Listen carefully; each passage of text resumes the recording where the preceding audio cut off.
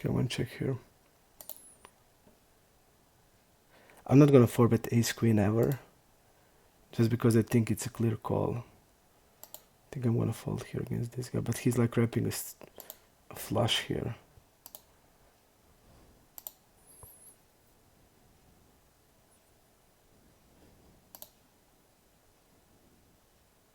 I don't have many queen X's here. Like king queen off is like probably all I have. Even I think king queen off is okay call against like 8-9% of hands.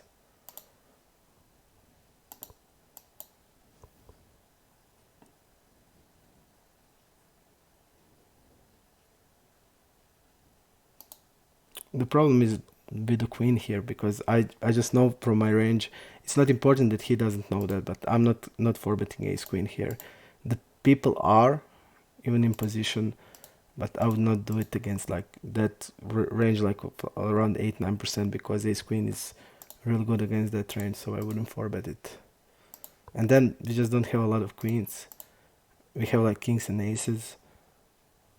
Of course we have pocket queens.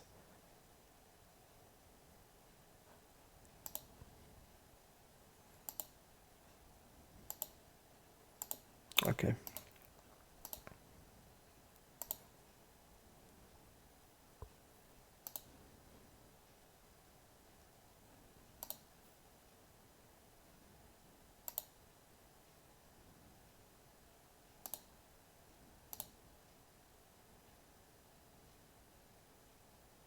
I'm gonna check behind there. I would check sometimes with the aces, but I don't know if he knows that. And then we can like bluff, I guess, this ace jack.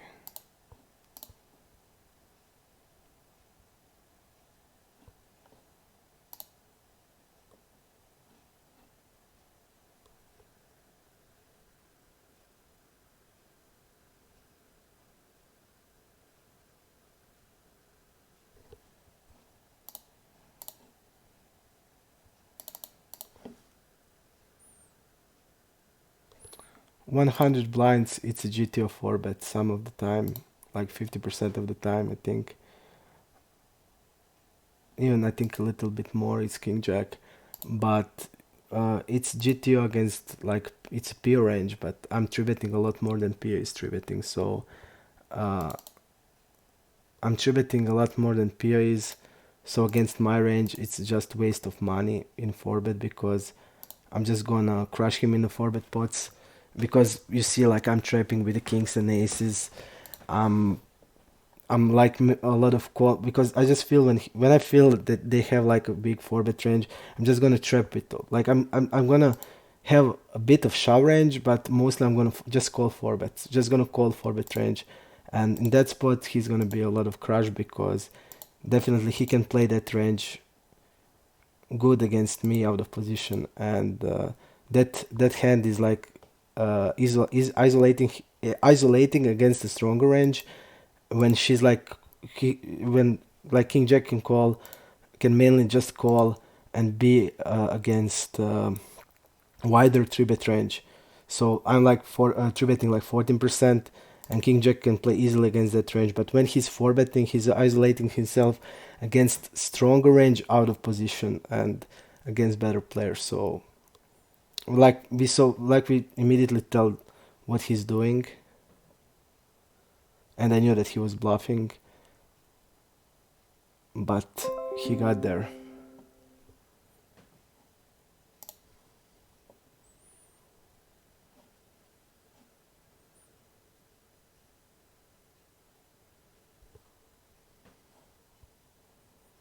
Okay, we were disconnected. We were disconnected here.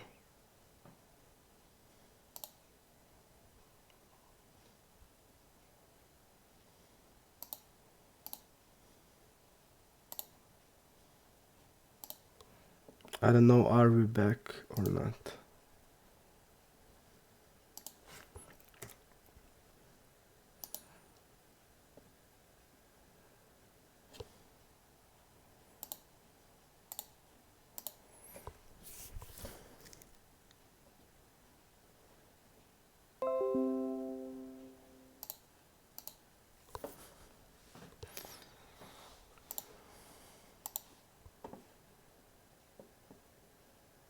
Okay, guys, we are back. I see now. But again, we have problems here with clicking back. I mean,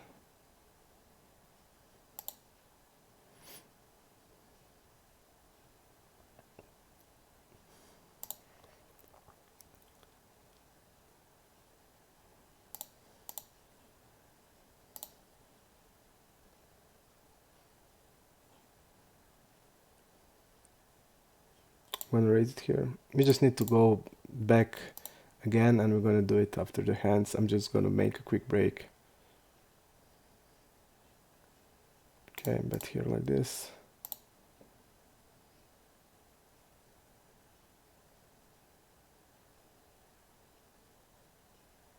Okay, I'm just gonna make a quick pause, and we're gonna be back with the 3 tables.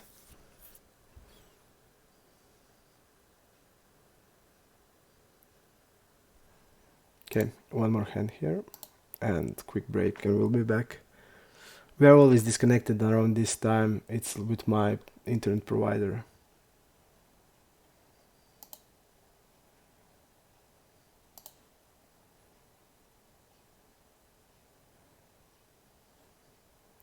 We'll bet here.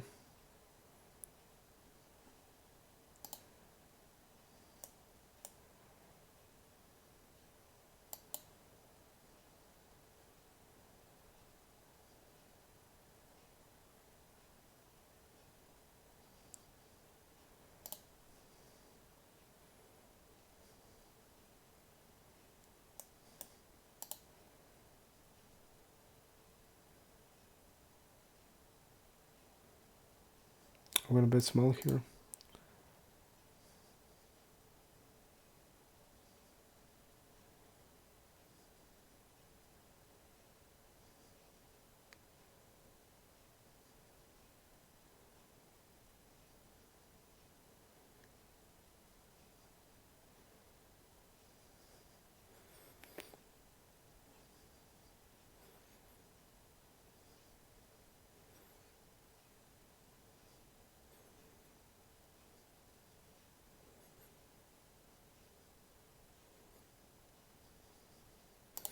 Okay, we'll be back really soon.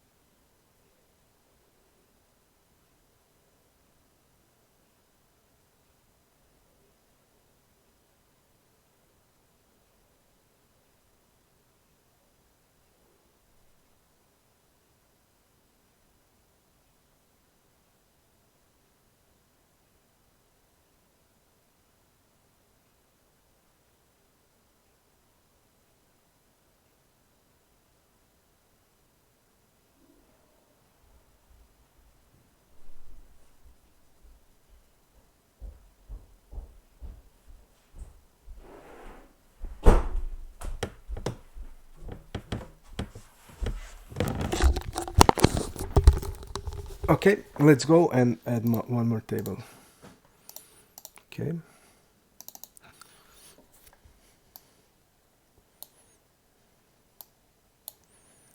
Jack 6 fold.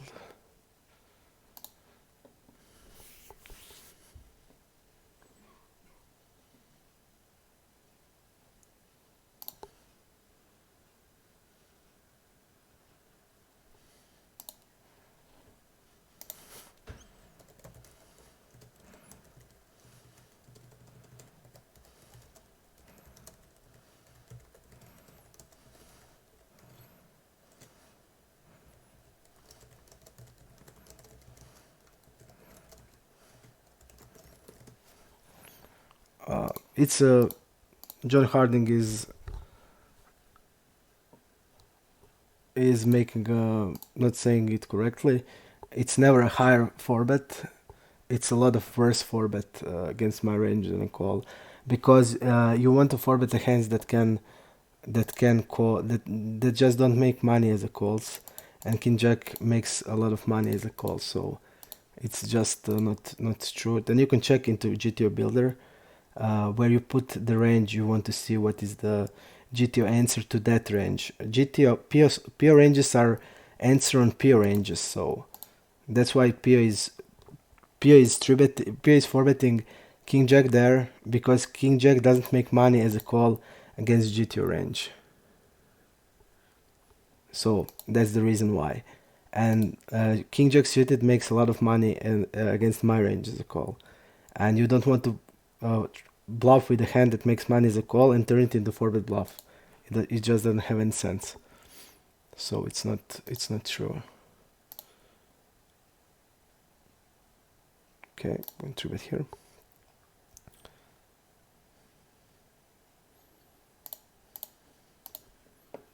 Okay, let's see now. No other eggs. Let's try to concentrate. We have 10k hands, more hands. I just want to play them good. Betting here.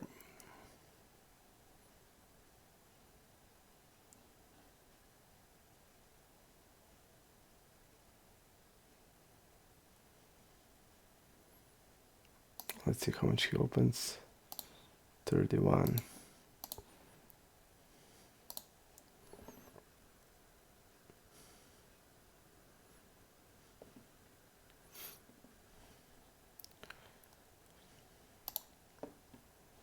Let's see this Chip Seo guy. He's a rec rock, yeah.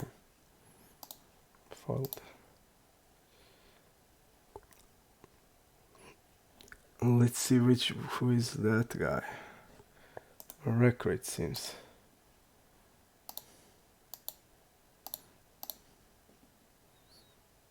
We're just gonna have call also here, because we just don't have many strong hands. We have fours.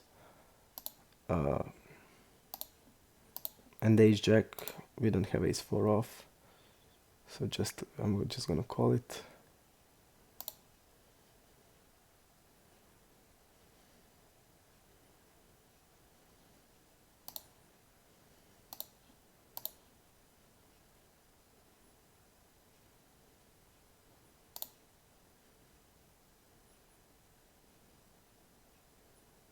I'm jamming here.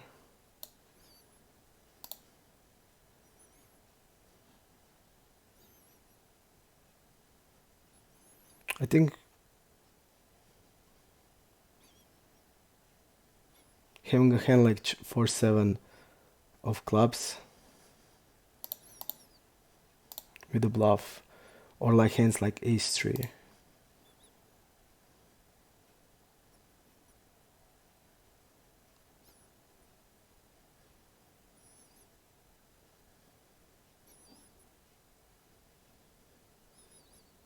I'm more betting here.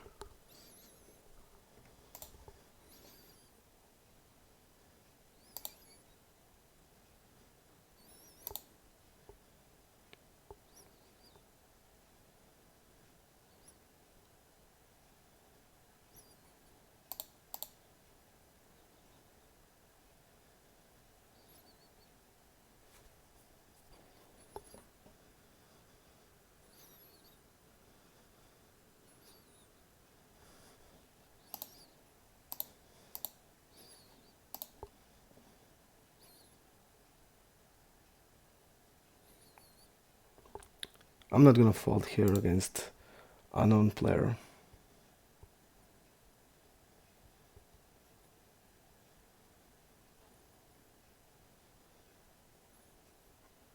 Okay. He's polarizing himself on the straights. It's 3-bet pot. He doesn't have jack 9 off, so like it's ace jack, but he can also hit like a flush draw there, or turn like 10 jack into bluff. I just don't know, but not folding definitely against unknown 2-pair in the 3-bet pot when he's wrapping really narrow. Moz, you want me to that I say the range, which is GTO range.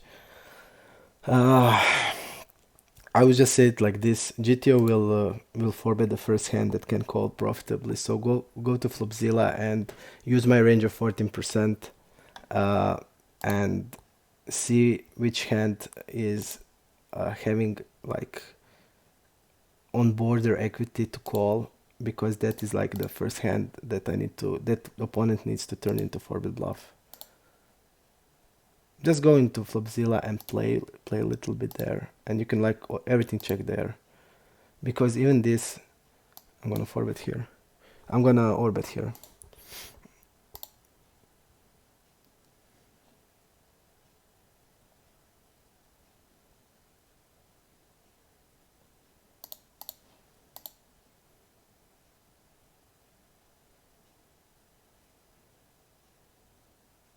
We have a lot of X in King X and check range, especially against unknown. So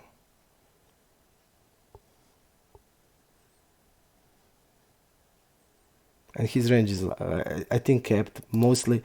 He will maximally have like a Jack X, but he will also have like pocket sevens, eights, 6x, 9x hand. So I think that will be called on the normal size, but against the no or bet size, it will be harder to call. And I know that trackers have poor check range, so they'll have definitely problem with defending this.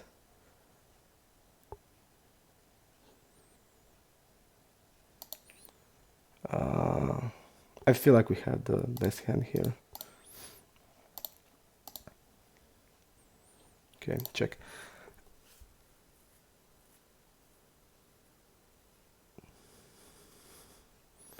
He 4-bet against me, king 3 suited. King 3 suited, I have the hand. I'll write it down in the notes. King 3 suited, and then he check shot with the flush draw, so he had 5-6. So we played the hand really good, I think. Ace king, okay. We have a check range on this 6-3-7 on the blind versus blind. Just check in. Okay.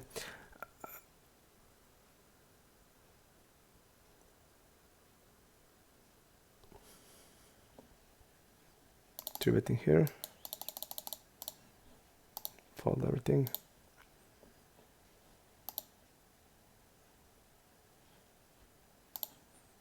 Let's see how wide will he call. I think he's not 4-betting a lot. In position. Cutoff versus big blind. Just gonna fold this. What I was trying to say.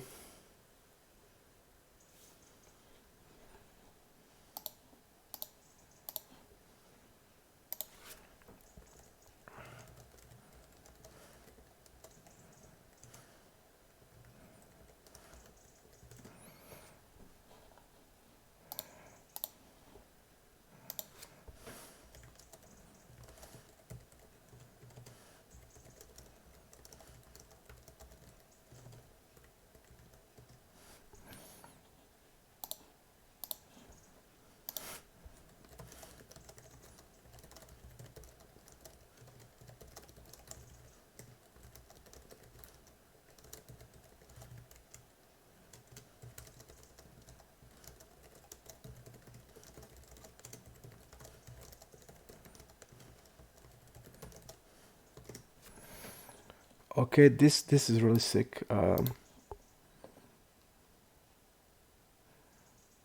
Let's see here. Really sick spot.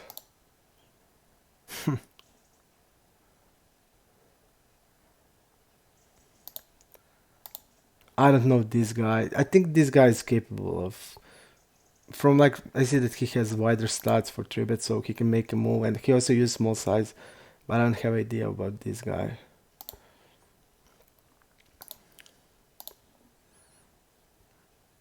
Okay.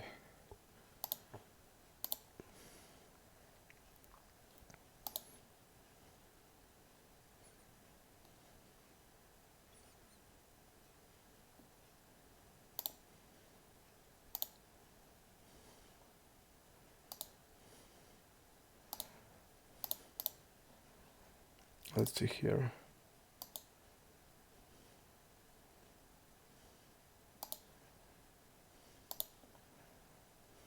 I'm gonna call for here.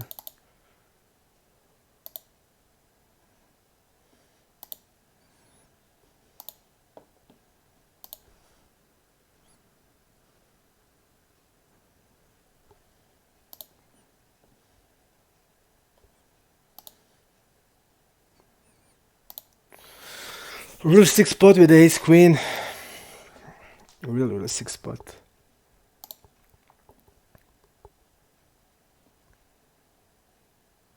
I think I should probably, but I just don't know the guy, so I'm okay with the fold. The problem is there, it's like pretty simple. Uh, I saw like we played deep, and I saw that he's calling queens, and when he started four betting a lot and only four bet for value aces and kings, and he also called ace king, it's like pretty easy just to shove away ace x because you're then blocking aces, and like that's a big deal in that spot. So the problem is because if you don't know how to play deep, it's better just to have a lot of calling in the range, especially against wider range. That's the whole point there. But if he wants to four bet, then he needs to four bet queens, he needs to four bet jacks, he needs to four bet ace king, and he's not doing that. So we, I think we played the hand perfectly because I told you he has a bluff there, and he had a bluff. We had a kings. We just trap him on the flop and on the turn. We can play that hand as a raise, and we want to raise against bigger size on the flop. Like 2x raise is really good in that spot. But I just felt it was just a pure bluff. And he has a lot of like that, like ace jack, like that type of hands. Ace jack. He would like four bet probably even ace queen.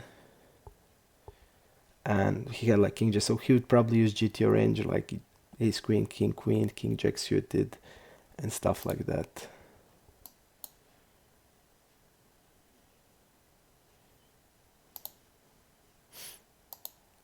Let's see here, he's calling. He's not folding a lot of three bets. He's calling jacks, okay. But I guess he will fold like pre-flop even like deuces through fives. In my opinion, this type of player. Maybe like fives, okay, he's gonna call it. He's raising. We're just calling ace king. Let's see what I have on him.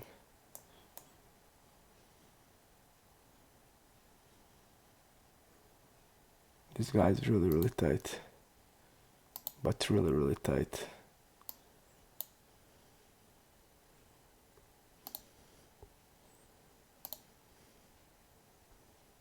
I mean, I just can't fold ace king ever in this spot. Just because raising here doesn't have sense. He's gonna have a lot of hands that just wants to call, like ace queen, like ace 10, like jack x. But okay, we saw that he's having jacks in the range of calling a three bet, but definitely, nevertheless, like he's wrapping like eights and ace jack suited and jacks, and that's like 6, 8 combos. So against 8 combos, you can always find like on a river 4 bluffs. Like it can be like equity or no equity. It can be hand like king queens, like king 10 with the diamonds, or I don't know. He's gonna have like maybe even queen 10 if he's like raising this. But that's also like four combos. So on the river, if he's shoving, we need to find like 4 to 5 bluffs. And if he's having like king queen, that's enough for us to call. Or if he's having like a diamonds. So like folding ace king there would be, I think, really bad. Even this guy, I mark him as a nit, so it would be tough if he shoved the river, but I'm just not sure that I would buy that raise on the flop, because if he's having a set, he's calling the set every time. I just like you saw the leads had ace 5 there, and he just called out of position. So with the trips. So they're not raising a set there. So mainly I feel like this is a bluff and I wouldn't fold just because of that. And when you think like it's like three combos of like eights, and if like 60% of eights are just calling and like one third is raising, then his value combos are even less there. So basically maybe he reps like five combos, and then you need to find like two bluffs, one and a half, like two bluffs there, and you can like always, that can always be like some spewy hand, and then you can like call ace king.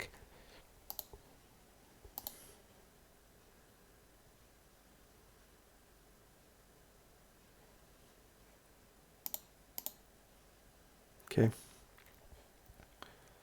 delaying over bet.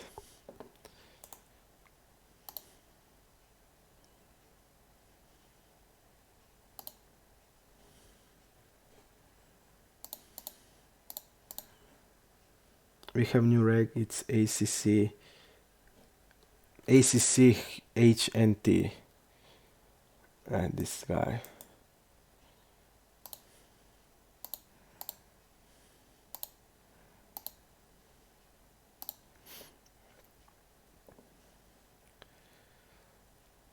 But for me, like I was trying to say that I know how they play, like regs that I played, and they're like never raising a set there. Okay, maybe he would raise like hand like I don't even that he would like raise ace jack there. It's just like what I saw. So he's like probably a lot of bluffing in that spot. And when I have like ace king there, even I mark him as a nit, so it would be maybe tough, but I just don't see myself folding ace king ever in that spot when they take that line, which is always not value heavy, rather bluff heavy, I would say, just because they're always calling with sets, and we see it like in position. They're just wanting to keep us in the pot. So if you are bluffing, to bluff, and they're like mainly not afraid of anything there. So if they're having a set, this guy's really loose pre-flop. But I'm still thinking about that hand with the kings when we trap. It's I think so good trap because I saw like he's forbidding. Okay, king, he forbid ace 10, he forbid king 3 suited.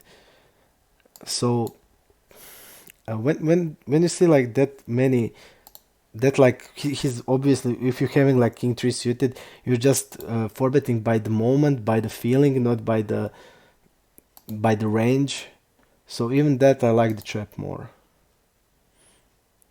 Squeeze 6.5 against early and never falling to 4 bet. So that's telling me that his range is stronger. But even that I think ace 10 suited is a call.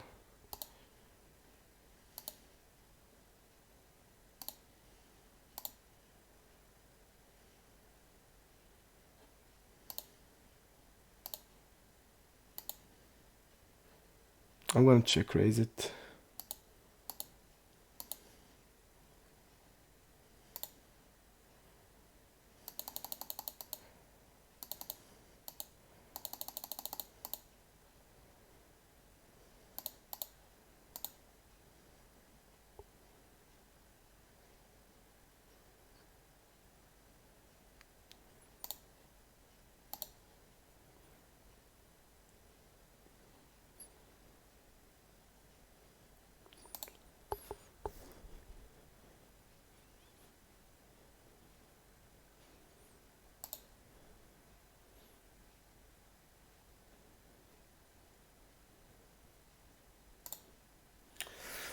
I like the size there. We didn't go too big.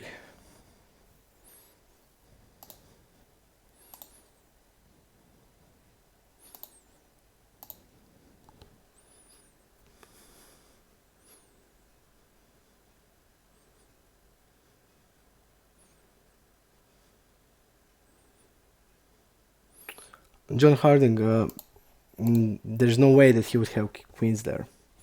Deep, I mean, I play with him. I mean, I have a lot of reads on him, and there's no chance that he would forbid queens.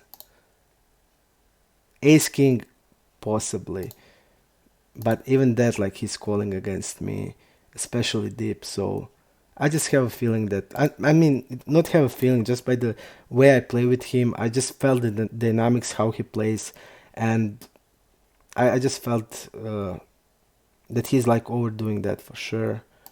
And he's also choosing, like I explained before a couple of minutes, he's choosing like really stupid bluffs. So he's doing it by the momentum, by the feeling, not by the range. And that's why I think he's gonna have a lot of random hands.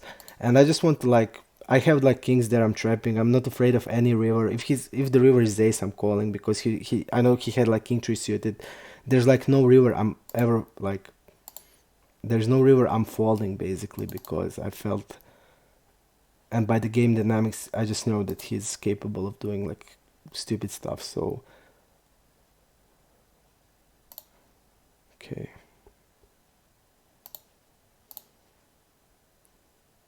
maybe a little bigger size here. I think we should go bigger.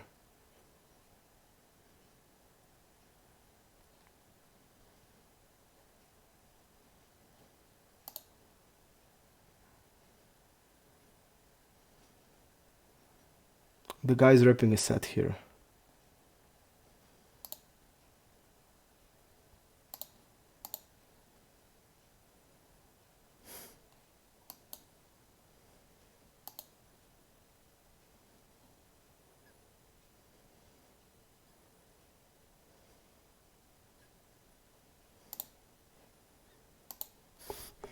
I don't like the check.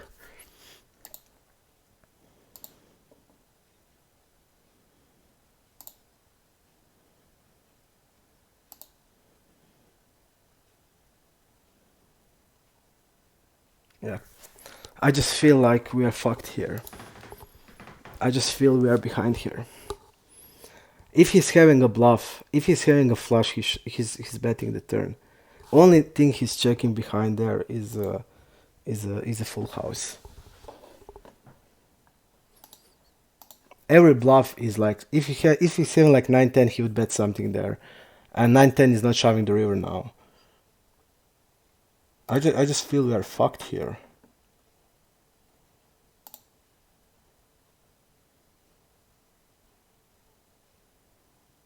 And like flush with the jack X, or it's betting, it's not shoving now also. I'm just gonna fold here.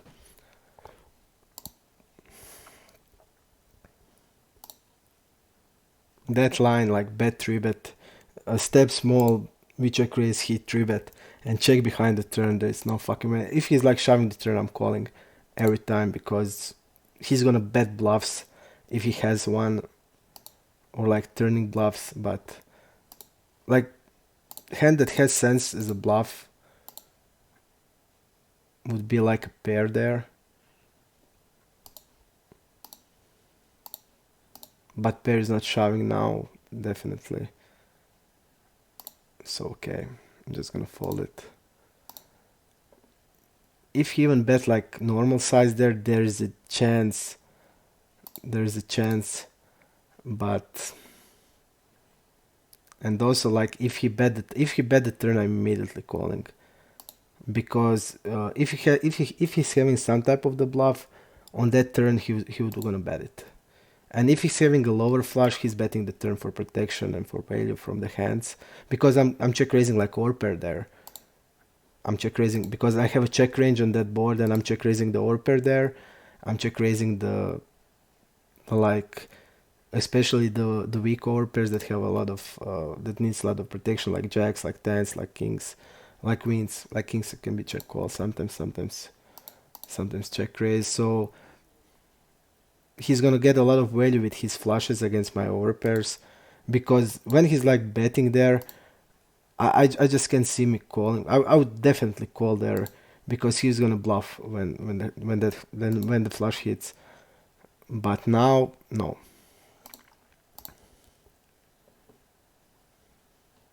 And especially overbet jam in that spot, and the guy, we didn't even play with him, so I would say that if he's a reg, he's a weaker reg, because we're playing 1 month and we never play against him, and like that he's like bluffing there. There's no chance, no chance ever.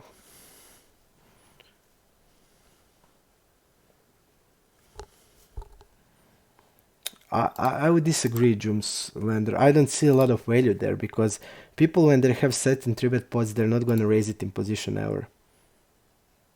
Like, that's my opinion and that's my reads on people here. I'm going to raise it sometimes when the board is uh, favorable for us, for our range, and the guy is c-betting something that he needs to be checking, then I would be raising sets and stuff. But this board we need to bet a lot. Because we are betting with the smaller size, so I'm just gonna fold here against, like, pretty tight, I would say, against 1.1k hands.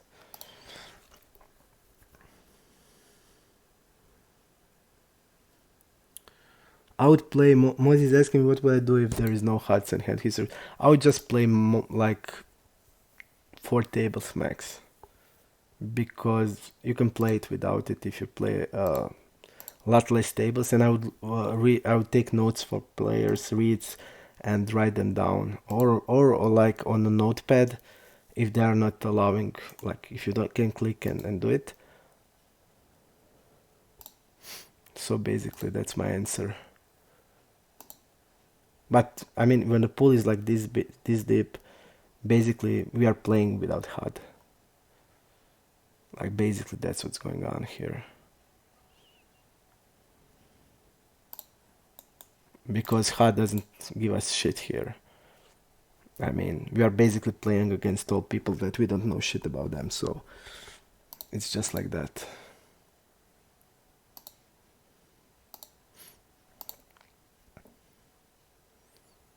We played with 9,000 people here.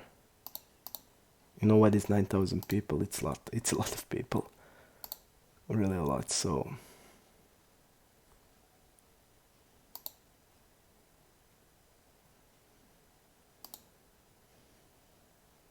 First 4-bet, okay.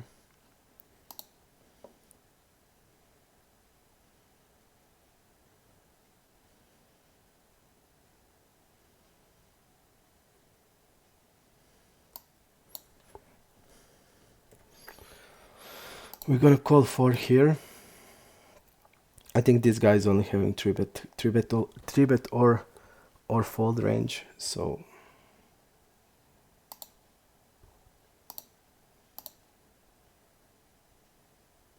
he's gonna have like at least 10% here, like 8 to 10. Betting 1/3. I think he's gonna call like 9s, jacks here. I think he would rip queens against us.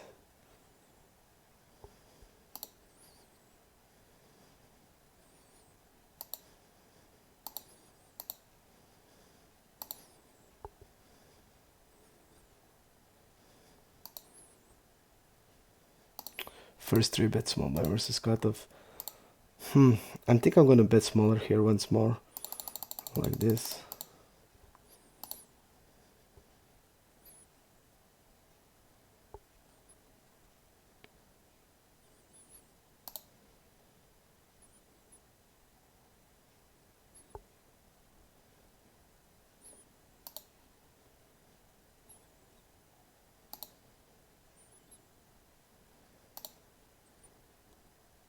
I think it's gonna have like also 8s and 9s. Hand like ace queen.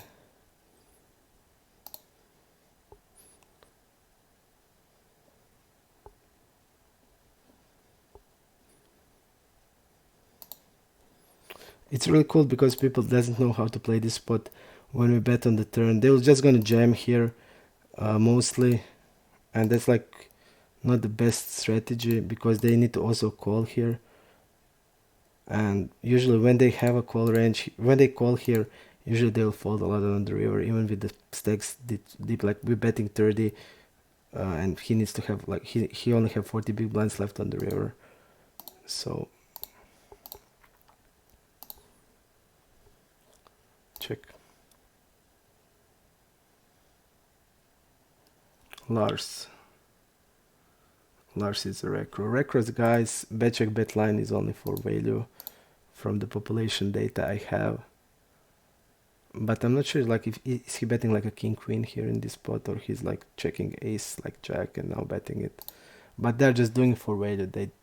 They're not like bet check bet bluffing a lot from the population analysis that I have, and I showed you that population data, and that is only recurse and fishes. I didn't do it to Rex, only fish and recurse.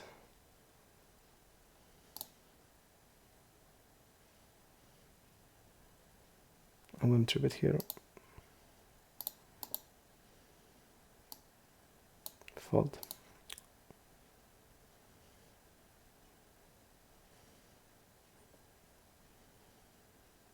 Pretty fast check here.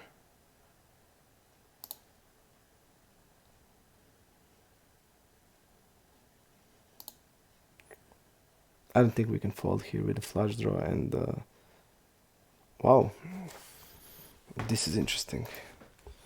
What is this guy calling here?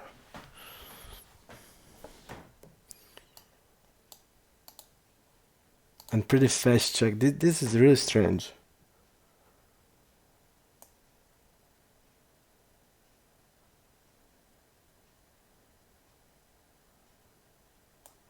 Wow, this is really strange. I'm gonna fold here. He made it out to check here. He's gonna okay, and he's then calling. I'm just folding there.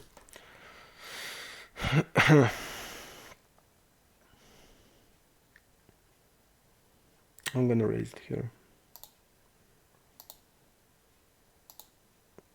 I think it's also okay check call because he's using a smaller size, and against that size we want to call also a lot. And ace 9 is really good to call, and we can just bluff raise worse flush draws, or like backdoors like queen 10 with the hearts. His call range is also in position seems to be strong. But I guess now he's like wrapping jack X here.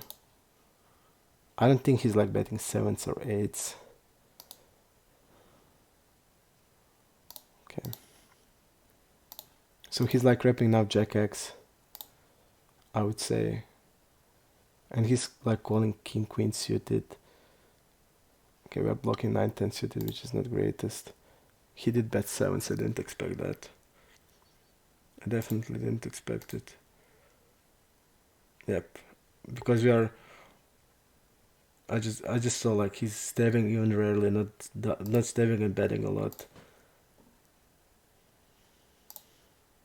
And I just know that he doesn't have a lot of jack X's. He has like ace jack suited, king jack suited, jack 10, and that's like 6 combos. Okay, call here with the king 10. This guy is 3-betting a lot, so we're just gonna call it. Look at this 18%. Okay. We are check raising here. Let's see what I have with him. Okay.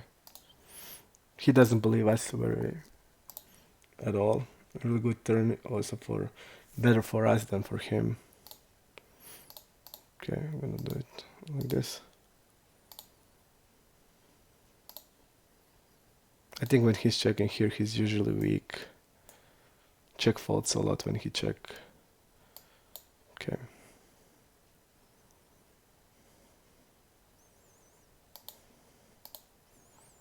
I'll bet half the pot here.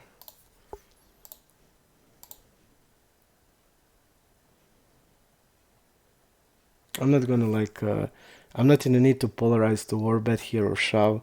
Just because I would bet like 8s here, 9s, 10x. It's just no need for overbet there, just a normal bet. Because his range is weaker, and this bet will make anything we need. Everything we need will be made with that bet. So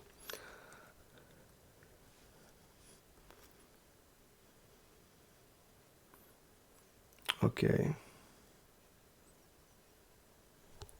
I just can't do it now anything because we are playing, but lately we can do it.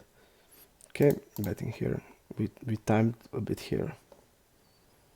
I think I'm gonna double barrel here. He's gonna have floats and stuff. And we have a gacha there, so I think I'm gonna bet it.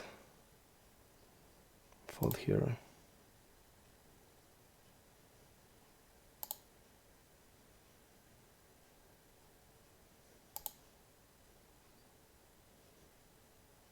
I'm gonna look at the chat and answer the question when I have time.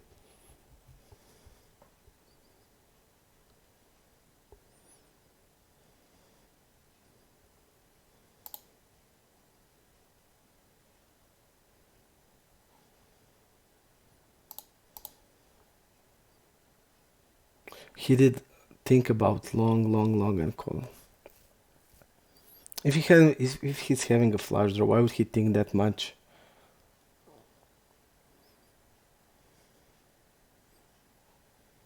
But also 9x, not that good. I'm just gonna fold here. But I just don't understand why would he think that deep. But also he can have like 9x. I don't know what he's showing, or maybe he can like show pair and we call, and but that's not gonna be good. I wouldn't even. I don't know. It would be tempting. Maybe I would, because just basically I know that trackers are like donk showing the value on the river, so when they are checking, the range is weaker, so then I guess it can be bluff. Okay.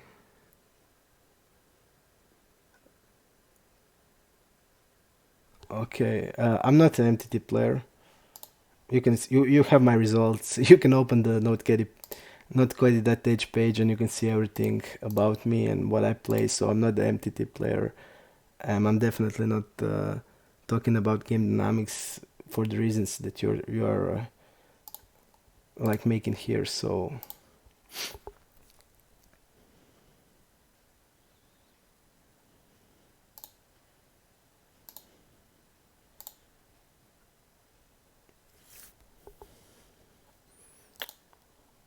I think we need to call here. I mean, ace x is like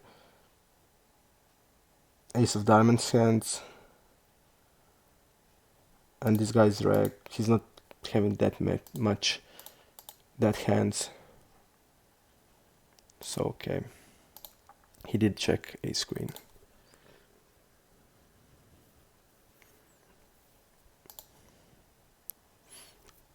We're three betting here. This guy 4-bet us with king 10 off. He 4-bet us with king jack suited. Like, okay, that's GTO. We're just calling.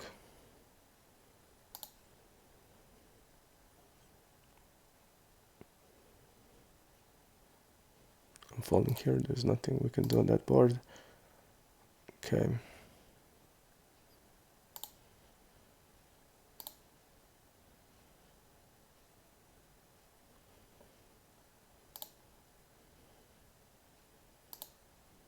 We're just gonna start shoving a lot, like our strategy that we used, because they're just 4-betting way too much, especially when they don't have sample.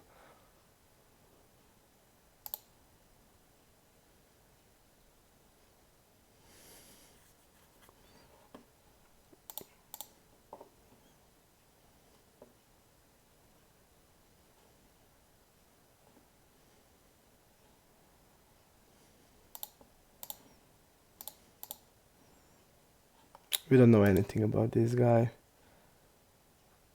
That's the problem. But our hand is also really good to bet. Okay.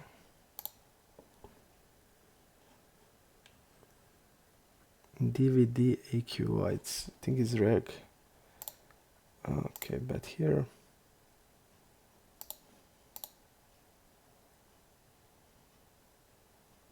I'm gonna bet here.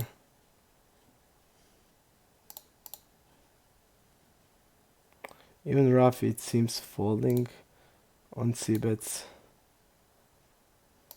Okay, I'm betting the river.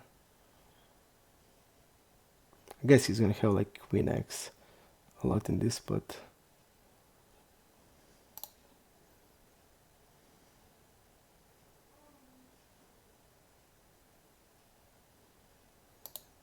gonna bet half here.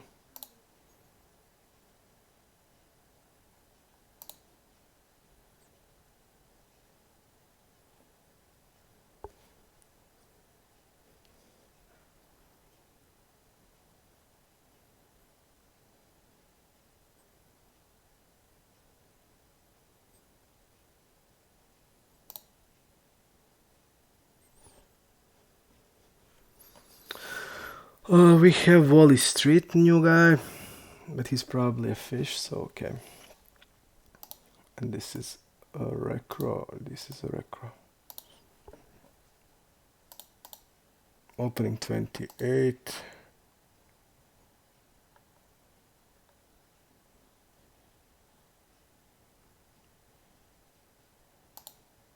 Donk. That's all these 6.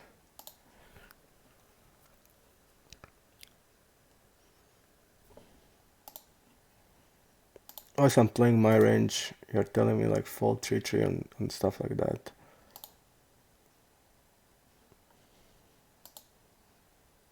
I'm not playing GT ranges here. I'll play GT against people that I think I should play against.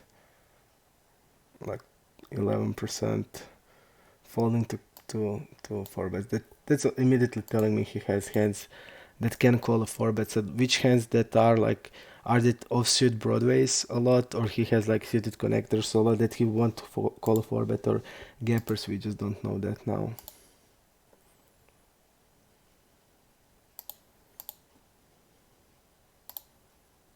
Let's see also what I have on him. Nothing much.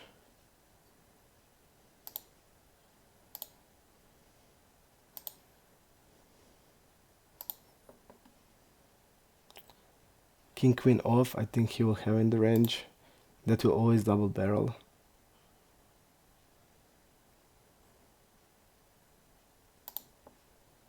But also I think he will have ace queen off. 6, and he didn't bluff this love. It's just like they see us that we don't fold. And here it would be interesting on the river if he shoved, because I would think that it's the card that I expect him to bluff. So that would be interesting there. But it seems like that he's just seeing us that we don't fall and he didn't want to bluff, which I think it's the bottom of the range that should be bluffed always. I'm gonna 4-bet fold here.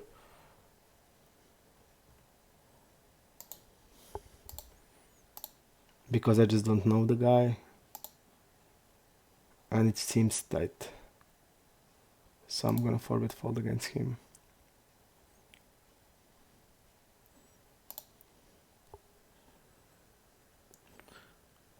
Yep, like I was saying, I'm not gonna play GT ranges at all.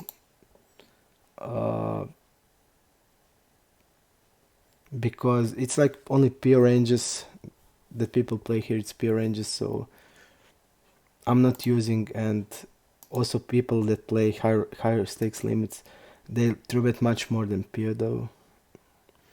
8% around. Okay. They 3-bet more than pure does. So for example, all the better regs that I play usually, they have only 3-bet or fold range, and they like 3-betting also a lot. So to play that ranges against them, okay, it has sense to play against a reg here that is unknown to us. It has sense then to just play GTO ranges against those players. I think jacks will be called once more.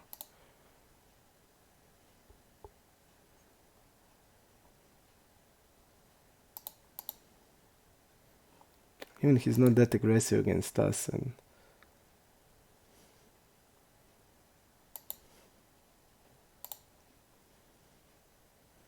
I hate this size. I don't think this size is a bluff ever.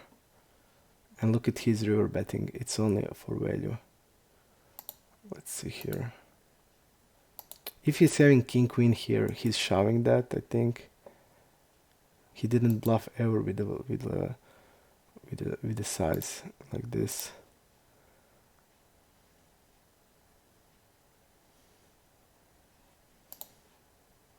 It feels like always like ace queen hand or ace king. Betting smaller there on the river. But he's also, I don't know, I'm gonna fold jacks. Maybe just we can bluff shove them. I don't know. But I wouldn't call that guy that doesn't have any bluff on the river. And now when I see those, like maybe our strategy, even I felt that he was bluffing, maybe we should just be shoving the turn against him. Maybe because I'm talking about the hand where we trap him with the kings when he got the flush on the river. When I saw now, like he's not bluffing the river at all. I just felt that he would bluff in that spot, but from what I see here, he's not bluffing at all. So maybe, even I felt in that spot he would, but maybe the best thing is just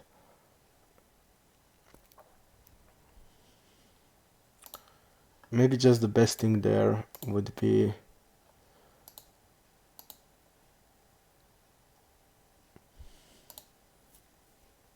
maybe just the best thing would be that we just jam the turn there. Because I feel now when I see this that he's gonna bluff with the equity on the turn and then shut down the river. And maybe he wouldn't bluff that hand king jack that had against us. Maybe he wouldn't bluff it on the river. That's the problem. And then we are basically free rolling him. Now when I think about that, maybe best was to jam the turn. But okay. It is like it is. Okay, 3-bet here.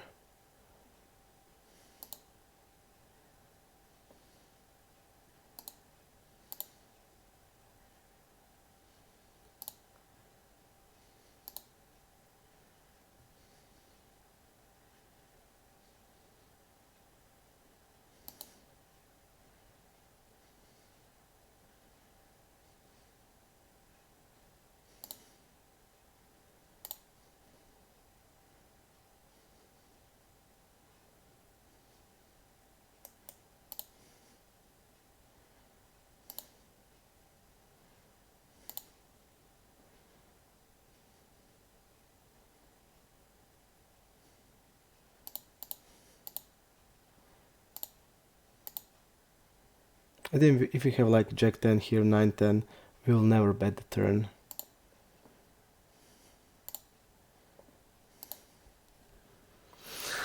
So basically now when I think about the hand, maybe we just needed to jam there and prevent him for equity, because if he's not bluffing the river, then there is no need to trap. And like you saw, the guy that had 6-7 on a perfect river, a river that he needs to bluff because he's gonna have a lot of king x's there. He's gonna have king queen, he's gonna have like ace king, he's gonna have kings, he's gonna have aces, and he's having up complete bottom of the range, and he's not bluffing that. Really good hand to bluff. Definitely bluff that's gonna make a lot of money, a lot of folds. And when we saw that people are not bluffing that against us, we just need to think how people see us, and they just see us that we are not folding a lot. And then we need to when we know that, we just need to play more smart. Like I should probably jam the turn there just to prevent him and punish his strategy then, because like this I would just let him win just let him suck out on the river, and by this he would be forced to fold there. So maybe I misplayed the hand.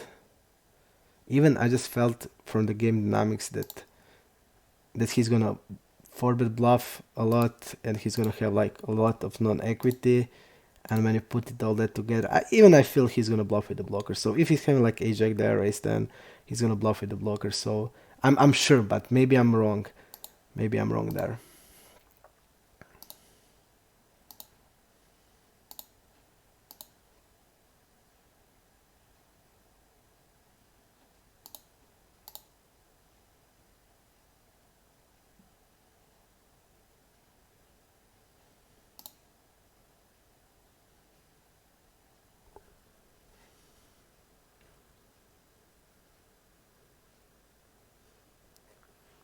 Okay, no new Rex. This guy seems like he's to table, but you can just name him Reg. He looks like a knit more from the openings and everything. Okay. Nigrono.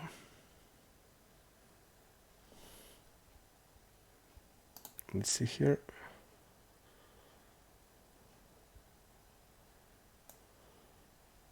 Let's see what I have about this guy. What traits I have.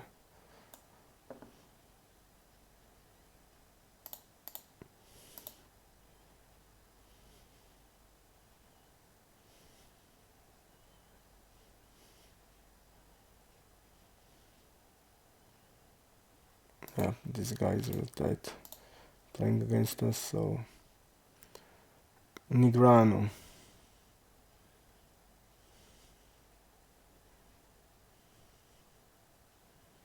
Again, unknown recro.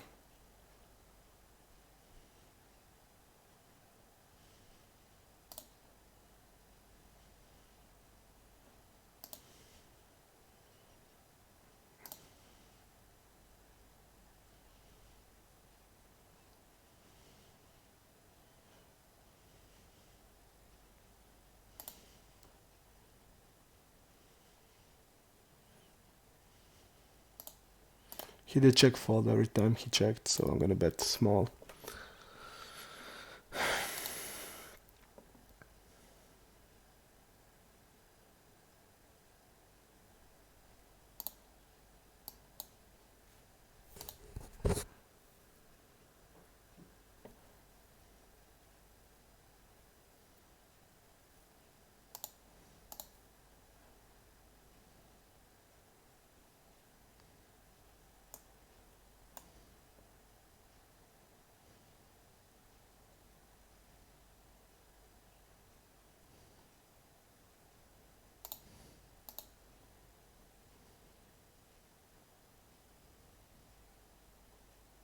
Okay. I just wanted to read the reads we have about that guy.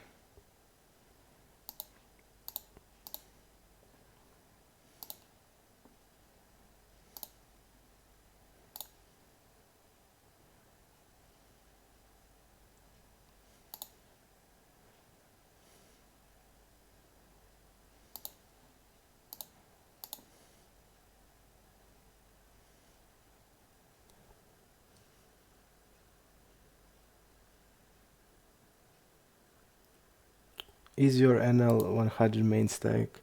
I didn't play NL 100 for 3 years.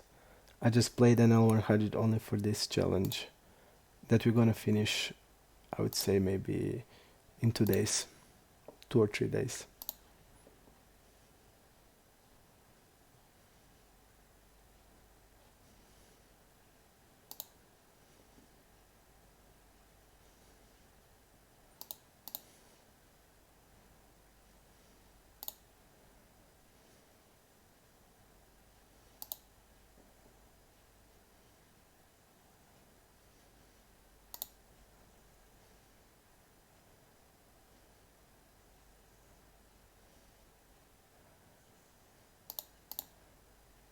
I'm just gonna fall like that he falls like Queen 8 or King Jack. Okay.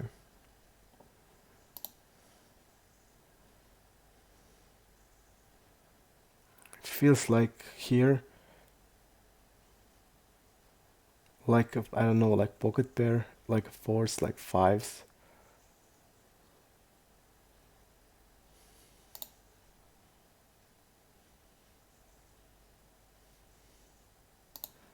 Feels like that.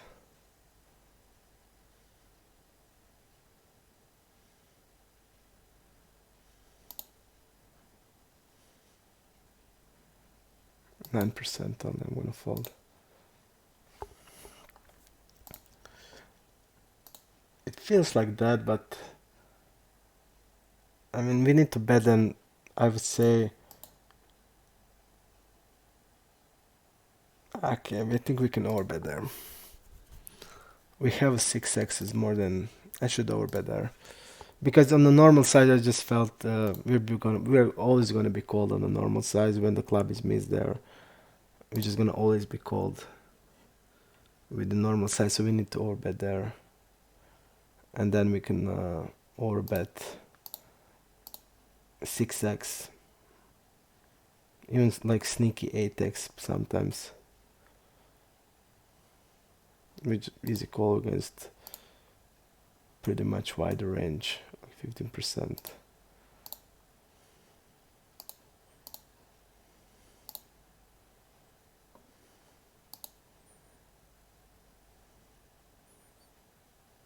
I'm gonna turn against him hands into bluff because I see that he check faults a lot. Okay.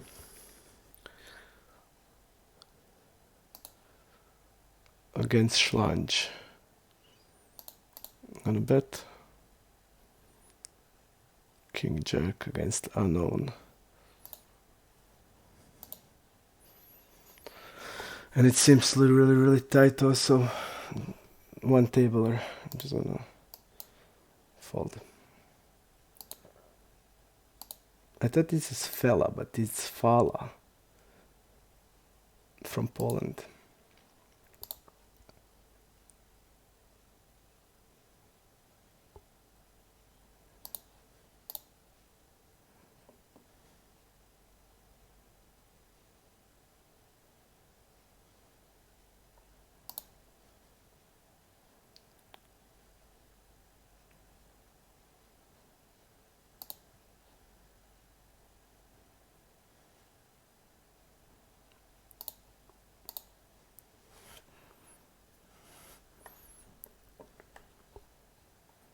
Scars. Okay, he's one tabler, so.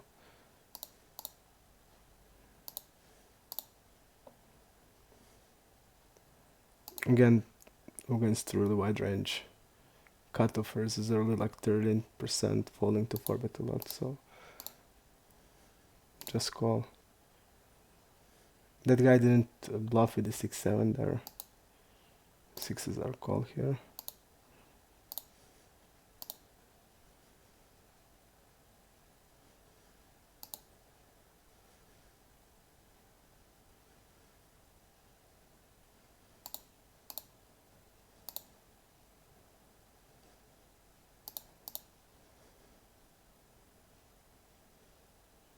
Let's see what the guy had. Ace king, okay.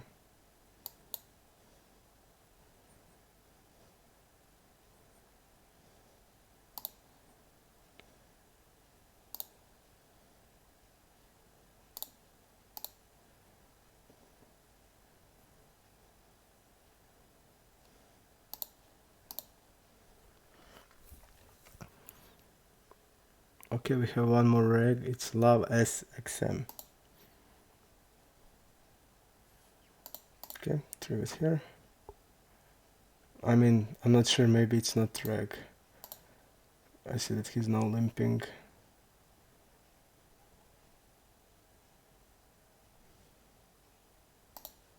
I don't know, maybe he's not a reg.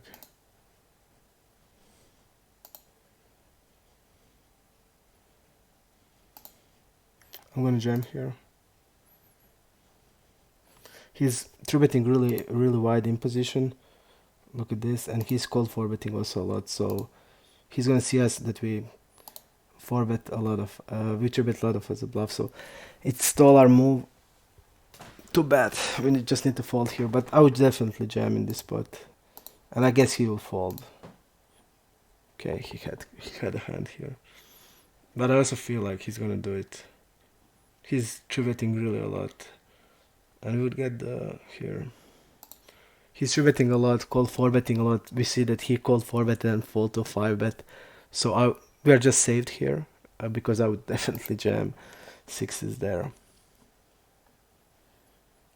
But what can you do?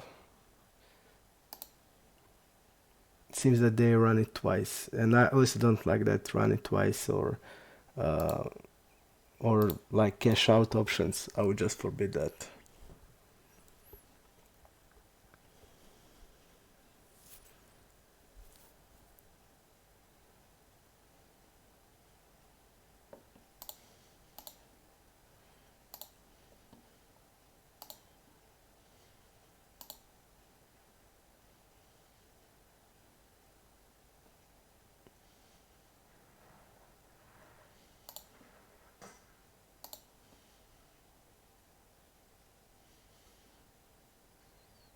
I'm gonna check here.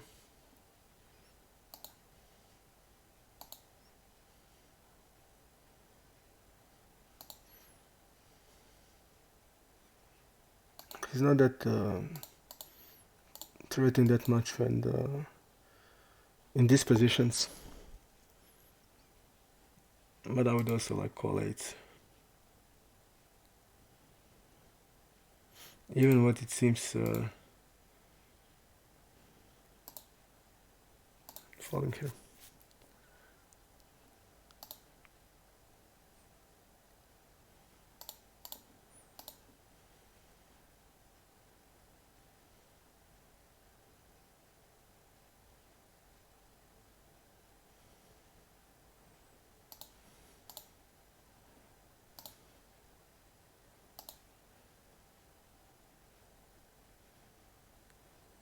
I'm gonna bet small here.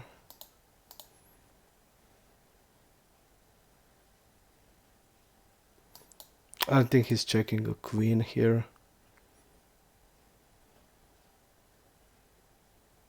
So I feel that his range like pairs like 7s, 8s, hands like this. So I just wanted to give him opportunity maybe to raise there. When we have like ace blocker, it's easy call. Okay.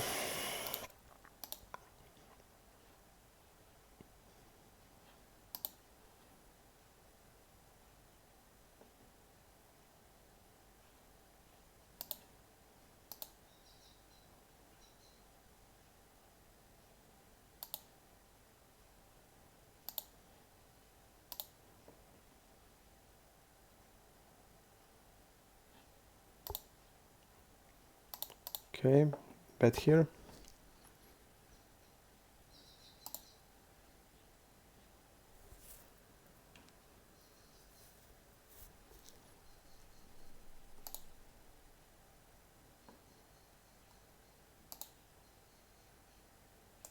File is not opening UTG.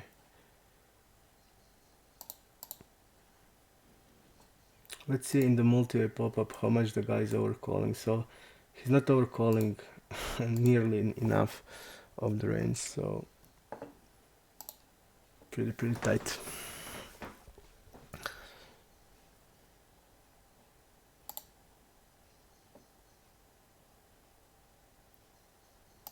Fold. King 8, let's see how much he opens. 50%, okay. Let's see king 8 off. Okay, king 9 off. Okay, that's the standard range then.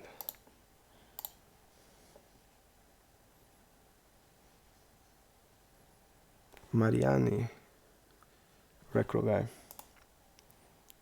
They're tributing from my ship.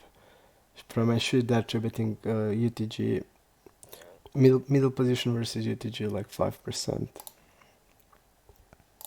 King 8 is a call here. Squeeze. Even this guy didn't open anything. Maybe it's better to call it.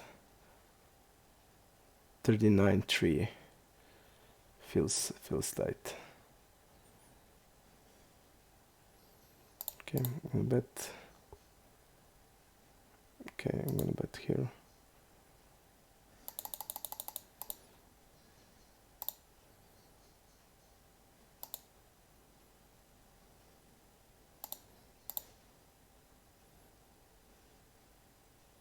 One raise it here.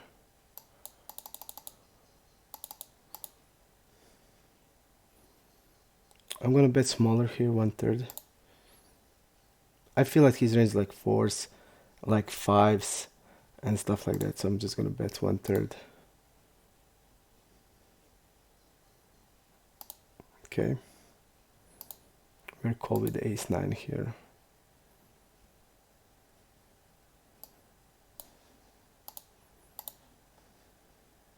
I like the sizing that we used here.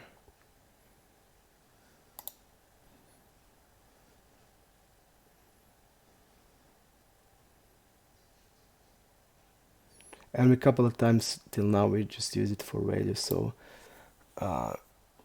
nice that we had the opportunity to use it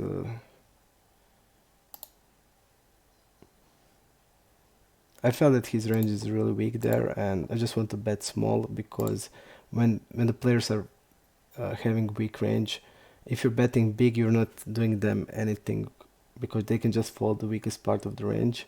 But if you bet smaller, then you put that range in a tough spot, and that's the reason why I put their smaller sizing, and I think it's really, really good. And it also allows us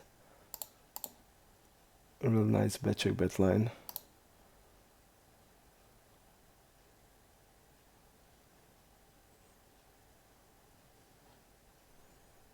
Okay, I'm gonna check raise here.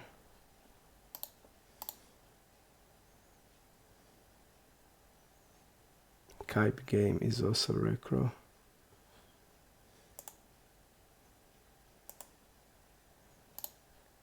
In this spot we just have the most trips hands, so we'll check raising. Here I'm not sure. 9 is not ideal. 7 is also not ideal. To bluff catch there.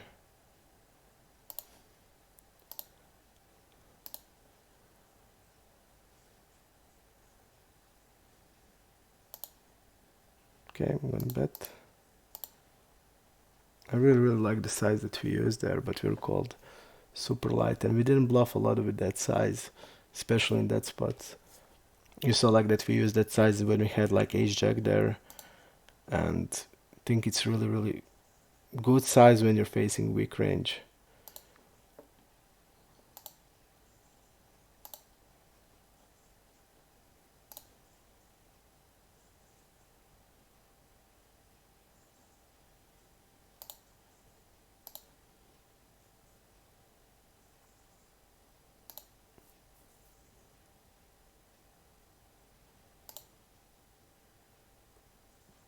Okay, I'm gonna bluff now.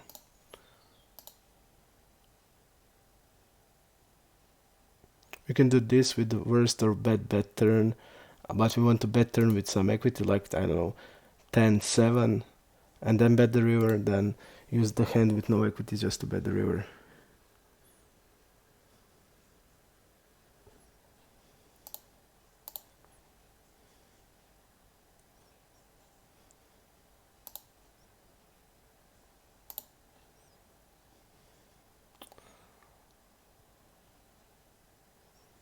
I'm gonna use like this.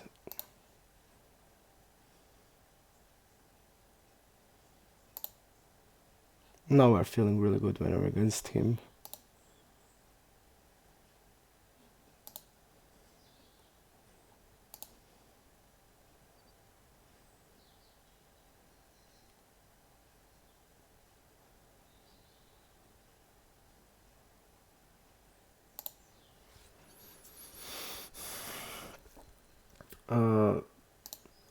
We have 150,000 points to get the chest here. You can see it. And we have 13 days to get it. Again, I was too optimistic. It will be hard to get a chest because we're gonna finish the challenge really quickly, in 2 days maybe. And it's gonna be really hard to to get that chest, because I'm not gonna play after the challenge. I'm just gonna play regular tables until I get it, because we're just saying a couple of people were wanting to bet what will I get, because from the looking of this chest I just feel it's something great. So I would just love to open it. So I'm gonna play regular tables until I'm gonna play normal stakes I play. So I think I will, but I can play only 4 tables, right? So it's gonna be really tough to get to get that chest.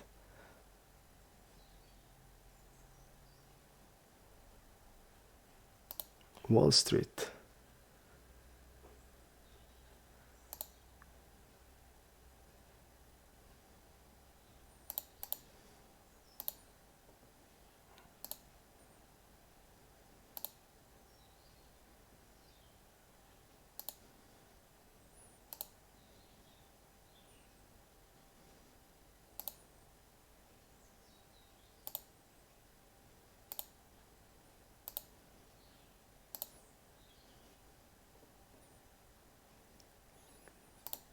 We have, I mean, I forgot that we can play only fucking 4 tables of the regular tables.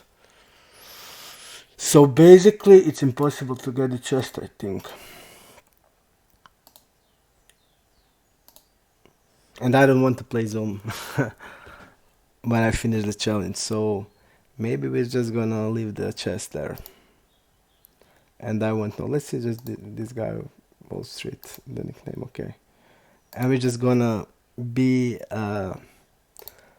We're just not gonna know what would we get, because this chest looks awesome. It looks like it there is like treasure there.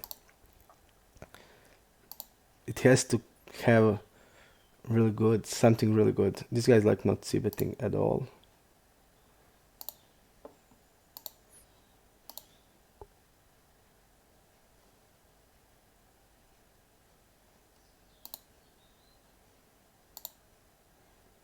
Really cool spot.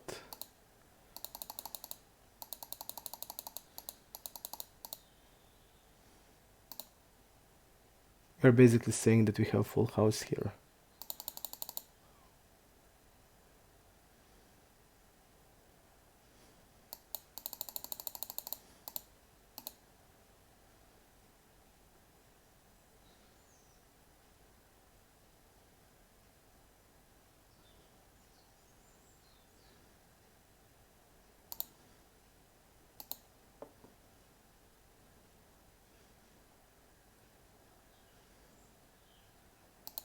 Let's see what the guy had.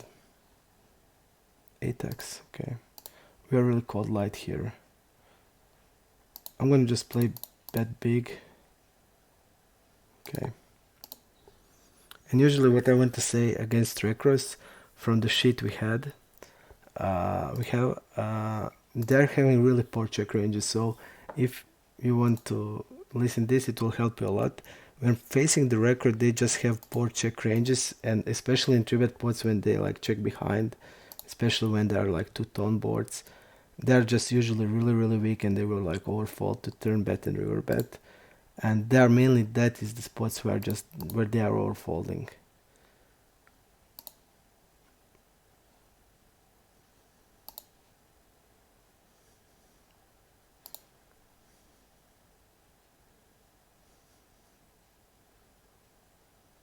Okay, I'm gonna overbet here. Again, we have the most 8x hands.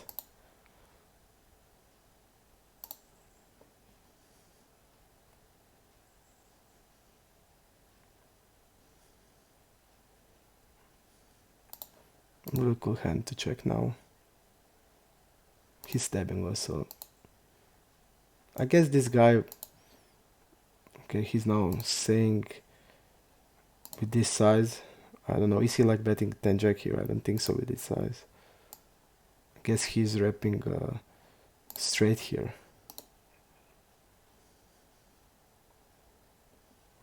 Or a bluff, of course. And the bluff got there, and we both have a diamond there. So bad. If the flush came here, oh wow.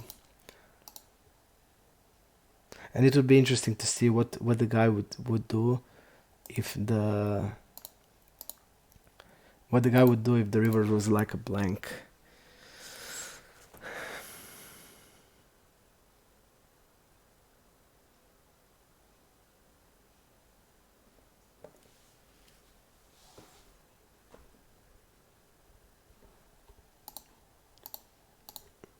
Silly poker.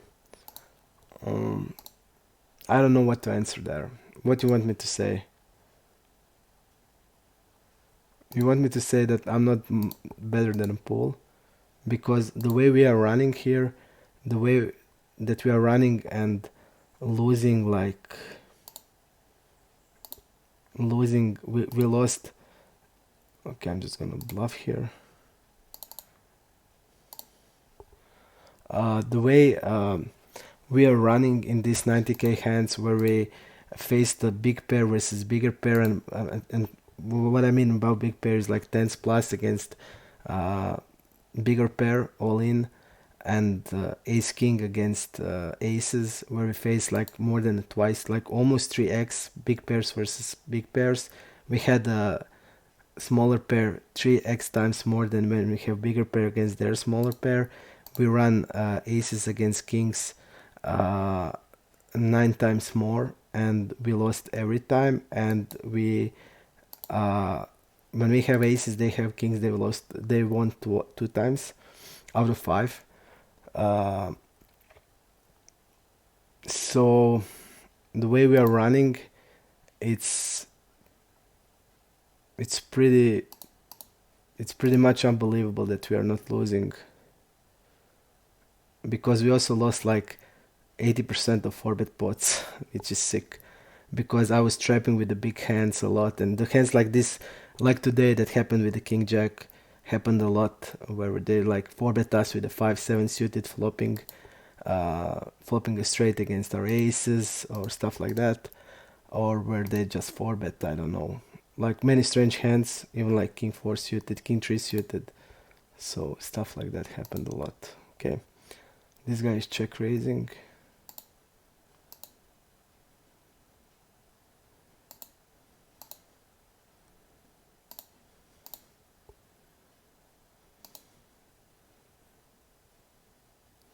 Is he check raising like 8s and 9s here? He's not betting them now.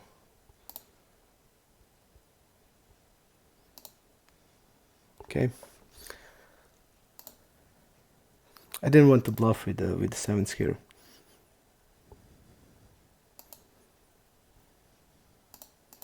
Just because we are facing an unknown player. And I didn't know what he's doing. I just guessed that he's probably doing that.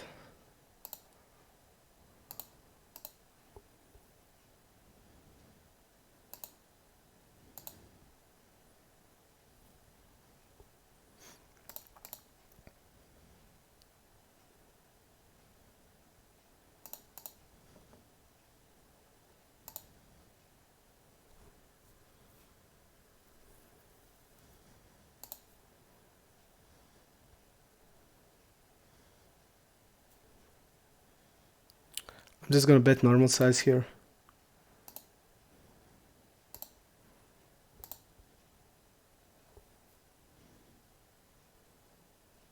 Okay.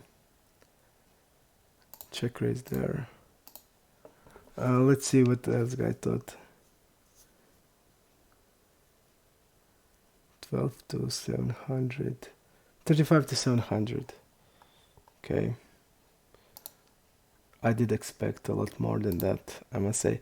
3% here, I'm just gonna fold it.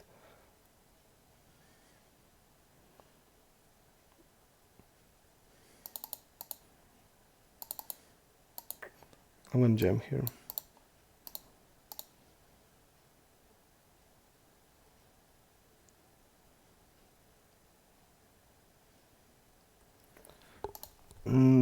Mr. Tipser, I didn't read what who wrote it. Hello man, where are you? Just to answer silly poker, it's not important like who's smarter or stuff like that. If we just realistically see what the hands we had and the run we had, and basically that we didn't use the HUD, and basically that we stream every hand that we played we stream, like we will stream 100k hands where everybody could see my hands, see my plays, see everything. I think it's a lot of harder than to make a good result than like just playing normally.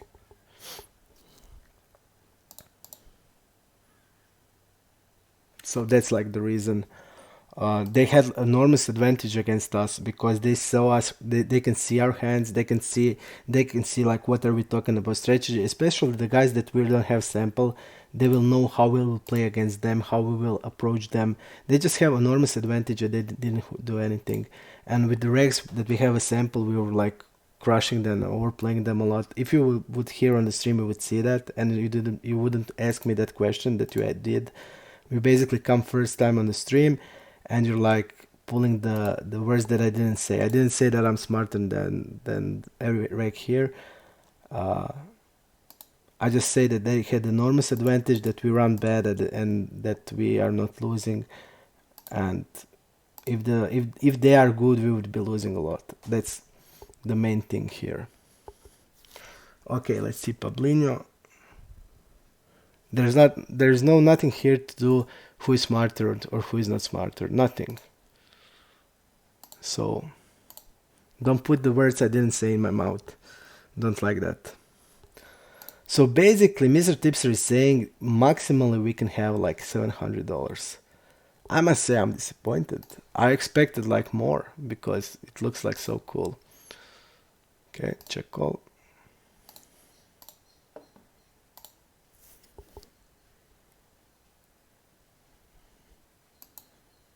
Check call.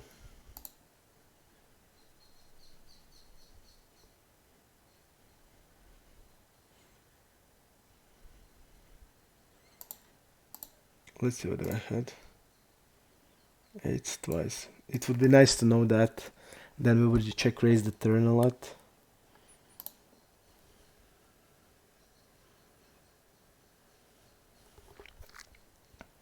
But again, it was the unknown player. And we didn't do anything. But when he toned down the size, it's like he's betting that hand that he had. So check raise would be okay. Let's make one quick pause, and I don't know how much still I'm gonna play. I just need to know that I need to make like 4K hands. 4K hands is the goal I want to do. Just because then I will have only like one more session, one more big session, and that's it. And that's my goal, to finish then the challenge. Okay, let's sit out. Okay, after these hands, and I will be back shortly.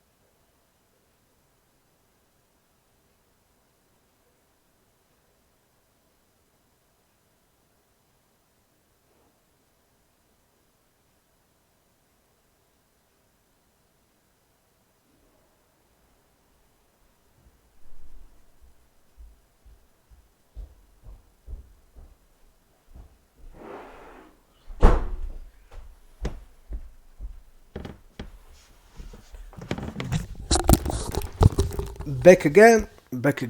Okay.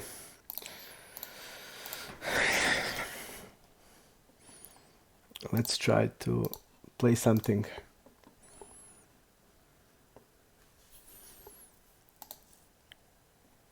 Motocan, one tabler, Obimiak, or zero something.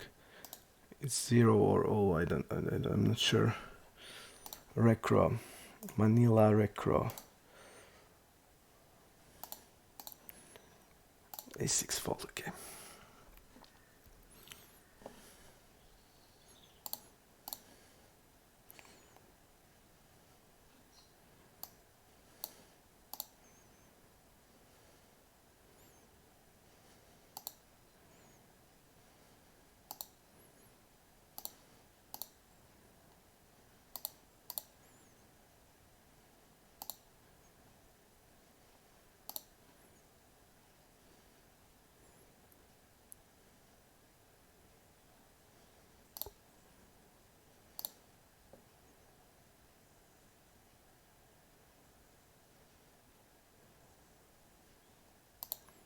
Queen 9 fold.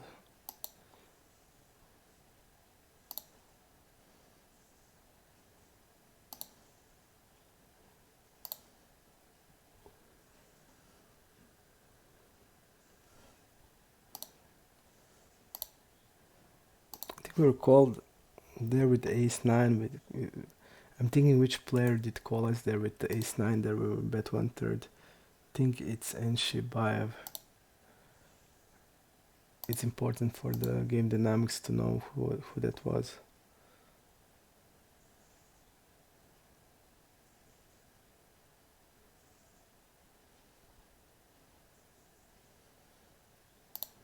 Recro here. Fold. Boobs Shao.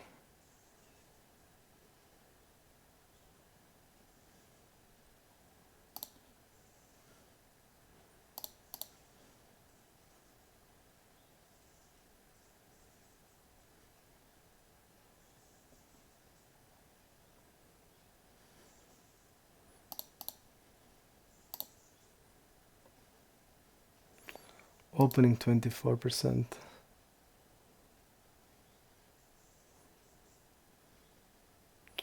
Forfeiting against us 9.2 range.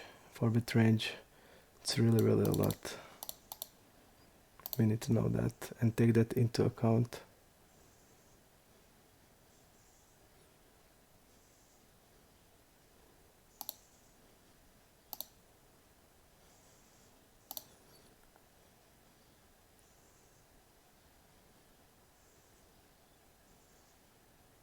Usually the recruits are stabbing a lot, and that's why I check there. Okay, I'm gonna bet smaller. Like I said, they have really bad check ranges, and when you play against them, you should take exploit of that, because from my analysis of the pool, I only did analysis on the recruits and the fish. Recruits and fish are both have really bad check ranges, and they're like overfolding in every spot when they check somewhere in the hand. So when they check behind, when they check out of position, they are overfolding somewhere in the hand. So it's really important to know that, because then you can like take advantage of that, and you don't need to waste many money or like a lot of money into the like c-bets. Just a lot delay c-bet as a bluff against them. That's like really good exploit, and you need to like continue because the range is really weak. And even when they call, like when they call, for example, or they have like an ace high, or they hit at the turn, or like a really weak pair. That's like all possible things.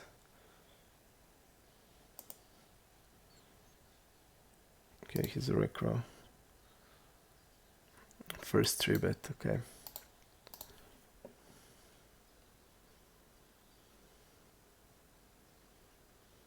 $1, $700, 20%, 35, 40%, 42.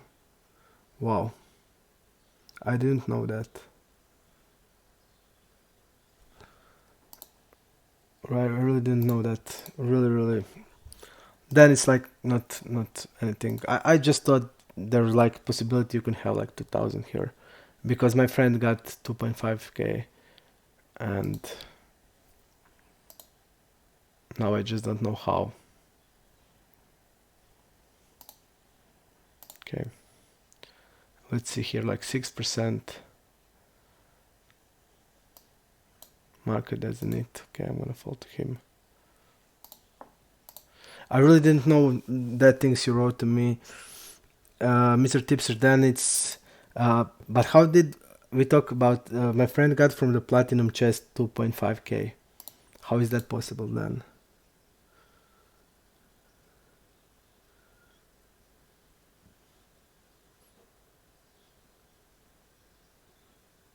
Okay, I just didn't know that. I just thought there is a possibility you can get like 5k. That was my understanding of how it works, but things it seems I was wrong. Okay. Somebody's asked me, Alex Simos asked me what are my plans for streaming in future. Like I said, I'm just gonna stream once a week, just so you can, the people who bought the program and the people who maybe wants to buy a program in future, just to see how I'm doing with the program, um, how it's going with the program, and what are new in the program, if if we're adding something, and how to use program better.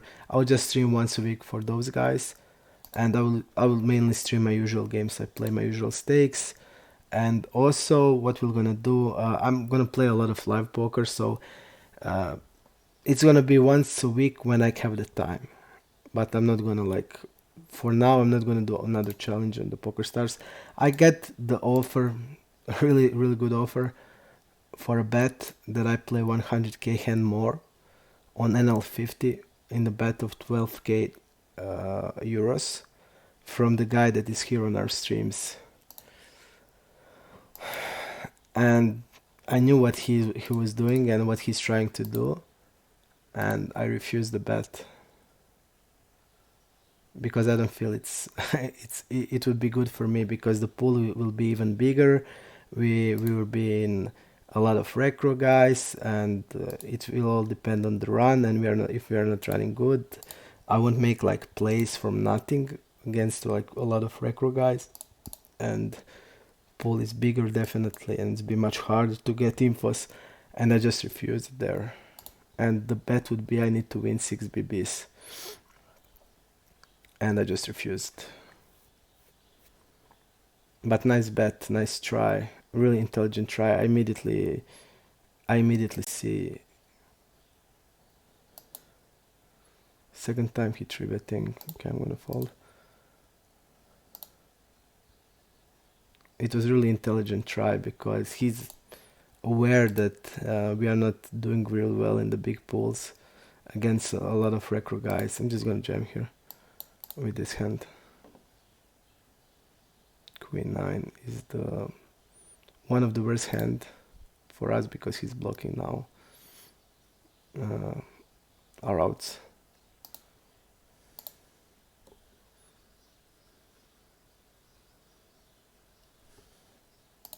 I definitely don't like the zoom. I mean, I told you that from the beginning I didn't feel good, and you need to take into account that our results are from the 2 big losing sessions when we have delay problems, and the guys could see our hands. So we played first. We started with 2.1k down in first 2 sessions. So when you take that also into account, the results are then a little bit better. But still, I mean, it's not just about the results. It's just about anything. It's about the format of the Zoom that I just don't like.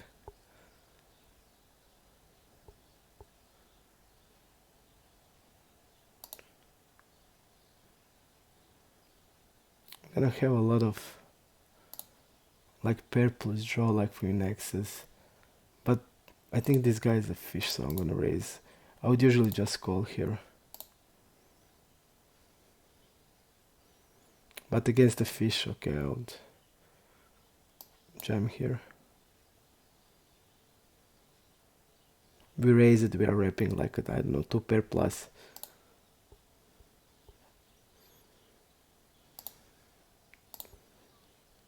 Okay.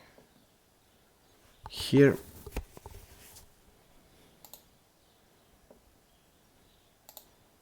So this guy called call a tree, but he's mentioned I mark him as the rag. Okay, I'm gonna forward here.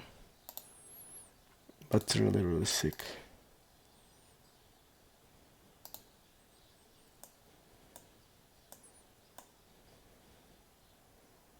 But it was his first trivet in position. Okay. I mark this guy as a fucking rag, and he's doing that with the 3-5 suited. Calling the trivet, right? Or he called ISO. Okay, he called ISO. What's this guy repping here?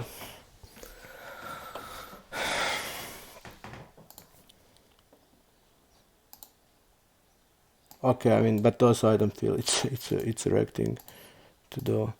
Here is a tough spot. I didn't want to see bet because I just don't know the guy. Usually we want to see bet there. He's like checking behind. What is he rapping now?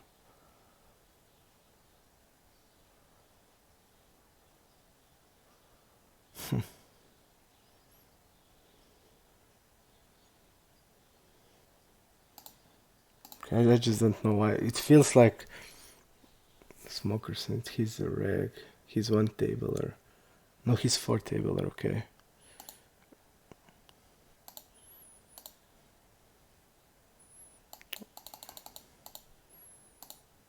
I just don't understand like what he's rapping here. Okay. I just don't understand like why do this? I mean, you have kings. It just didn't have any sense to me.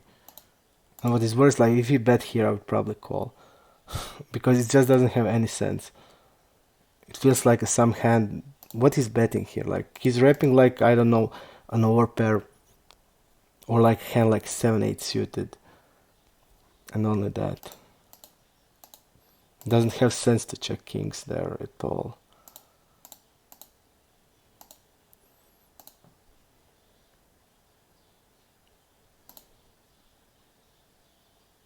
Maybe it fold because you don't know the guy. But I just didn't like why? Why check there? There's like no sense at all.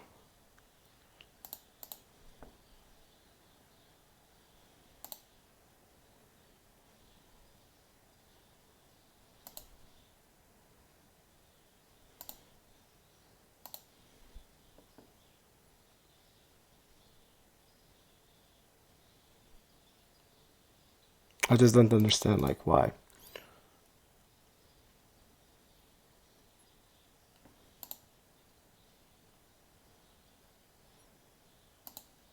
Because we don't have sample on each other. I'm four betting, he's calling with kings, and checking behind the board. He's gonna frequently want to stab because he has like sets there. He has like straight draws. He has like backdoor straights, backdoor flushes.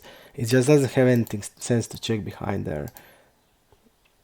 That's why I call the turn. I just want to see what and why.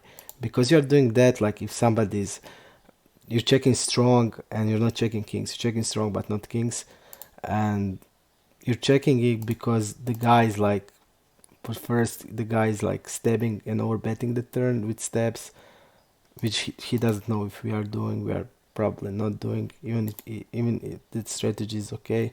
So I just don't have any. I just don't have like why would anybody wants to do it.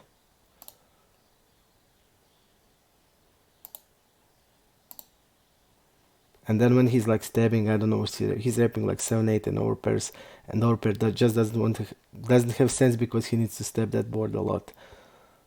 He has a lot of backdoor hands and stuff like that, and he needs to stab those one. And so I just don't know.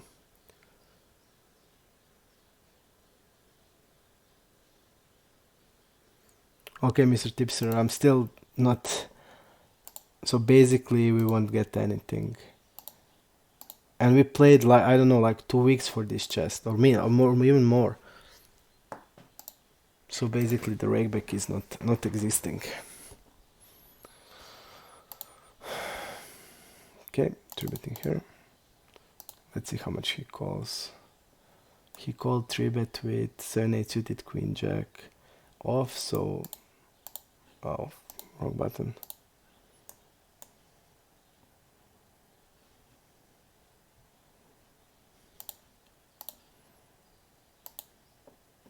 So around 12, like 19%, like ace 10 off, king jack, queen jack off, suited connectors, gappers, king 8, queen 8 suited plus.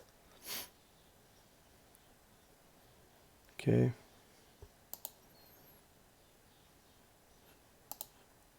I'm gonna bet smaller, half of the pot. We are we are we are big blind versus button, and when you think there, we don't have a lot of ace jack because we are tributing like 1/3 to half of the ace jack, so we don't have a lot of ace jack off hands, and like we don't have ace 6 suited, ace 7 suited, so we don't have a lot of aces. if we are betting here, we're just ripping like an ace-x, and I will do that. Just gonna bet like this. I'm gonna bet like half the pot here, 19. Okay. We are basically betting ace-x on the river. I tone down the size because when he's checking behind, he's gonna have also a lot of like 10 jack, queen jack, king queen type of hands, and I want to like bet every ace jack. I have ace jack suited. I would bet like even that size with a hand like ace 5 suited. But now when I think maybe even better sizes go lower. Okay.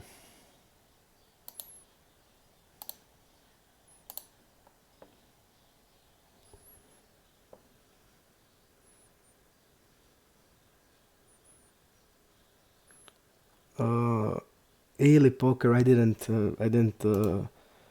hear that about that. But I mean, 500k hands. It's sick. I don't want to even think about that. It's these guys. Look at this. This is crazy. Recro who is.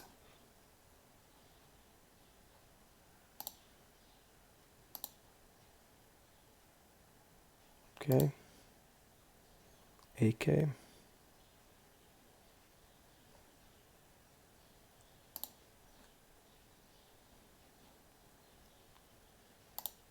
It's just crazy. I mean, 5,000k hands. It's just crazy.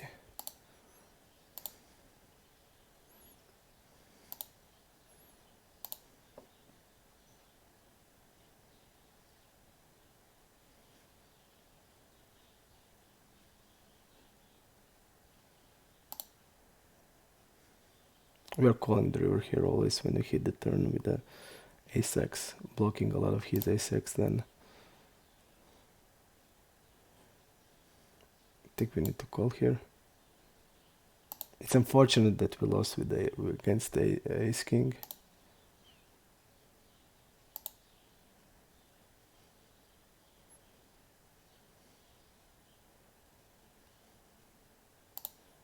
Wow, too bad. Okay.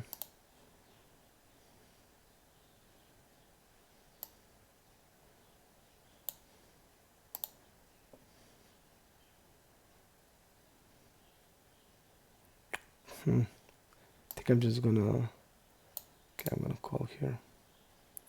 I'm thinking about jamming, but when the SPR is like that, I think we can just call.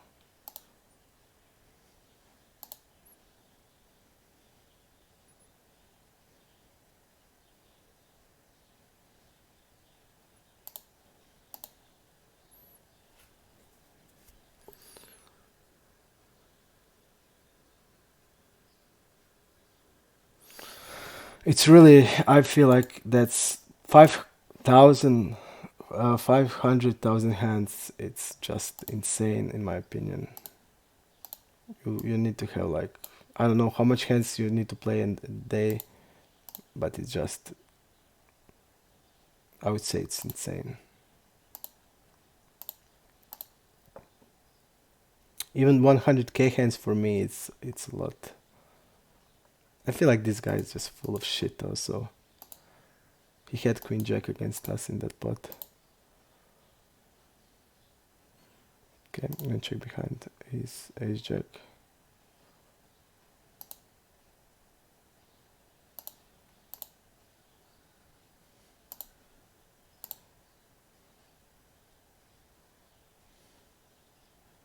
This guy is super tight, I would say. Okay.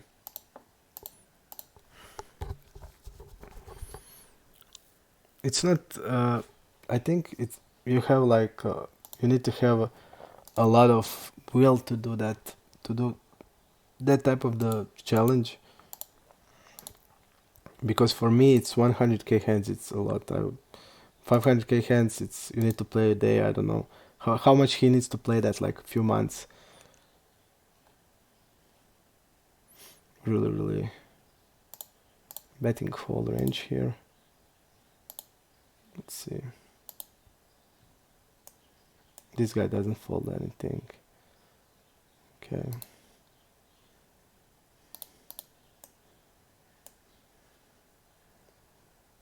This also doesn't have any sense.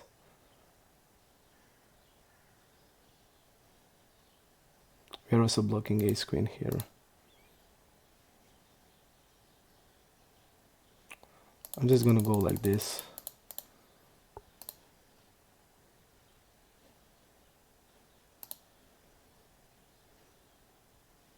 He shouldn't have raising range in this spot. So I'm just gonna do like a 3-bet range for me. I'm just not gonna call that. I'm just gonna raise it like hands that I want to stack off and the bluffs. I would raise like ace jack there, ace queen, all the sets, and just play a raise range and no call range, because he shouldn't have a raise range at all. And when he's calling here, I'm bluffing with this hand.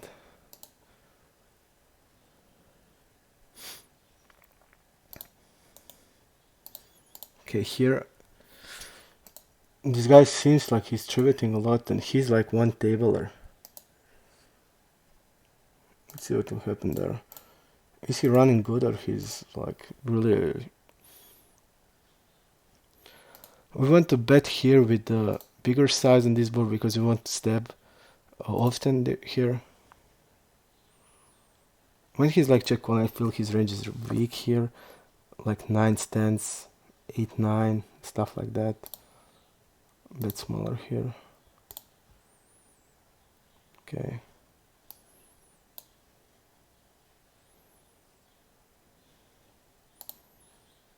I'm calling here.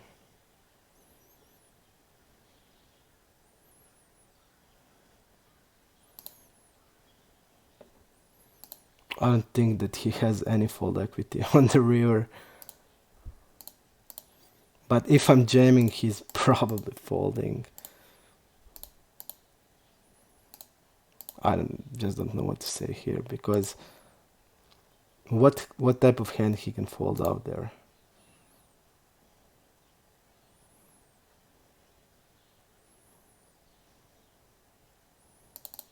Okay, like 8 here. Let's see, just play it here.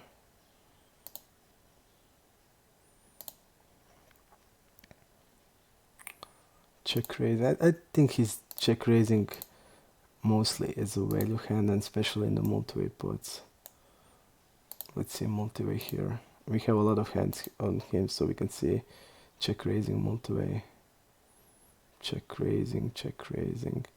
He's not check raising at all, so I'm just gonna fold it.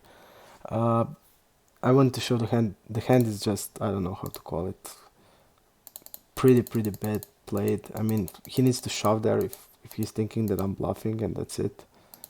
But like this, and I just called because I don't see what he's wrapping here, and he thinks he has a fold equity there. Multi-way, I don't think this guy will stab a lot. Let's see, in position calling, stab up. He stabs a flop a lot. Top pair, inside straight draw. But I'm gonna bet. Not gonna go for a check raise because we have fish here, and when it's multi-way, we want to mainly bet. Against, if we're one-on-one, I would check raise here. I did fold here. I don't know why. This is Recro guy. I'm just gonna click it back here.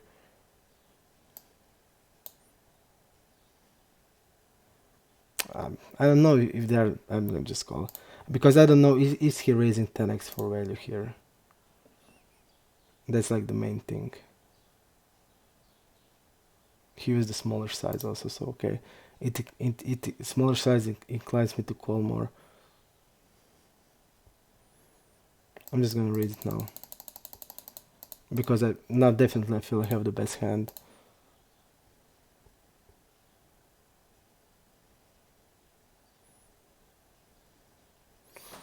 this is sick. This is sick.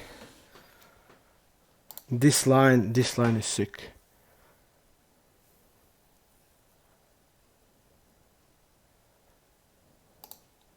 I don't think now that we are good ever. When the record does something like this.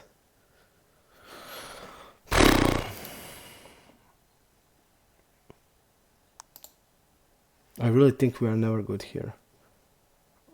When the record takes this line.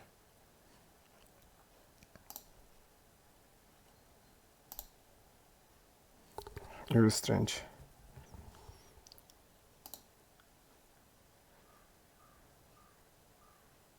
Just gonna fold here. I just don't see the record doing like this as a bluff. I'm gonna go for 4-bet here.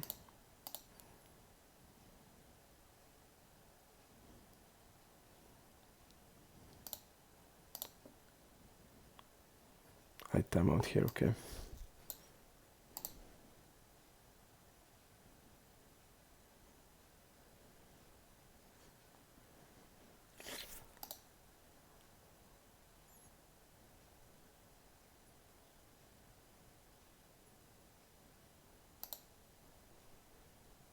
Okay.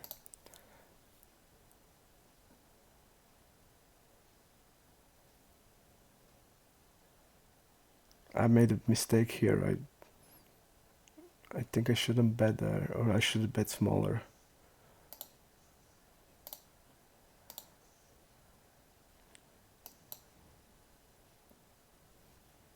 Wow. This is a big mistake here.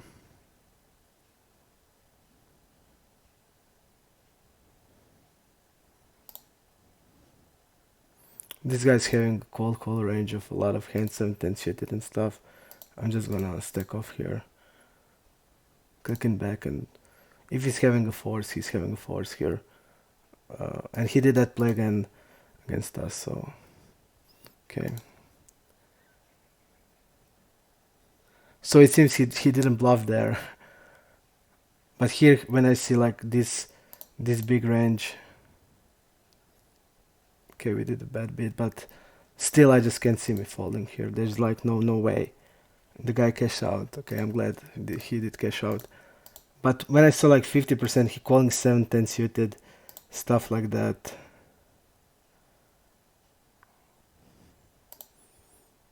He called like sentence. He's gonna have like many combo draws or stuff.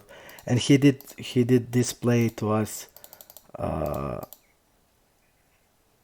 just before like few minutes when we raise the turn and he go over. Okay. I'm gonna check raise here, kings.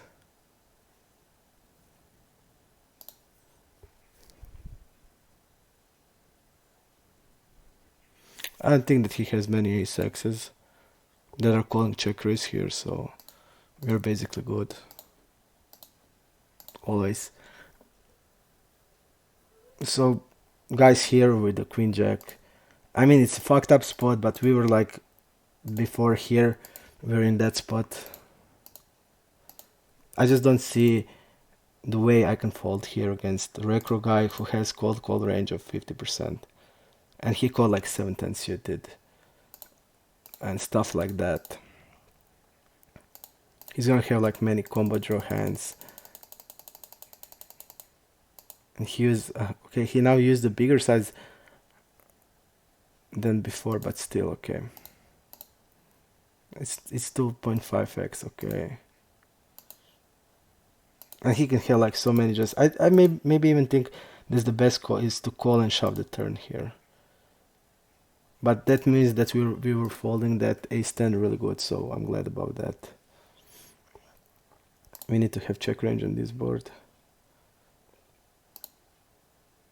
I mean check range, we need to bet like a low C bet like 20%. And it's easier than to play check range than know what 20% here is. And you're not losing a lot of EV by that, so... Okay, 6s, I'm gonna call. Bet here. checking there.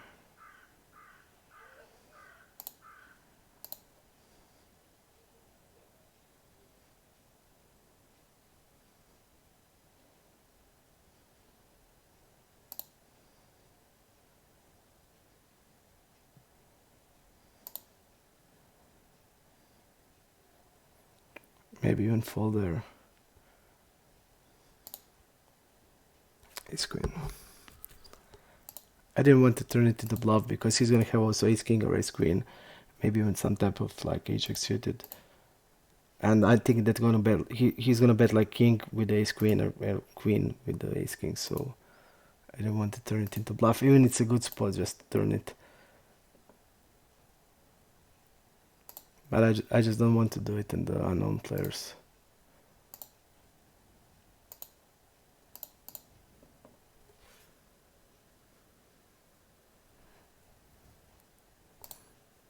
Thanks, Polyglotta, but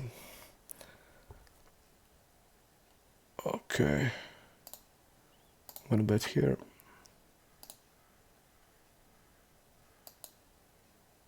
She's not gonna have a king 9 off here, so it's really good. I think he's playing the GTR ranges probably. So I'm gonna bluff with this.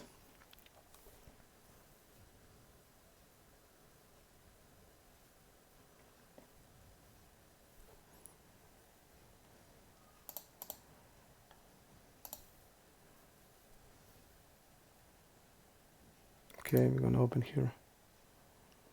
I'm just real bad that I fold these tens. So badly play. I'm gonna 4-bet here. It's 21.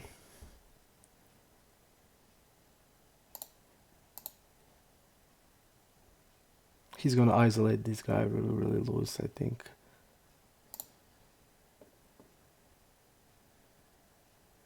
Check. Deuce, okay. I just feel I made a big mistake with tens there. I just needed to call there. The guy can shove anything. Just big mistake I made. Just a big mistake. Even also having like king here is really good. But it was multi-way point, I think. And I don't know anything about the guy.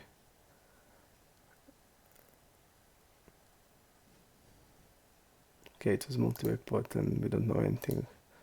So I guess it's okay to fold.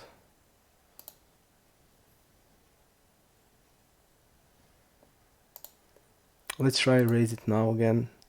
Before we have like sets here and we raise it. Got called and fold on the river, so let's try this. Okay, a bet 30.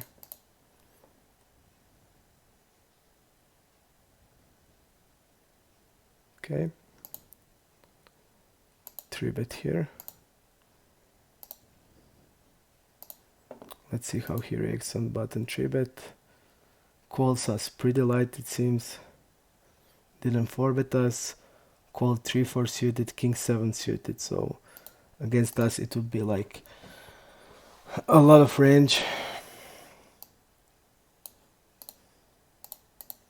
Let's see how he plays. He's gonna have then like all queen 7s, jack 7, jack 8 suited. So he's not gonna fold a lot of here. He's gonna fold pocket pairs, I think.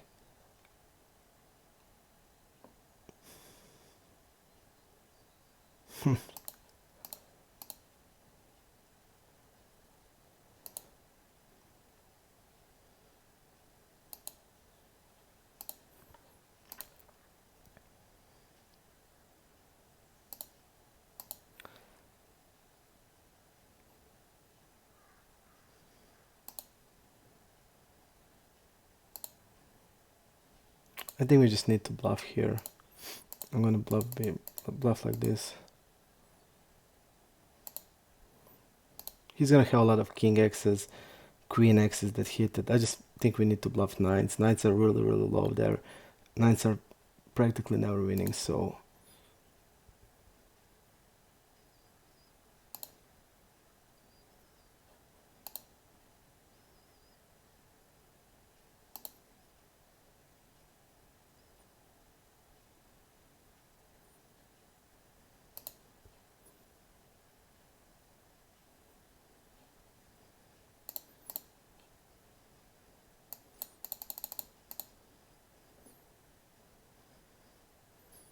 Maybe bigger size then. But I feel like the size is okay.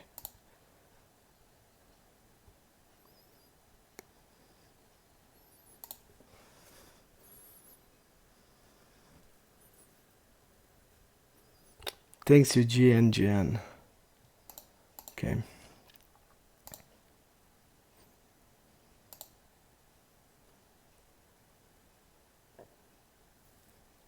I think the river is check. We don't want to bluff with the 9x.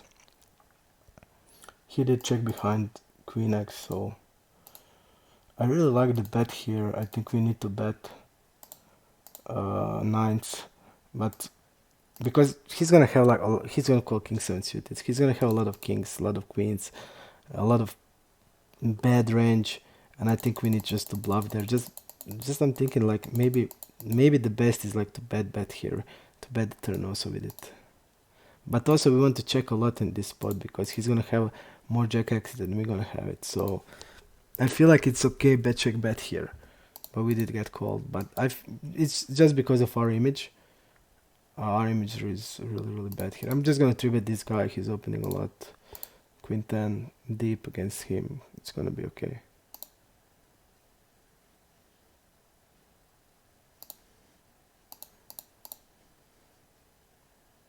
%. I'm gonna fold.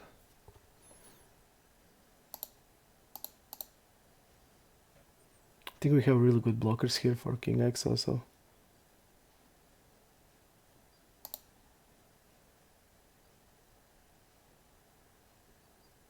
He's folding the turn also really a lot. I think he's gonna call flush draws. And we don't know, like, is he gonna fold like fours here? On the flop not, but on the turn maybe. And on the river, if the flush is not there, I think with the blockers we have real good for the Queen X, for the King X. Blocking like King Queen, so... And he's probably gonna continue with all nut flush draws. I don't know if this guy is a reg or not. One table or not reg, okay. So he's a reg row. Let's see here how much this guy... I know that he's red tight against early 4%, 3%. I'm not sure here.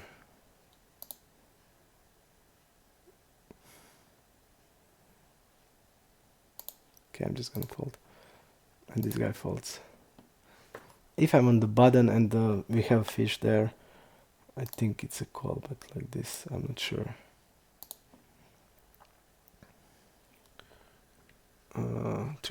This guy is a reg, so... Okay. I'm gonna 3-bet this. Great, really good play. Here, I'm gonna overbet.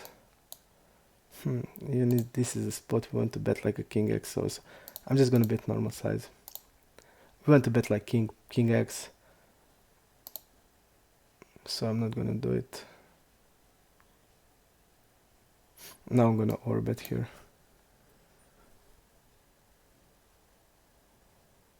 I think 7-8, if he has 7-8, it's stabbing the flop. Definitely, so I'm not afraid of anything. I'm just thinking like we have like 10 jack, queen 10. I think I'm gonna just 3-exit here.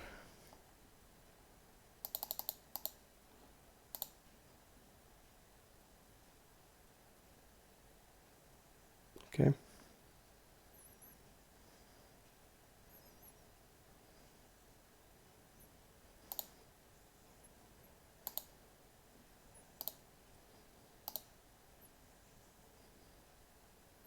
This is the guy that shoved here immediately, so I think it would be go nice that he shoves again with the value hand.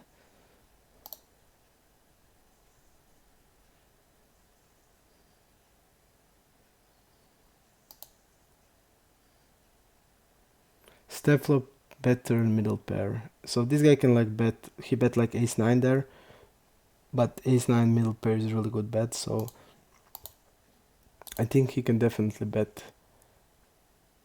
there like any ace-x, and we don't have diamonds, so I'm just gonna fold it.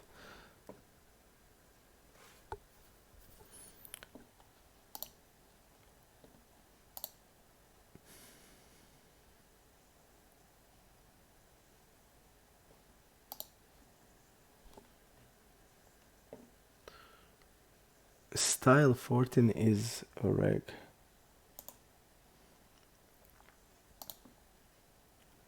We mark him as a fish, so he was probably one tabling at that time. Okay, we can just erase it. Like this guy. He's now for tabling. Okay guys, I think we will do today like 4 or 5 cases and only have one bigger session, and that's it. And we are done with the challenge.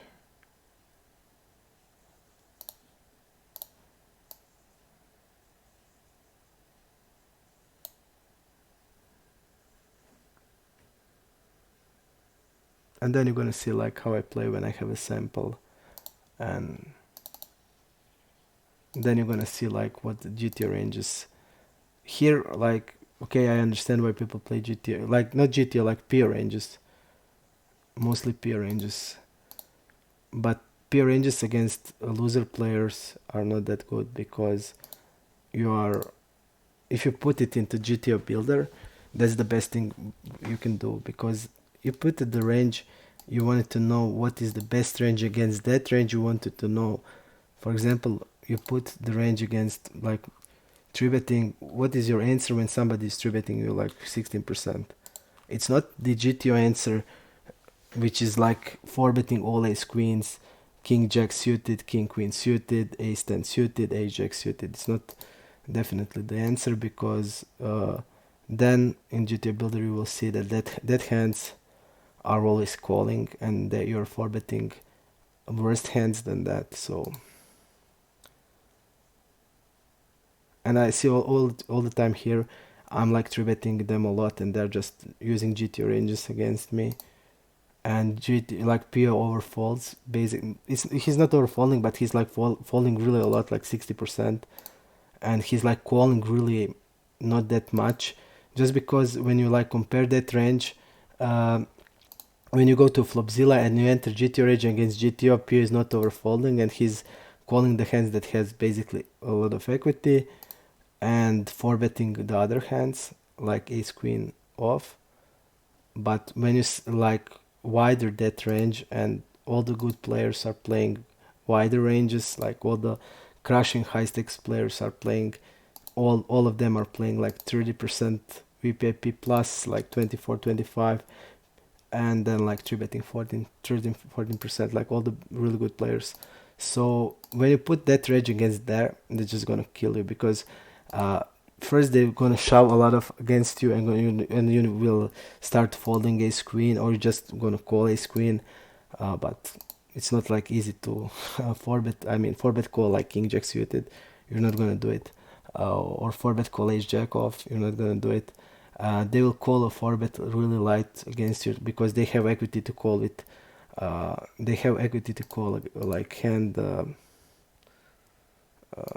They have equity to call hand like 4-6 suited, 5-7 suited. They have the equity. They need 30%. They have more than that. So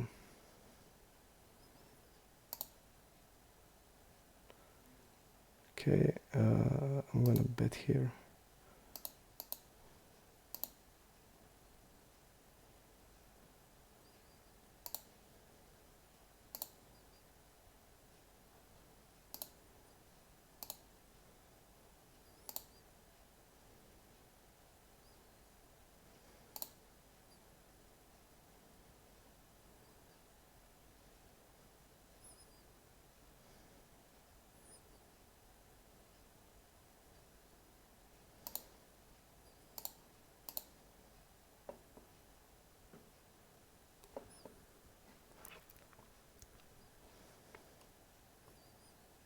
And it's only if you're using 3x, and if you're using the correct 2.5x out of position, then like they need 28% of equity.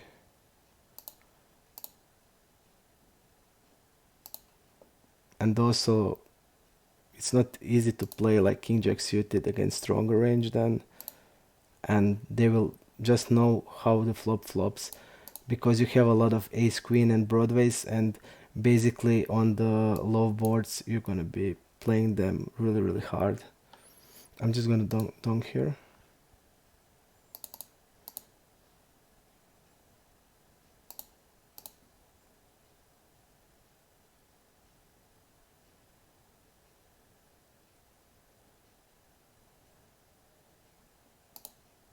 we're gonna have a lot of hands like king 10, jack 10, and we're gonna all them play like this, so that's why I donked.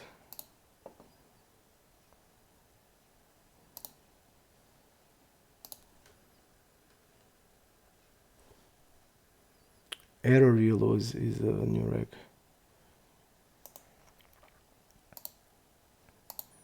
So that's the basically reason.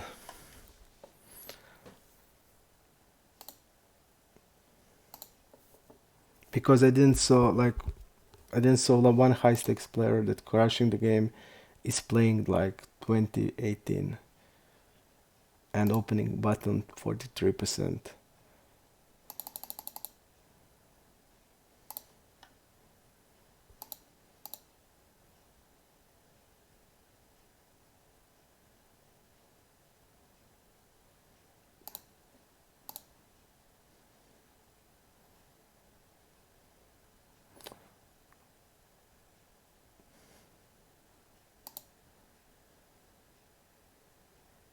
I think this guy's range is mostly low pocket pairs,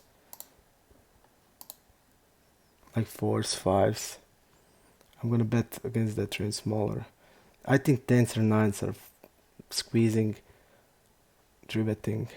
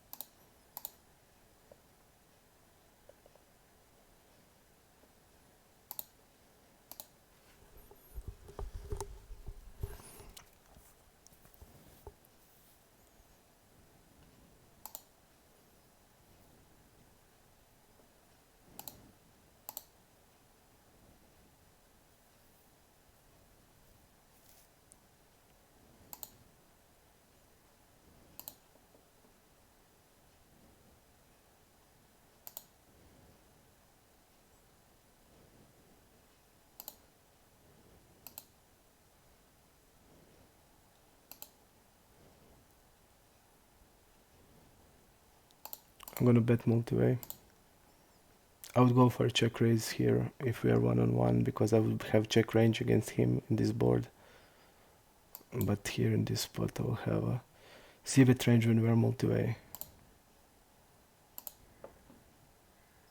A lot of hands that we want to bet, just bet them. Betting here. Call here.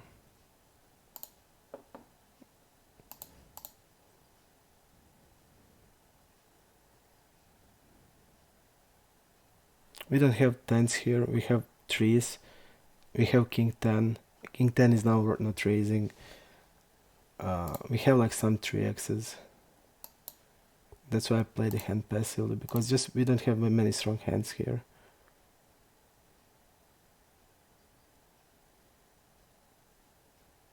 On this board we don't have tens. I mean, it's really unfortunate. This guy didn't even bluff with the ace queen and he bet it twice.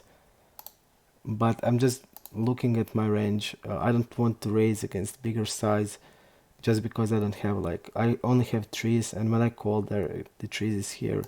We don't have like any full house. We have like king 3 suited. But that's like pretty low. So okay.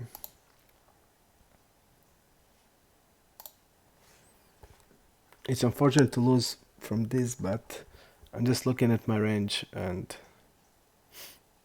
okay.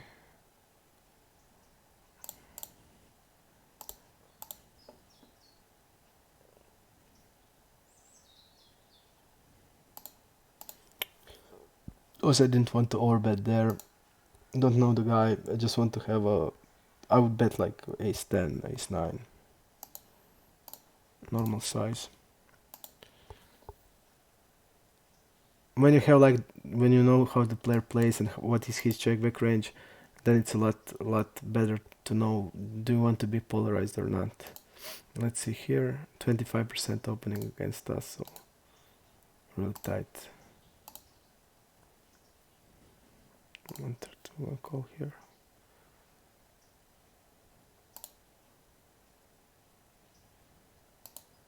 I think he should be betting like there at all. We have many more. We have many more 7x's that he's gonna have. Like, see his double barrel range. Against him, I'll have a raise range there. Raising a lot.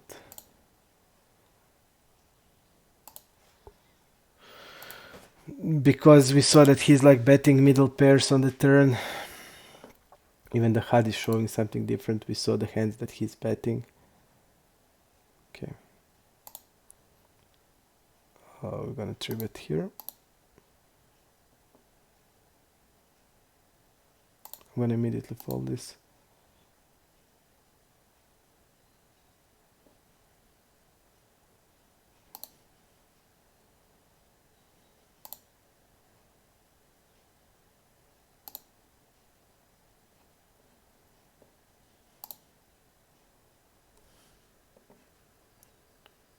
Error you lose is now for tabling, so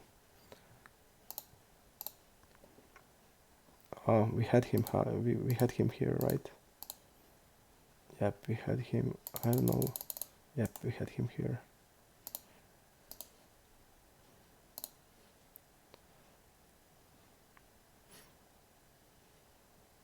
I'm gonna call here. Miro is on the blind. He's a really big fish.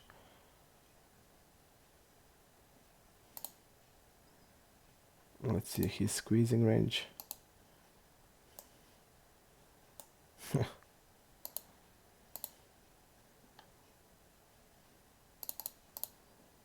Miro is just a big fish. He can like basically have anything.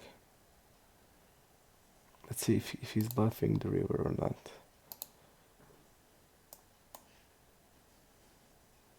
Yep, he's definitely bluffing the river, so we're just gonna call here.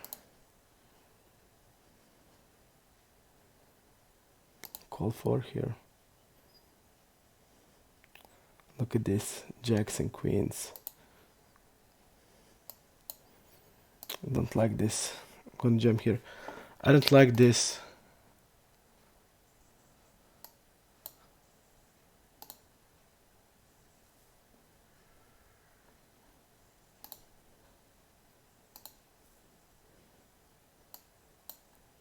I'm gonna fold here. And I'm gonna fold like to this guy.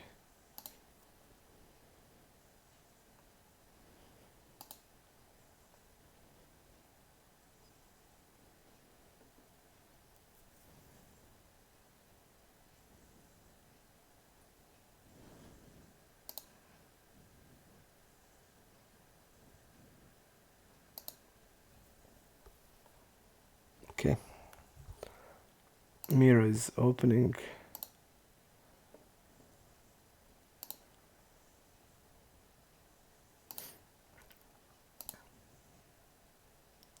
Okay, Miro.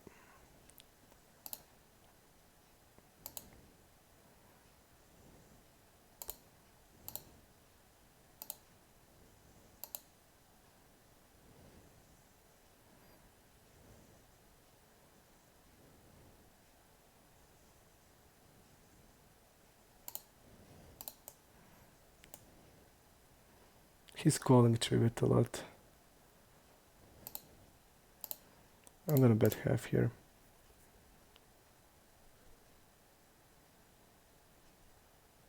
I think this guy will check behind also ace-x.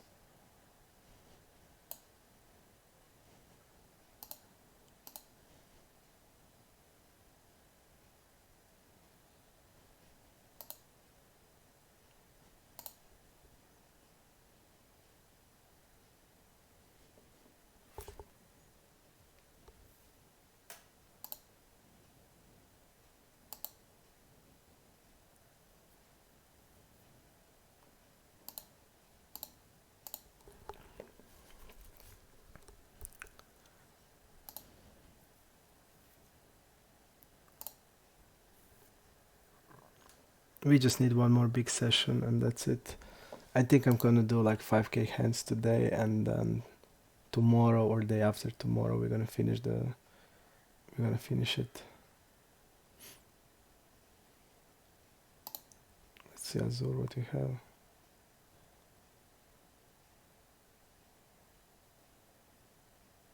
Okay.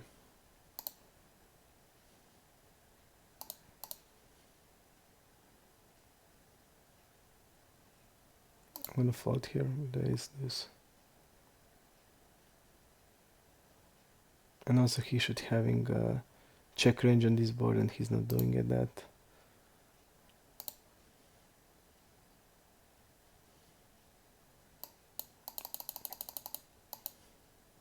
Okay, call here.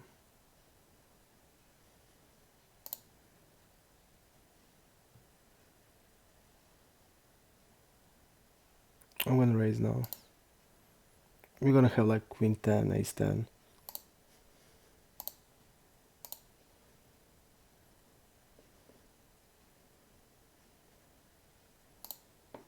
I'm gonna float like 10x. Especially like hand like ace 10. And even like queen 10 because he's having a c-bet range in a spot that he shouldn't. Immediately, this is just telling me that he doesn't know to play because here button versus button he need to have check range here or betting like 10 to 20%, and it's much easier to play check range. That's why I raised the river because that 10 is really good for my floats. But I think I should have shoved just there, not raised like this. I think I should just shove there. Okay, I'm gonna check raise here. I think I should just shove there. Just shove. Much better play. And then we are just wrapping. But he bets smaller, but just shove there. And if he wants to call king jack, then let he calls it off. And I just feel like 10 is really good for my floats. Look at this guy 3-betting. Okay, it can be.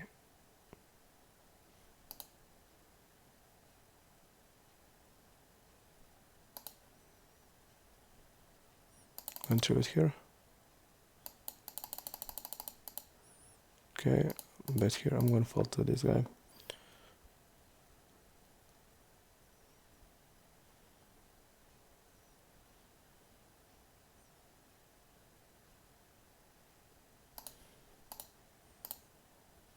I don't think he has many 3x hands.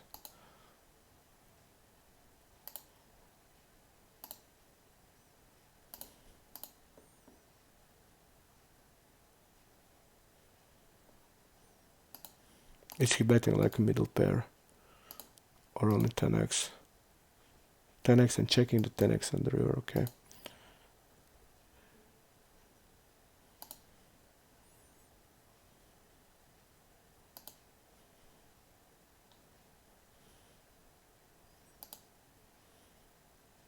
This guy donked nothing, but I'm not gonna. I think multi-way, he won't do that.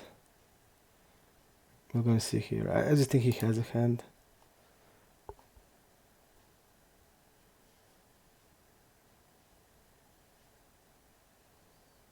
I'm gonna raise here. Ace 5 is this. Just a normal ace, okay.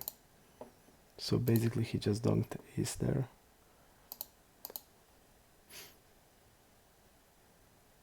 Bet here.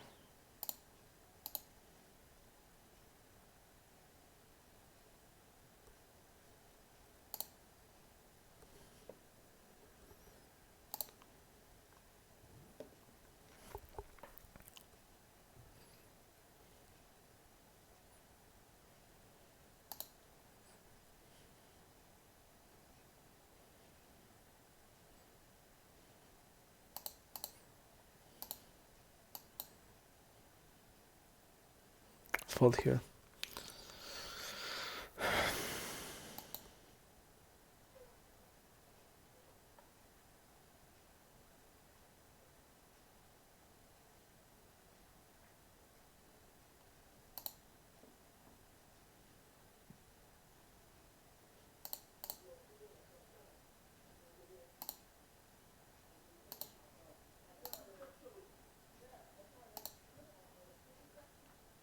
I'm gonna check jam.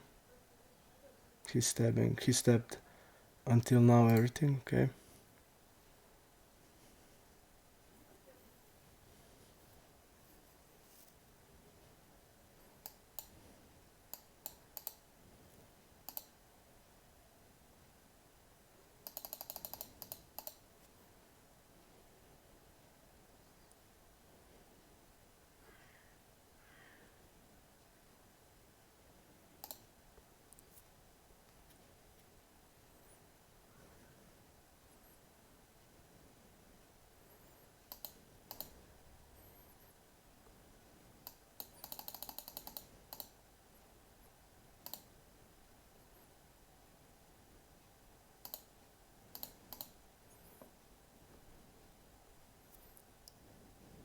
Min 5 bet with the ace king.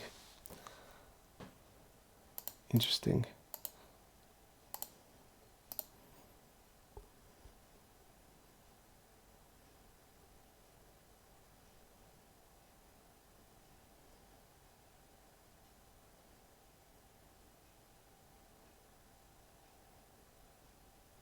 Really interesting play here.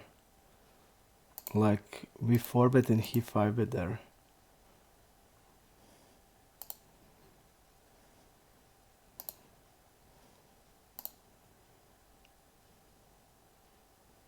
I think I'm gonna bet bigger multi-way.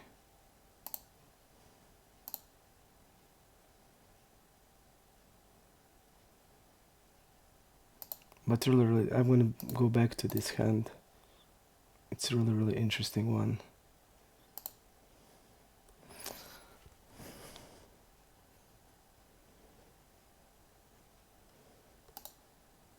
I don't like this turn.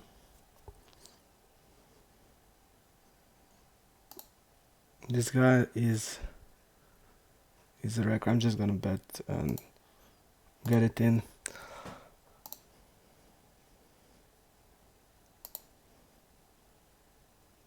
Ace queen and ace queen, okay. And pretty easy call, it seems. Okay. Deuce 4. Just want to get back on that hand with the, and also like here I think it's a clear bet. Half hand, but this guy like 4 bet, he mean 5 bet the ace king.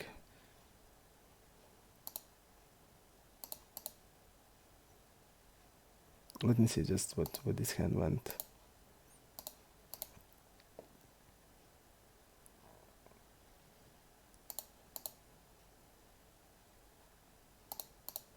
Oh no, guy stabbed here. Wow, I misinterpreted the hand completely. I thought that we bet there. I thought that we bet there. I also think here we have the best hand. Or not. Checking on the river with jacks. Calling it, checking. Really strange.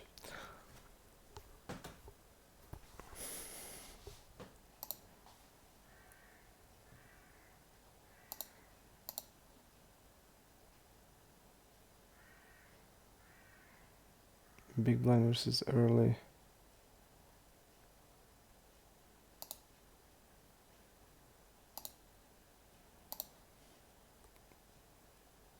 Check call here.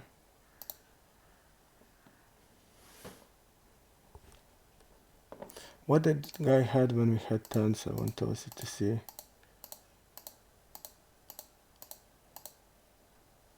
6-4 and he didn't bluff. Okay. I'm gonna forward this. Call here. I'm gonna just down the river here. Just because we're gonna have like all ace axes here, so.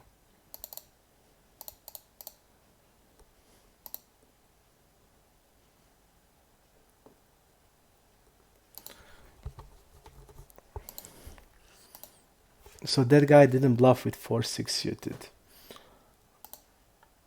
And here with the ace queen, I just think it's a shove on the river. The hand the way the hand played against the recro guy. And we are really being called again in a heartbeat. Chappie called called jacks on the big blind. Okay, I'm gonna call against this guy. Bet small. This guy has limp range, raise range, call nines.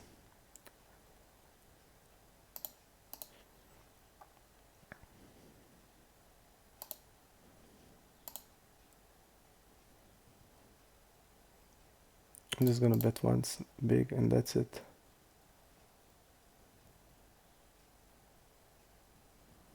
Fold here.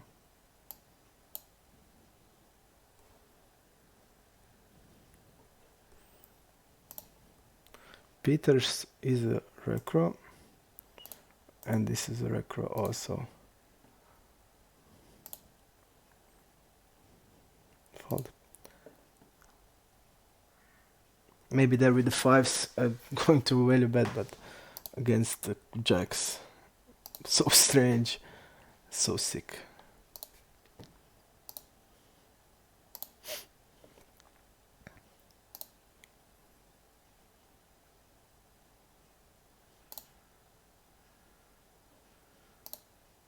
This play is like really weird. Really weird. And this also Don Matley is a weird one.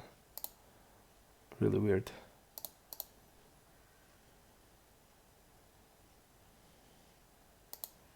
Calling.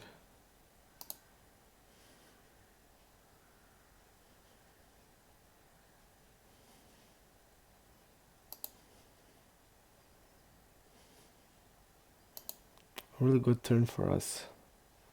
We have like 10 jack, we're gonna have 9-10. I'm gonna bet. If we are jammed, we just need to call there, so.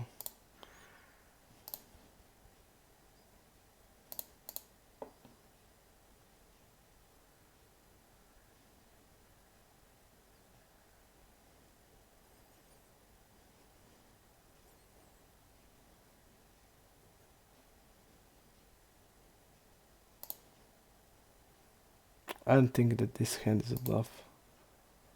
This guy had 9-10, okay.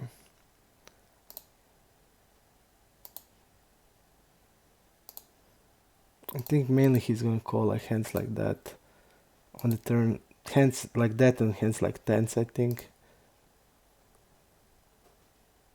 I would say like mostly that, like 9x and tens.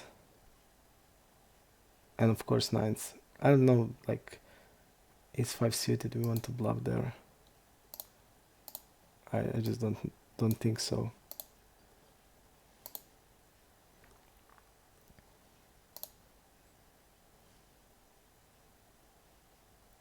Even when he plays like that, it's mostly gonna be like hands like that.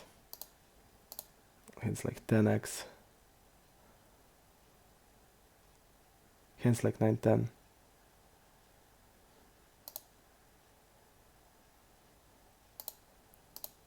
But it's also really good for our range. That's why I bet I would call a shove there.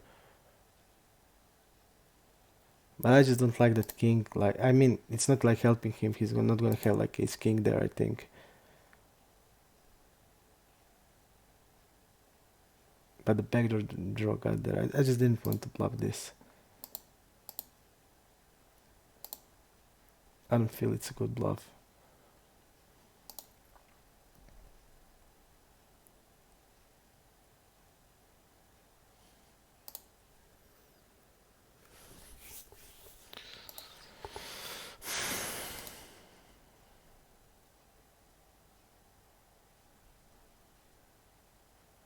Okay, I'm gonna use smaller size against David. He's folding 60%.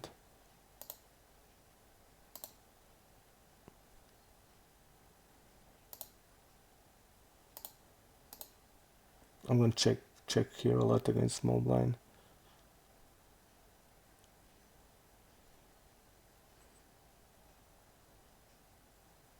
I'm gonna raise it. Let's try again that tactics.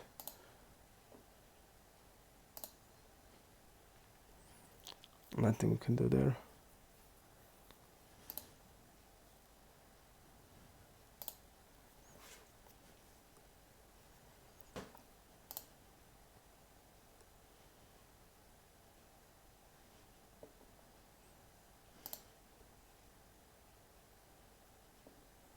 Both of them are across. Eudicus, I think. No, Eudicus is not recro, okay. And we didn't mark him, so okay.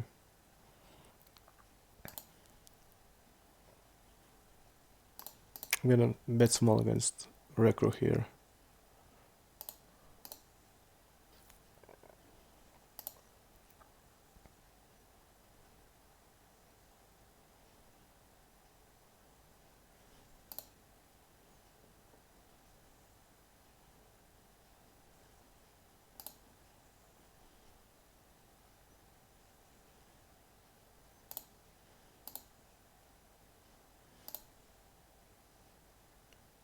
checking 3 times ace.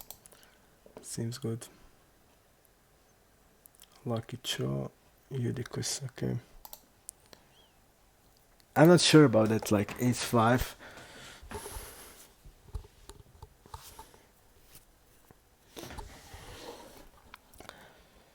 I would like rather bluff with the hand like his backdoor flush draw when the flush draw comes there than this way around.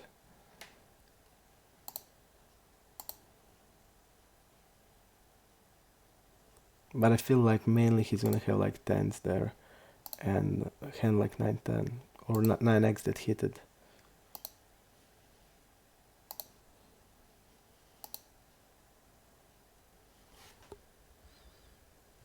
I wanna bet once more.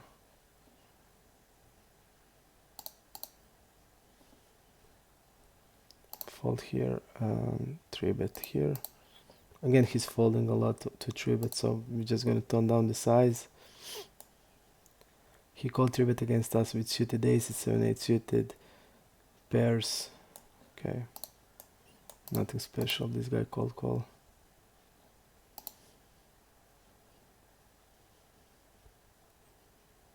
Ace 4 fold.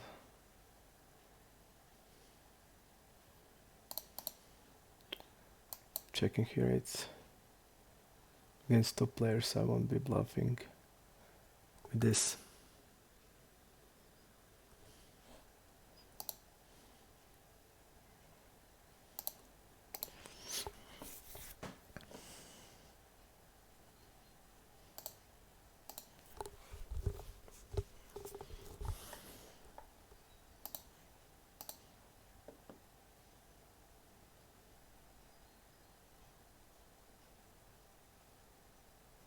Let's see. Let's see this.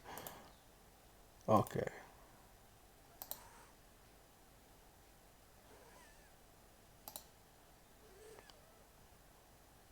And this guy won.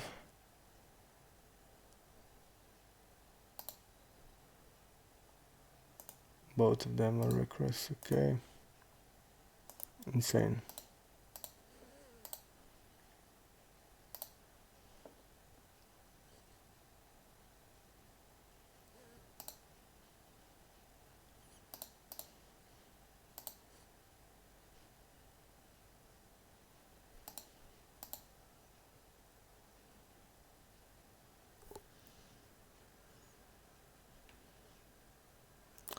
M. Lape is a new rack. If we can find him.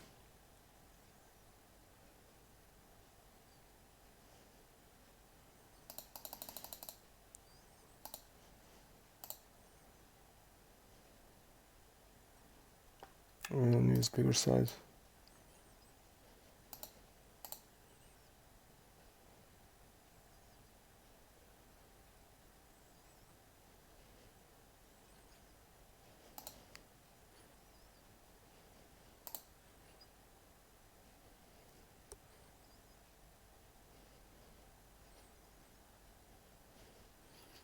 Again, recro guy in question. We have a blocker here.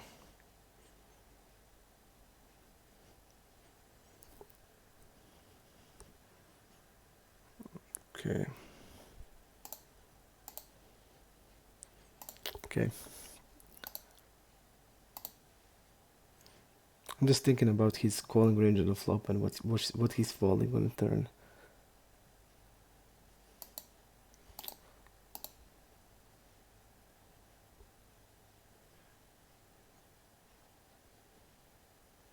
And his recro, they fold like on the river 20%. And if I get the diamond there, I just need to bluff there. There's no question about that. And I feel like on the turn we are not getting any fold equity. We bet real big on the flop. I don't think they're gonna just float really much there. And the board like that on the turn, I just don't expect any folds. Just give up there. I would fold if he stabbed.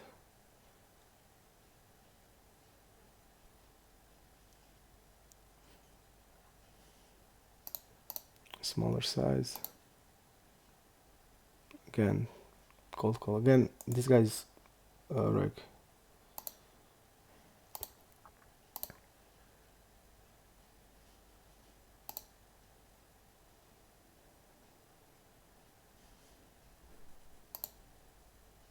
Reg raise squeezing. I'm gonna fold here.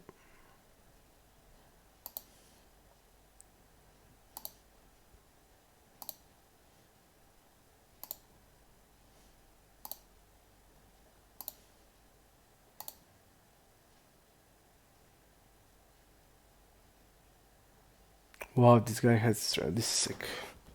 This is sick. This is sick. I'm gonna check raise here. This guy will double barrel a lot, I think. I think he's gonna bet like all queens. So I'm just gonna check raise against that range. Turning my worst pair plus draw into the bluff. Blocking like fives. And turning into bluff. I'm gonna bet, I'm not gonna shove now, I'm just gonna bet normal. Like this. We are wrapping a straight. Falling. I think I'm mainly attacking queen x there. So I'm not gonna shove because I'm wrapping a straight and he can have flush. I mean I can also have flush, but I'm gonna use this size. Normal, I mean he jammed immediately. Okay, I'm folding. I don't have a hand. That's like obvious, but on the river I like the turning it into bluff.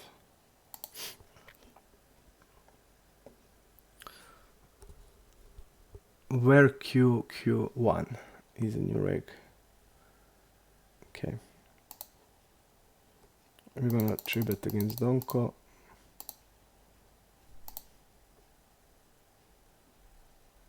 We just saw that they have like everything in the range, like all the off-Broadway suited, but we're just gonna see it a lot.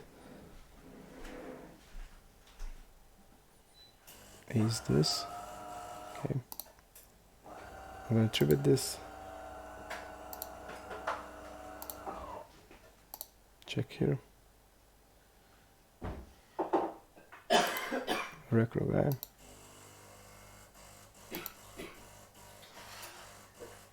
And this guy, what is he? Okay. Ice Blaze, Recro. Okay.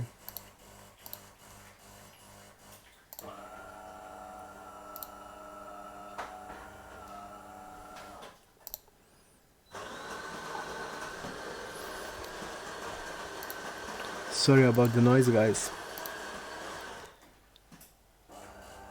Leo Yuns. Also, I think a Recro. Yep.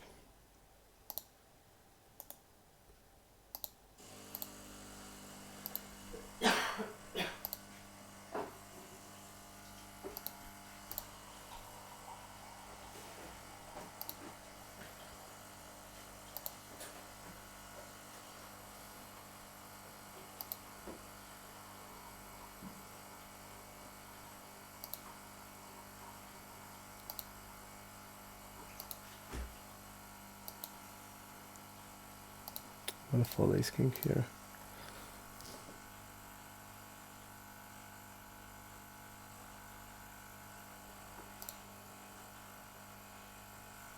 I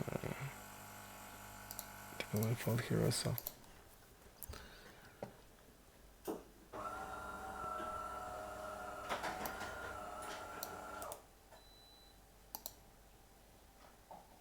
think Lucky Chow is reg. To table reg.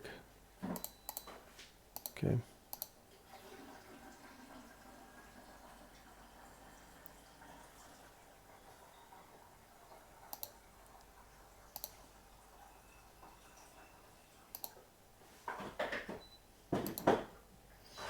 Amarula is forfeiting queens, okay.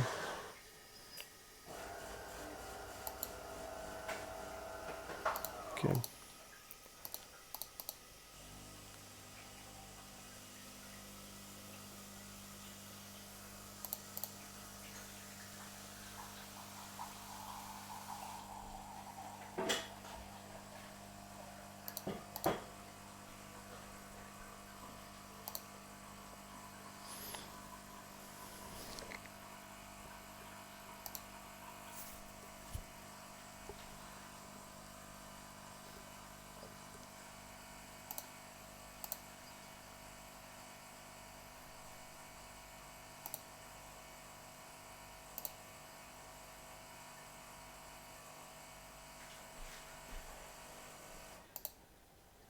This guy is a wreck.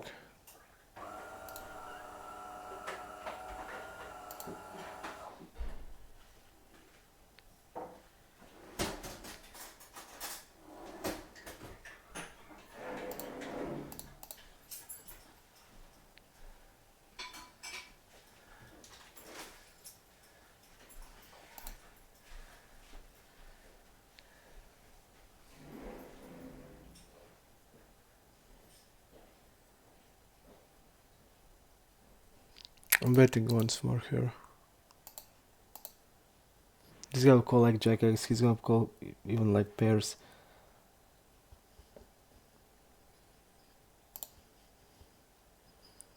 I would say like it's a decent chance that we are against King X here.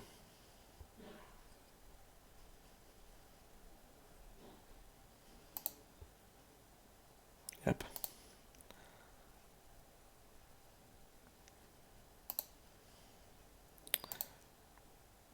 And that's why when I think he's not gonna call like many flush draws out here, maybe just it's best to just shove this. Yep, definitely. I immediately when I checked, and he's gonna have a lot of like bad, a lot of bad King X hands, and everything got there, all the bluffs there. So basically, I think this guy stabbed nothing, right? We saw that. Nothing, top pair, love kicker, weak ace. Okay, I'm gonna call. I'm gonna. I'm just gonna call once more. I just don't understand like what he's rapping now. Is he like rapping a King X that hit it?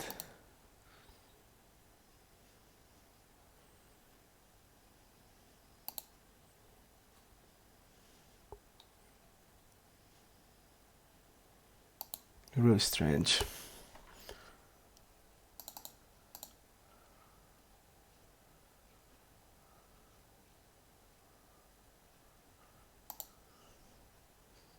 King Jack. It didn't have any sense to me. Even 8 got there. And we just can't bluff shove there. And I just can't like see what he's betting here. Only King X that hits suddenly, like King, I don't know, King something of spade, but the King of spade is there. So, sick.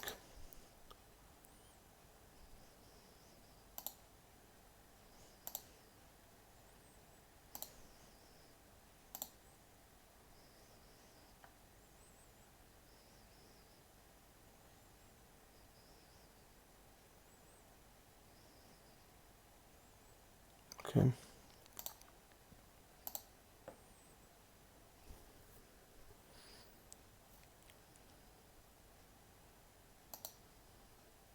We're just calling here. We don't have a lot of 10x hands because we are not betting ace 10 off, king 10 off, or stuff like that. So basically, we're gonna play passively this board.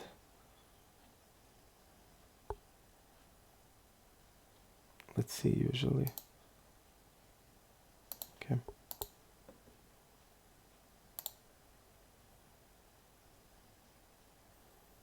I'm just gonna call here. I'm gonna defend the range with a strong hand here.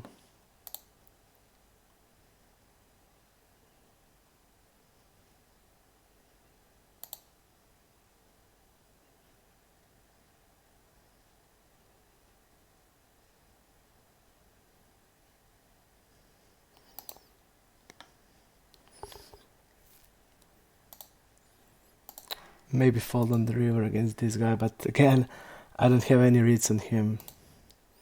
He did almost time out here. I think it's fold, right? Yeah, but he can have like ace queen there, ace jack with the blocker. It's really hard to fold this because we have a flush there and we're not gonna have a lot of flushes. It's really hard to fold this, the way we play the hand. But he used that small size on the turn also. So just based on that, he used like 1/3 here now over bet shoves. It feels strong when they are just doing that. Because if he's having an ace blocker thing, I think he's gonna bet bigger here in this spot. But we are just so far in our range that we can like fold that. That's the problem there. We are just far in the range to fold this. Even it feels like they're not bluffing there. Okay, calling here.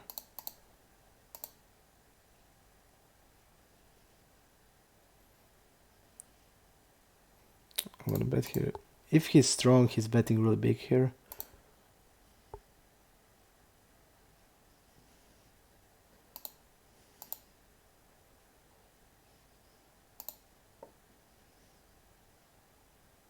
I think I'm just gonna have to jam here.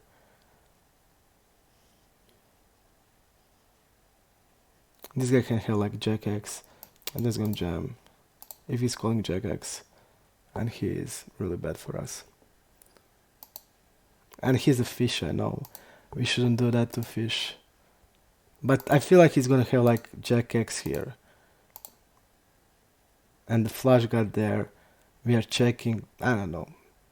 He did have 2 pair here, so okay, but I just can't check 8 high. I just can't check 8 high.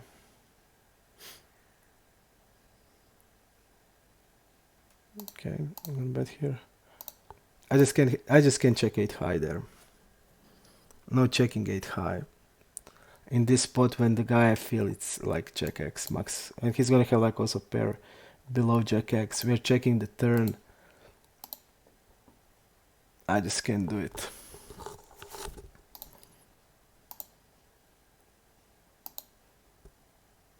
Just can't check the 8 high there. When there's a chance that he can fall like Jack X. I don't know, he's a recro guy unknown to me. And feels like he has only Jack X. It seems... Okay. Kraken AA is to table now.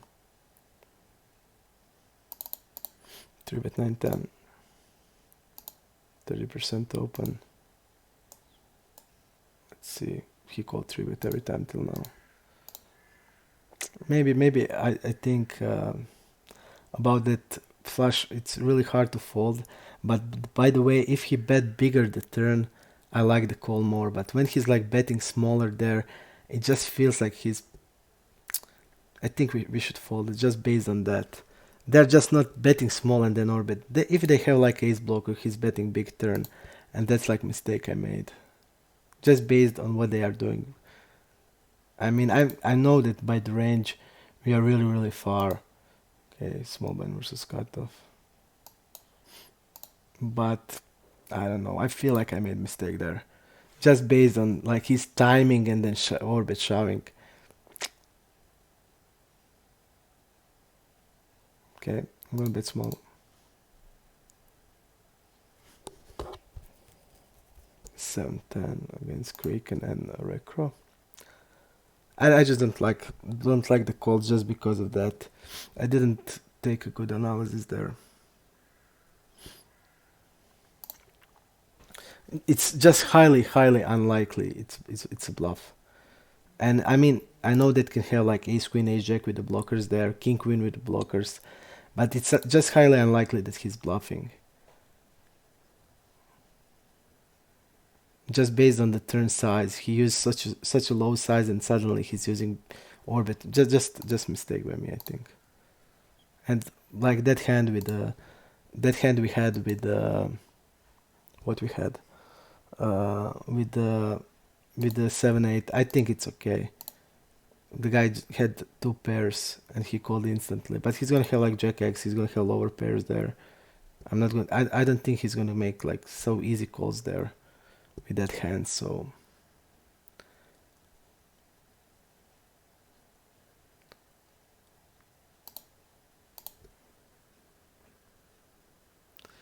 K design, new reg.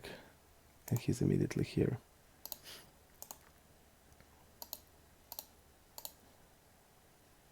I thought I folded there. Okay.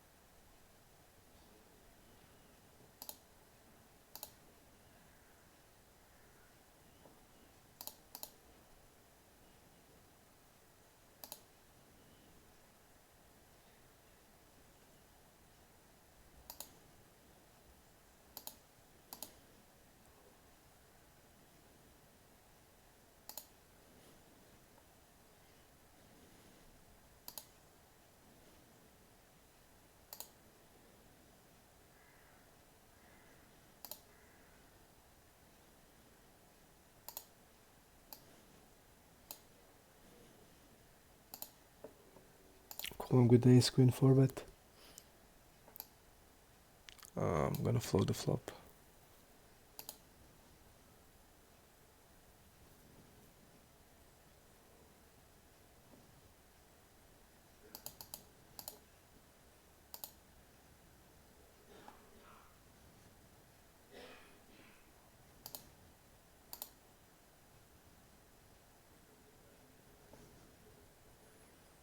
I'm gonna check call against trackers because they stab a lot. So let's do it.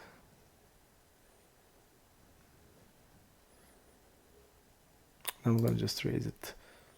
Again, I just feel we have the better hand here.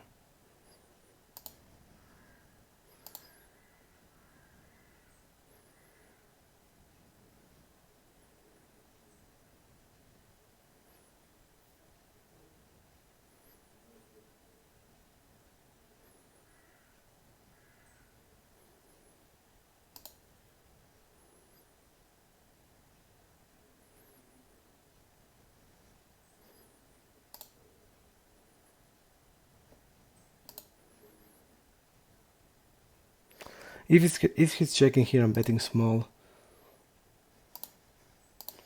I think we can get him out of ace king here. Okay, he has king jack. I would bet like here 10x, 9-10, floated with 10, just because when he's checking twice, and again he had a bluff king jack. I didn't want to shove pre-flop, but I probably should have. And I'm sick of it when they're just like doing 4-bet without sample. They're just 4-betting a lot, like we said in the last streams. But on the river, I think 1/3 is okay. Just because we can like get him out of ace king or ace queen if he's 4-betting that also.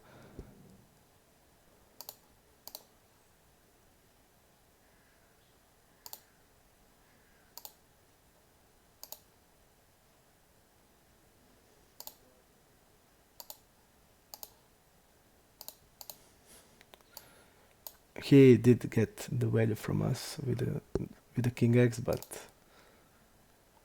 a7, okay. And this guy is a recro, I think. I don't know. One tabler. And the recro also here.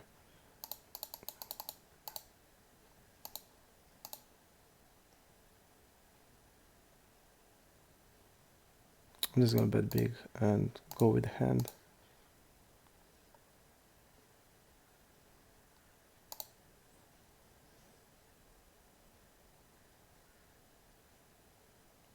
Okay, try to bluff there.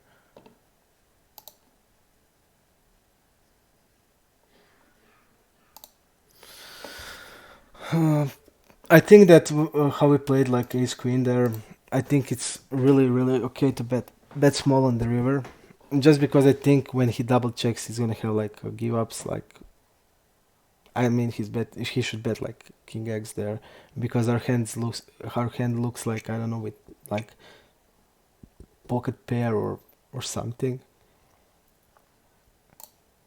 I bet small because I thought we can just get him out of the ace king there.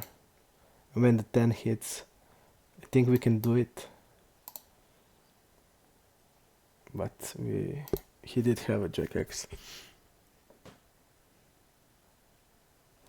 What is this guy? Who must see? He's two tabler, so I'm not gonna do anything.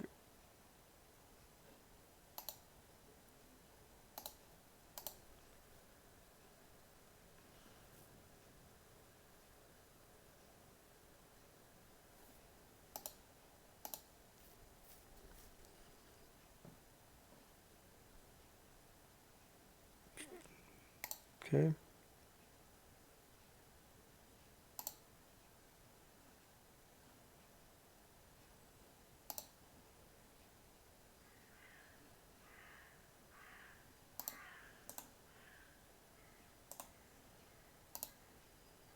Okay, the design is tributing with the size.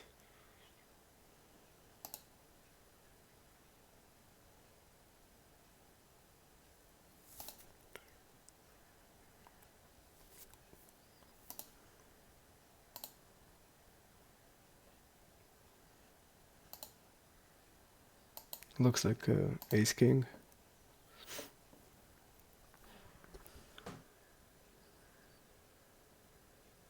Thank you, man. K1459.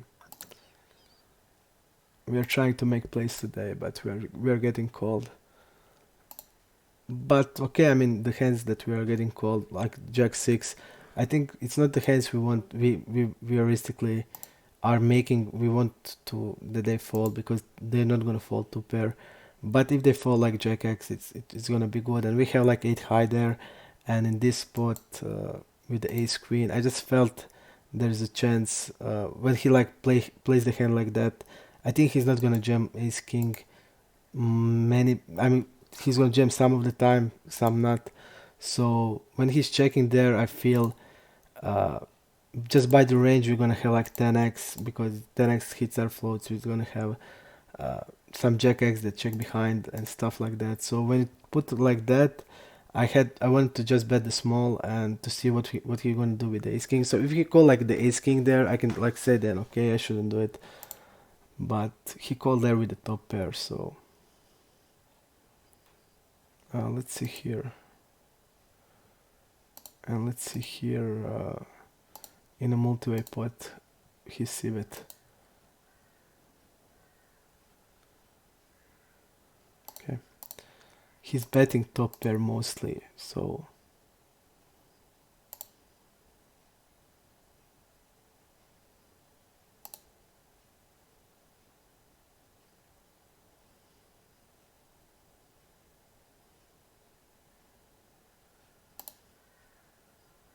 okay, he has it.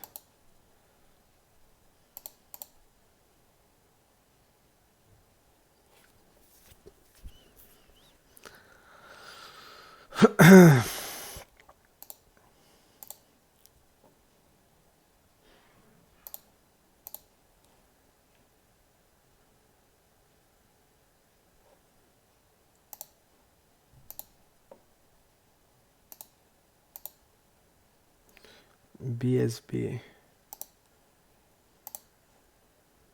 Trini Tinker Recro. Yep. And so that they're gonna have bad check range. So I'm gonna take the check range.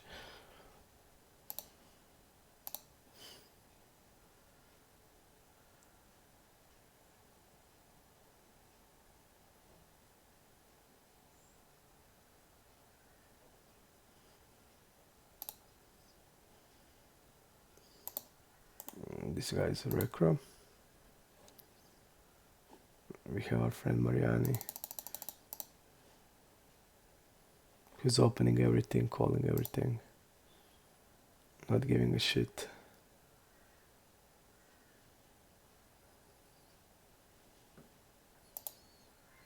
I'm gonna check call this hand.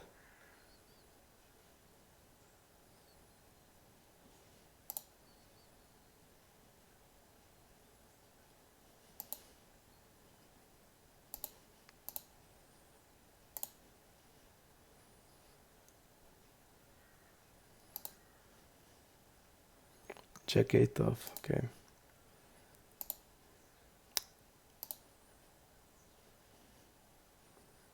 Let's see the board, what he called here.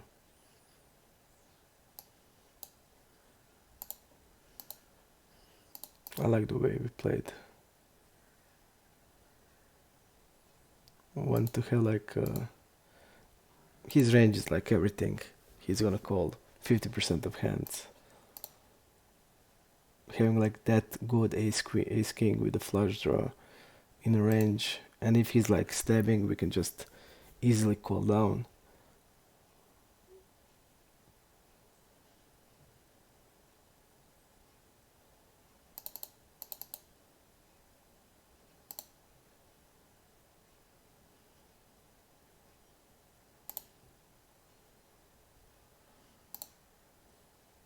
King queen off. Split. Yep.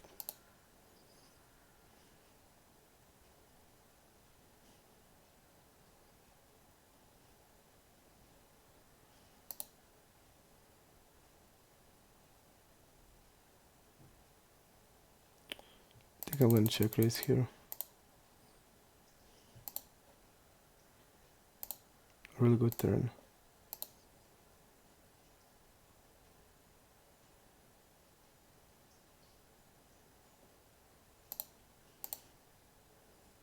Wow. We ran just terrible. I mean, look at here. Like, what can I do there against the recro guy? Like, the range of there can be like all the over pairs, and we are just running to set there, and we hit a perfect turn. Just so bad.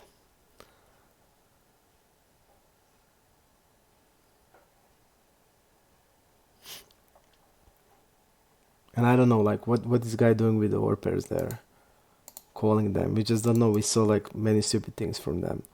We just can't do anything there.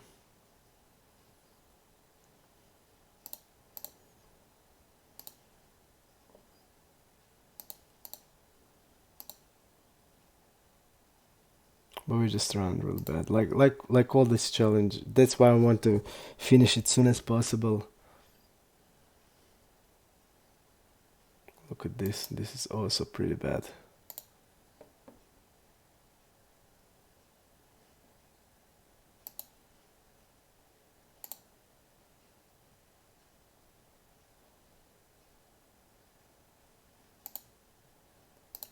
Pretty bad.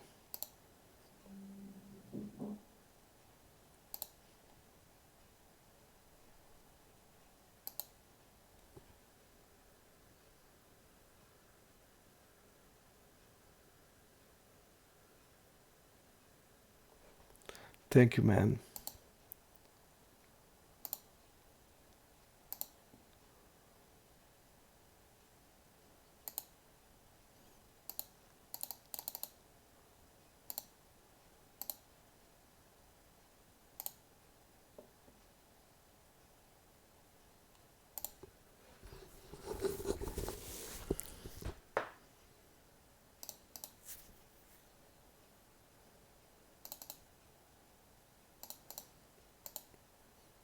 Just a chai recro, okay.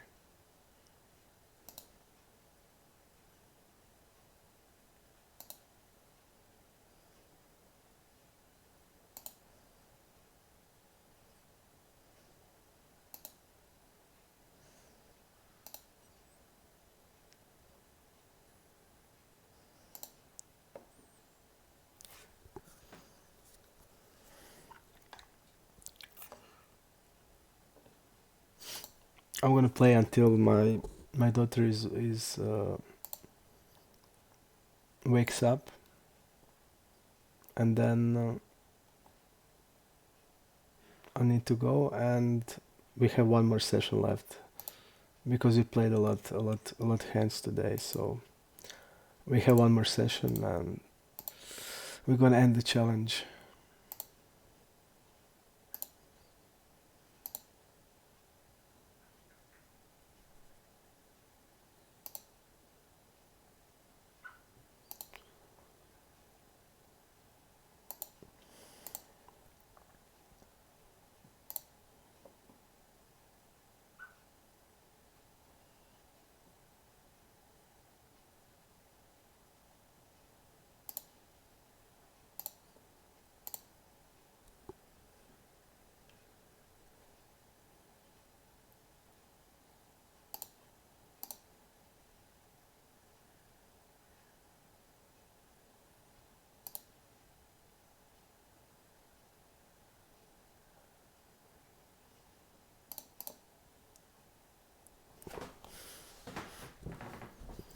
Okay.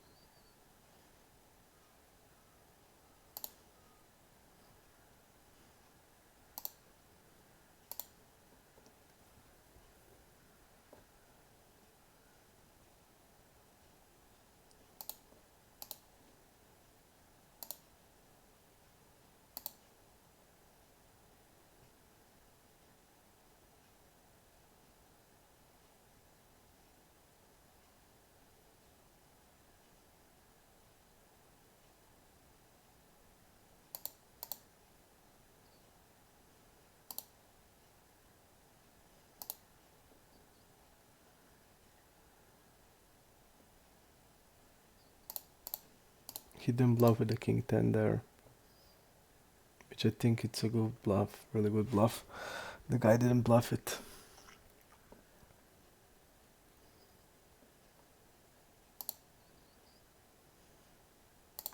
We have a fish here in the blind. Okay.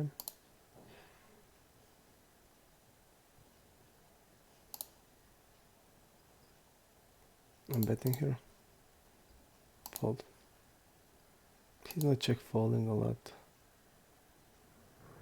Check calling middle pairs. Okay. And also here he shouldn't have a check raise range, because he wants to bet like ace queen, ace king. He wants to bet all of these hands.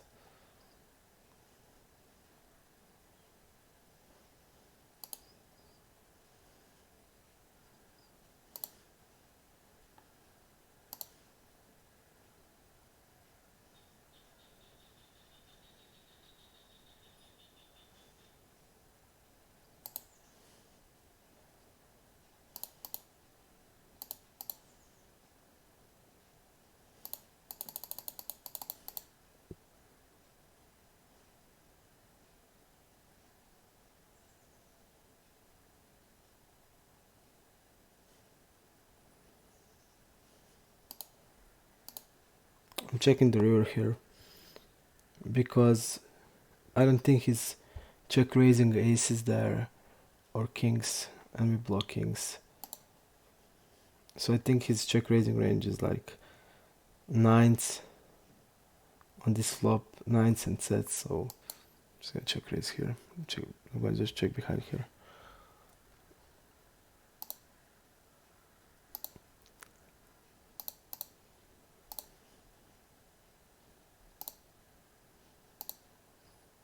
I think he should like probably donk river on there, because he has all the full houses and we don't.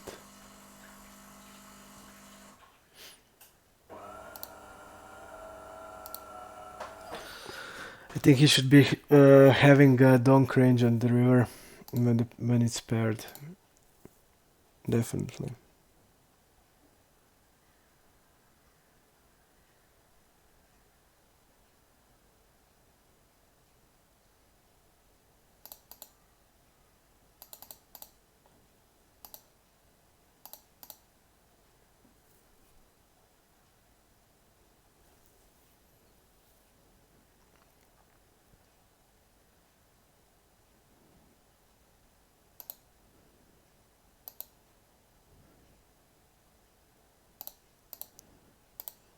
So he saved our money there because if he don't, I mean, I would fold generally because there's no way he could bluff there, but he should have donk range on the river.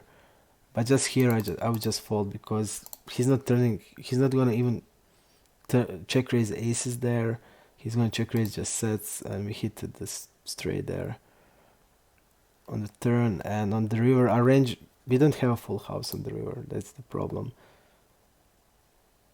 When the hand, we don't bet the on the turn. We don't pot the turn with the with the set, so we don't ever have a full house. And he has all the full houses in the range. So the only thing that has sense there, it's just to, let's see here. Okay, I'm gonna bet bigger. This guy is pretty tight. I think he's gonna like fold here. Okay, he's not gonna float us with like ace queen, with the backdoor hands like king queen of spades.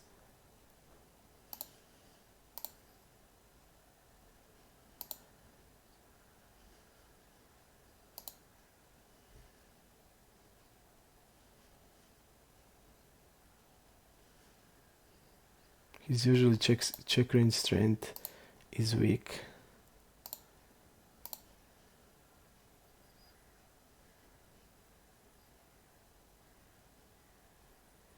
Like a combo draw and draws.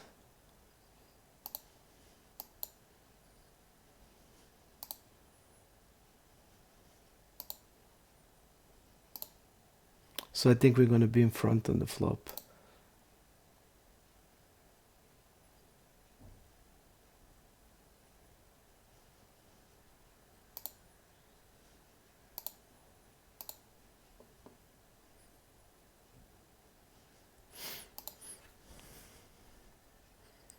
Seven eight is there.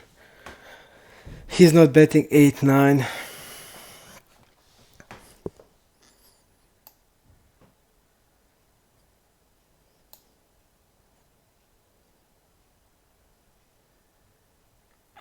Okay, I'm gonna fold here.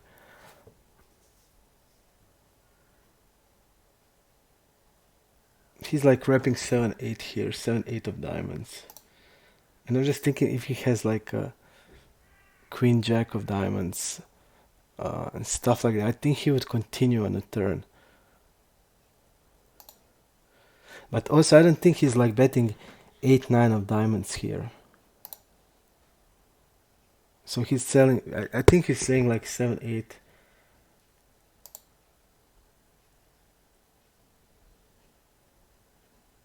Okay, I'm just gonna call here. Has a set.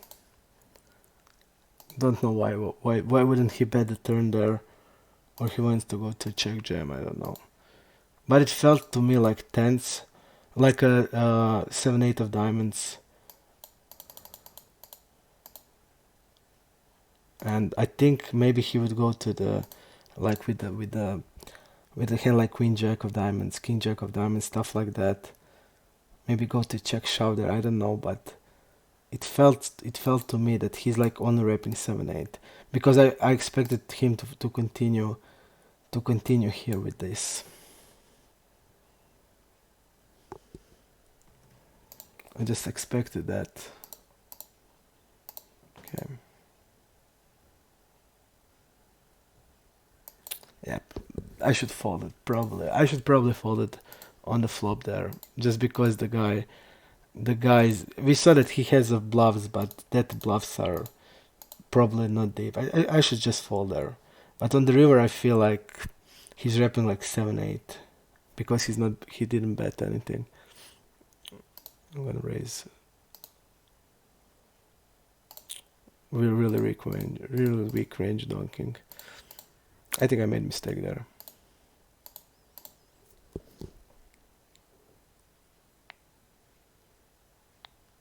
Yep, I really made a mistake there. No, guys, I'm not gonna play after the challenge. I'm gonna play like my usual games, not this. So I'm gonna go here for like 19. I'm gonna just play my usual games after the end of the challenge. I already said that. I'm real mad the way I played this hand. On the river, I feel like, okay, he's repping like 7-8 of diamonds, and I'm cool with that. But the I should fold the flop because the guy is folding 70% in 3-bet pots, and we are like chasing a bluff there. Not a good play. Now I'm also really getting tired, but I just know that I want to finish the challenge so bad that I'm sacrificing the good play probably, but because I'm not playing the best now, because I'm already a little bit of tired. But okay.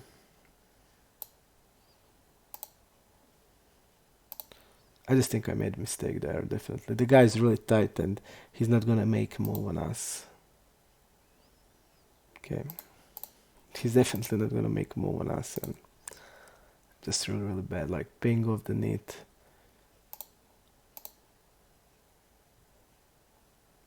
But just don't understand the check on the turn. It just doesn't have any sense. You have a value hand while you're checking the turn. We're gonna check a lot behind there. There's just no explanation why. And you're having a bluffs there. You want to bet those bluffs. So I just don't understand why. And on the river, it looked like to me like only repping like 7-8, because why would you check sets? You want to we want to go for the all in there, and we're gonna check a lot of behind there. So okay.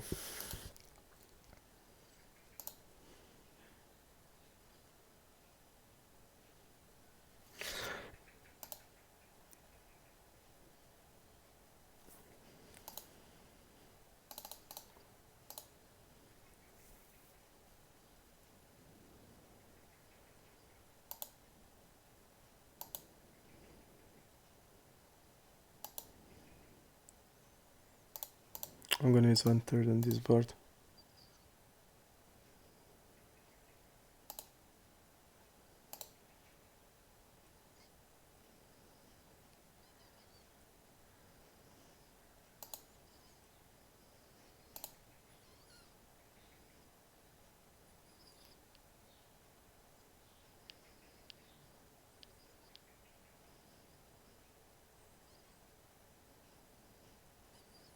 Just gonna jam here.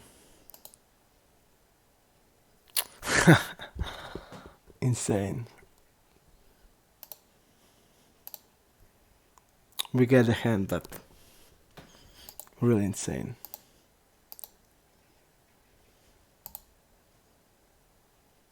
I think we can call there, but you shouldn't have a lot of raises on that board. Also, so that's the reason why I jam, because I know he shouldn't be raising a lot. So that's the only reason why I jam there.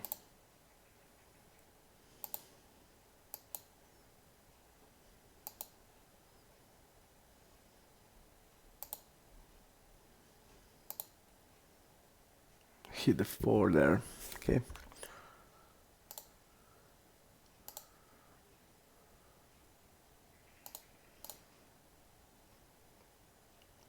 I think I just have to call there on the river. The recro, he can have basically anything.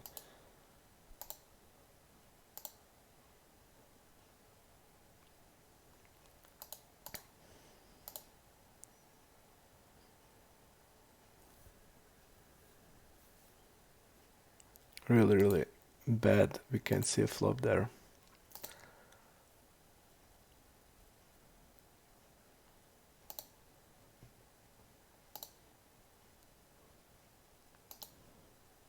Which is the guy that raises, just to remember the name. I mean, there's like no sense at all in raises here, especially when we're using a small size. You want to float a lot. You don't want to even have raising range in this board, because you have so many floats, and that's the only reason why I would just shove like an overpair and everything, just because he's doing something that it's not should be done, and the answer would be like when he's raising and in the spot where he shouldn't raise, you just need to then pound him and raise back. and we are having like two pairs, so yep, I agree. It was a bad call with ace king.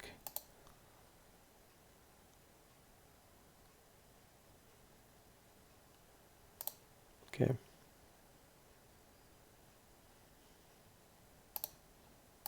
I really agree. It was a really bad call. I should have folded. I should have folded there. I should fold there on the just on the flop because this guy just don't have a balls to deep against us. Such as starts folding 70% in c-bet and making move against us deep. It just doesn't have any sense. So I think bad play, real bad play by me. Really bad, really bad play. Really bad play by me. So there's just nothing else to be said there. First four bet, okay.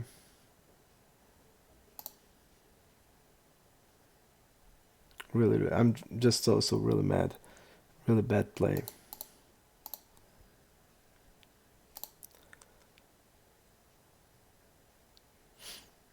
But also I just want to finish the challenge and to just play the usual what I play, so queen 9 there. No donk on the river.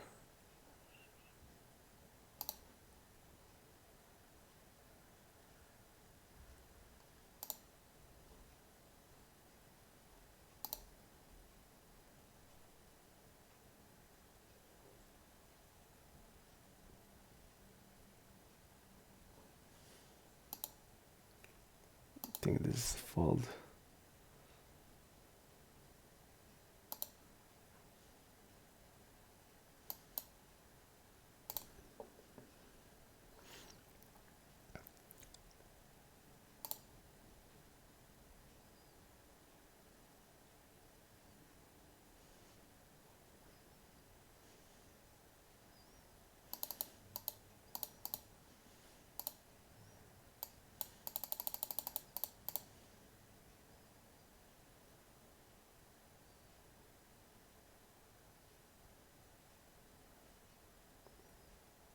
I'm just gonna check here.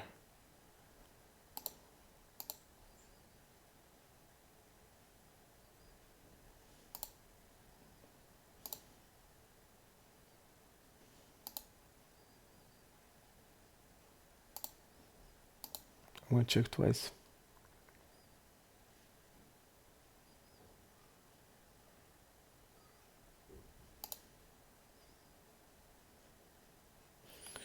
Because now we look like we have kings or queens that we're gonna play like this.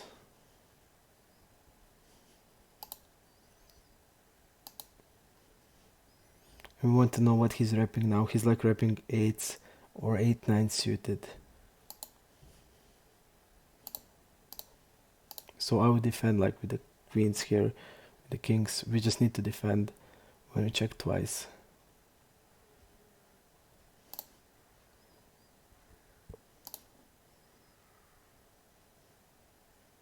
So on the river, I mean, you see that he's gonna have like 10 jack, queen 10. He's gonna have all that type of hands, and he's repping like 8s and 8-9 suited and ace that check behind there, and that's like mostly ace queen, but ace queen is also like stabbing. So, but ace queen is like strong to bet, and queens are better than kings then. If you think it like that, if you think it's capable of doing it with the low ace, also you just then need to figure it out how many bluffs, how many value he has. This guy's pretty crazy, I would say. I'm gonna bet pretty big, like this, like a pot big.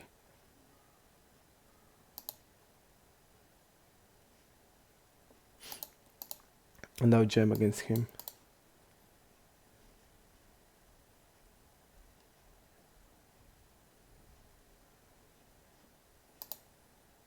I would overbet twice a pot. This guy will always check raise the value hand. So when the spot is like that, he's gonna be capped here. We're gonna overbet.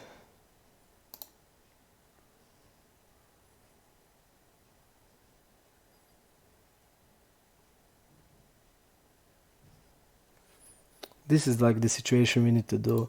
We need to like put him in a tough spot in this when we are deeper, when he's just calling, and we all know that he's check raising the. I saw like against our he had tens. He's immediately check raising against us because we are not falling a lot, and there's the spots we need to attack. And that spot was really bad where I had ace king. It was really bad spot, really bad played by me, and there's no else what we can say. We just played the hand like shit, and that's it. Mosalah is Mosalah. Yes, it's Mosalah. He's playing. He's asking me what are my usual games. You can see everything in the www.kdh.com. So I don't want to repeat myself all the time. You just see, and you will see my graphs and stuff, and you will see what I usually play.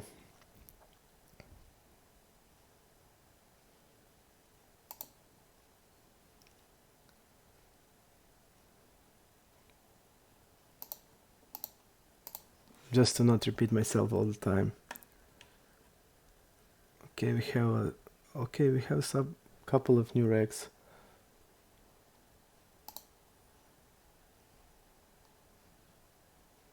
Let me see. 4 something something is a reg, it seems. No, he's not for tabling.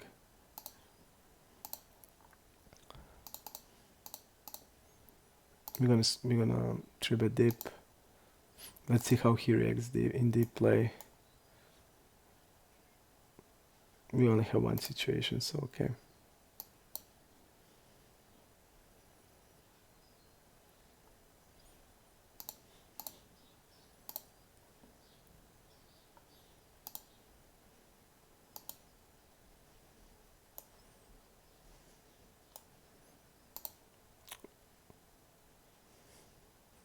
He floated with the. Okay, I'm just gonna bet against him twice, and maybe even third time, because this guy will also float here. He's gonna float like king queen with the backdoors, king jack with the backdoors, ace 10, ace jack, ace queen. He'll call all pairs.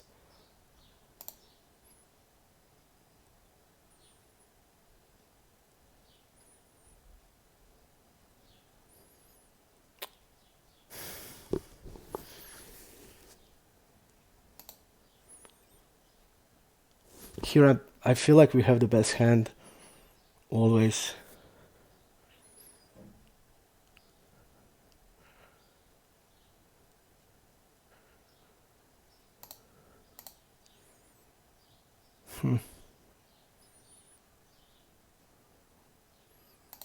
Okay.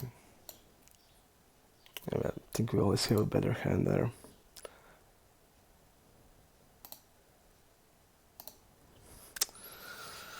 Just a bet on the river. I didn't have like any stats, and from the reads I had, I didn't feel like it was a good idea to bet. We have a Leston Mile. Leston Mile is also a guy we have.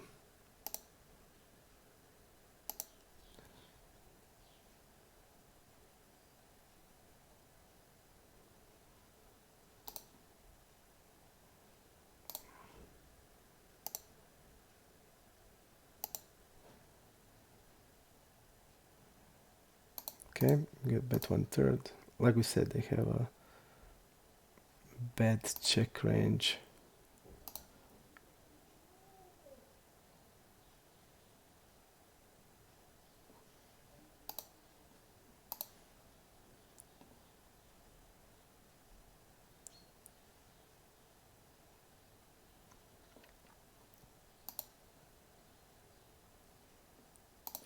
Opening really tight on UTG.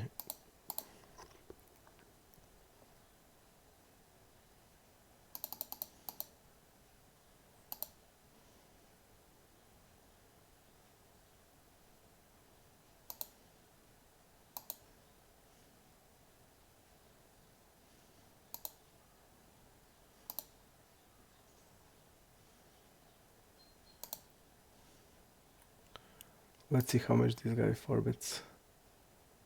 I think he's gonna forbet light, so I'm gonna again call with the kings just to try, because I saw that he's falling to a 5 bet. Call here with the kings.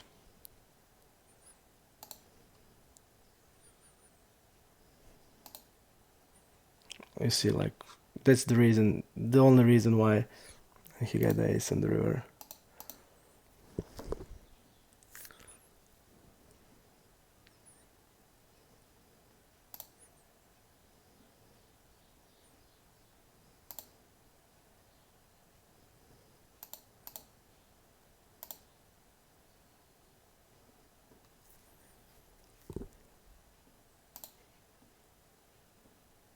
And we lost like a million of that pots where they just bluff us with the forward pots, and he's like seeing us here folding like full house.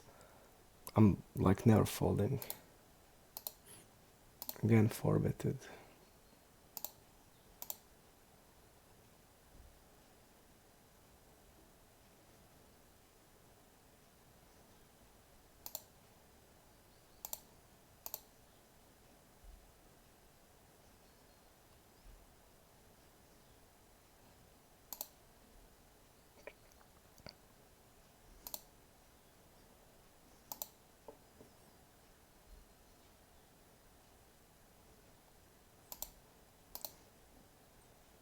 Okay, he has kings there.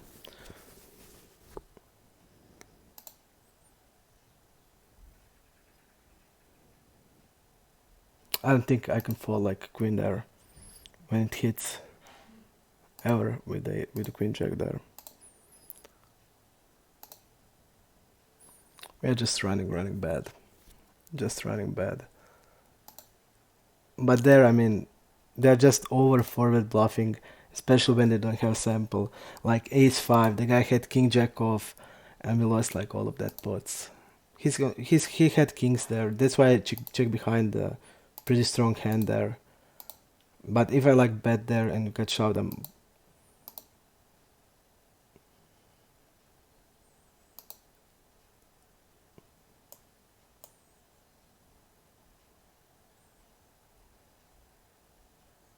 okay. I'm gonna fold this. Really bad. But I'm so annoyed when they're like forward bluff there. We have the hand, and now you see, like, we didn't have a hand, now we lost, and I'm really cool about that. But like, he's betting ace 5 on the turn, and he's like shoving the turn with ace 5 on the queen 2-2. Why are we folding there? One check raise this. I mean, why are we folding? Is he see me like folding over folding like a full house there? Like 8s and 9s, I'm never folding.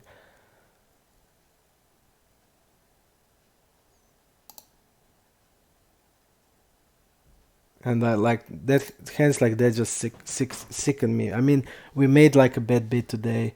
We have like 7-8 there, 2 pair in a set in a 3-bet pot and stuff like that. But I mean, there's nothing compared to this. We just catch them in the bluffs. They got there. We also like had kings again against that guy that had king jack suited and bet with anything, get a flush draw on the turn and get it on the river when we had kings and stuff like that. So it's just so annoying. That's like the worst thing for me. And in the Zoom, it happens a lot because they can just uh, when you don't have sample, they can just like forbet a lot and stuff like that. But that can happen when I have the sample, because I will immediately knew what is the best strategy for them, and I immediately knew now like I'm gonna flat the forbet with the like big hands constantly, and I'm doing that. Like, I'm floating the kings every time. I'm floating aces on the forbets. We are shoving pairs. We are just doing everything. It has to be done, but okay, ace jack. We are just not folding, and we're not gonna fold because they're just over bluffing it.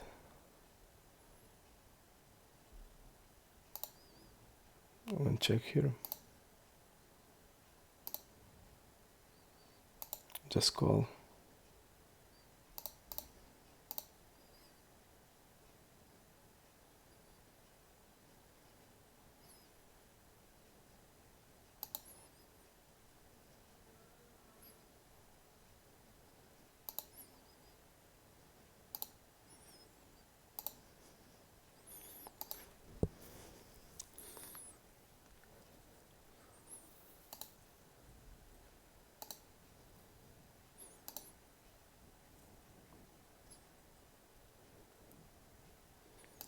This guy is really what I have on him. I don't think this guy will bluff here.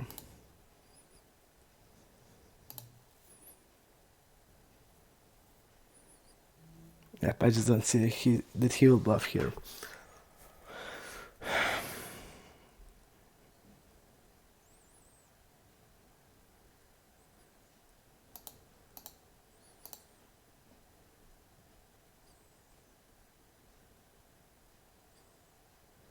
Let's see his 4-bet range.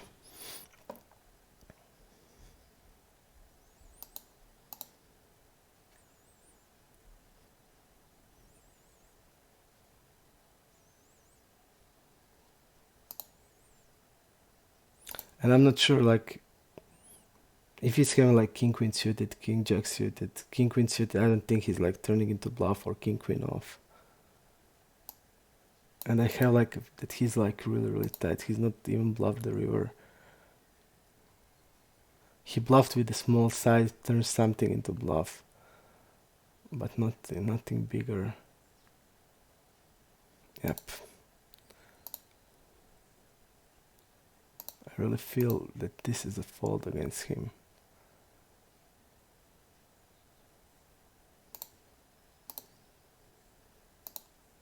I'm gonna fold it.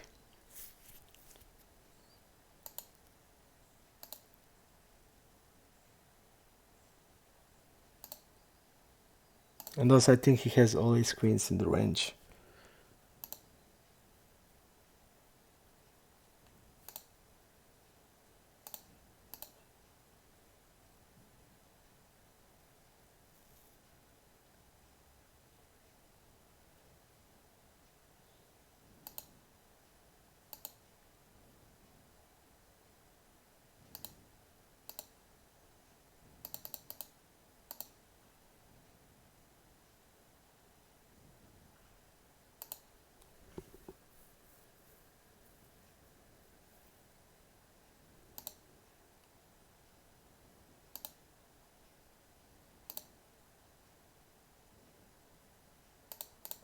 Prometheus wreck, okay. I'm gonna fold here.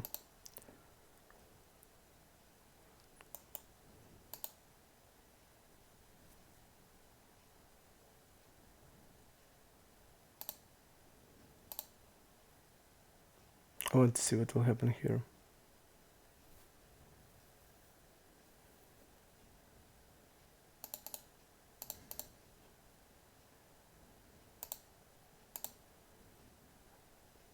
Interesting, really interesting shot. Okay.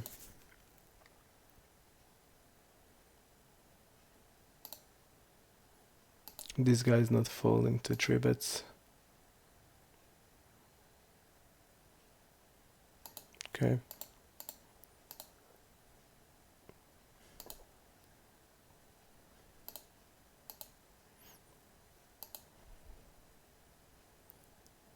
Check raises a lot, 2 out of 4 times. So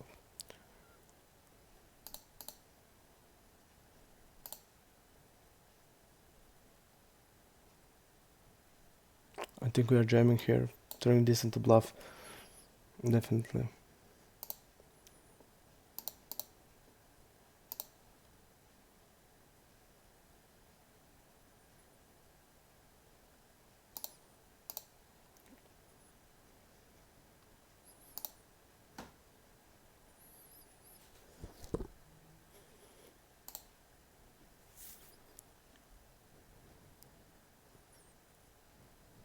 This guy steps really a lot, so I'm gonna check raise against him because he's always stabbing. Just let me see if he's continuing on the turn. Yep, he's continuing on the turn, but not on the river. Okay, I'll call here.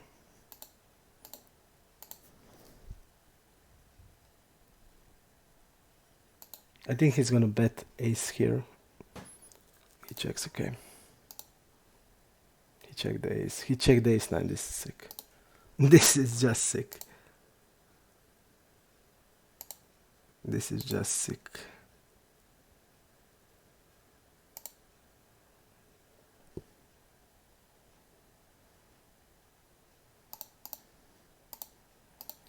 just insane. He's now suddenly checking there.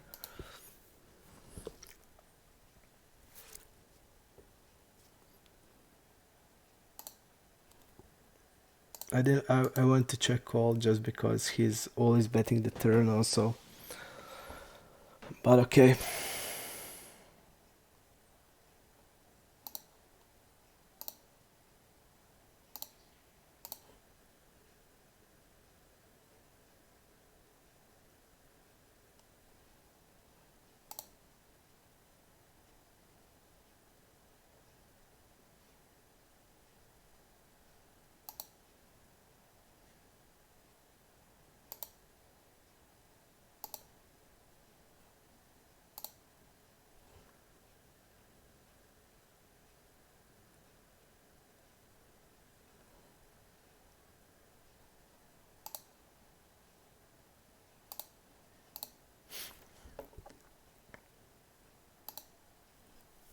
We don't know who is that last on mile guy. Let's see, small blind versus cutoff. I'm gonna forward this.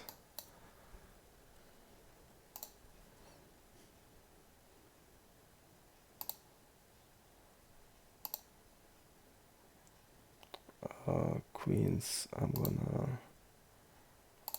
delay c-bet.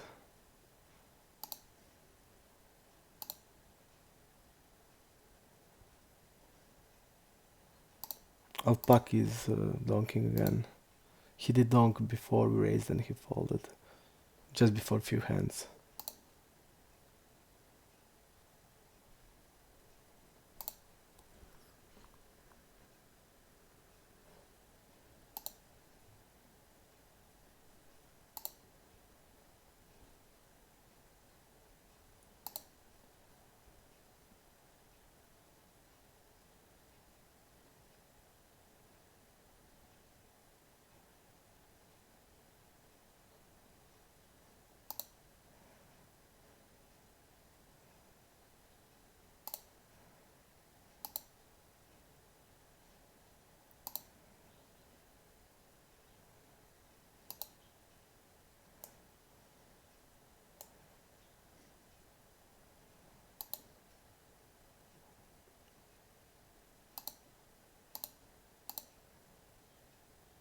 Let's see what this guy's stabbing. We don't have anything, okay.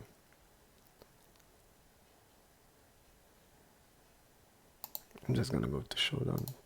Even I don't think we will win ever.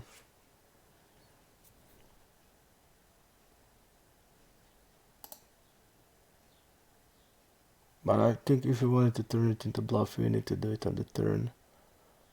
My opinion.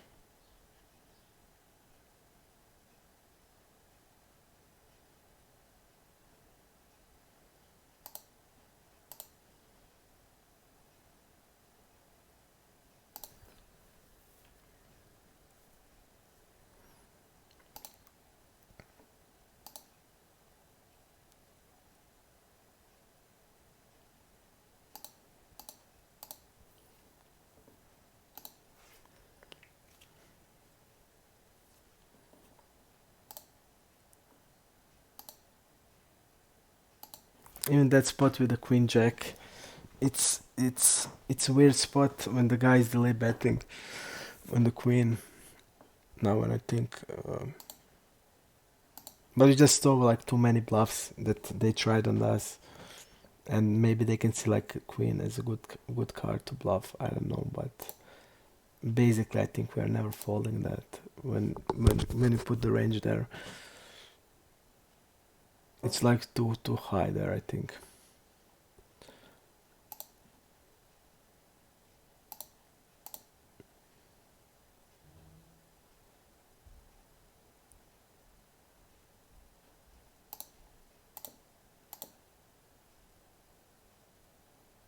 But I'm not mad on that type of hand. The guy just had a hand and that's it.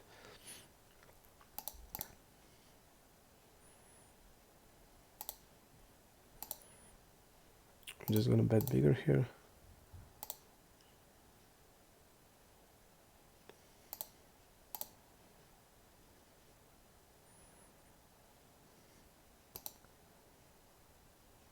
think I'm gonna check behind here.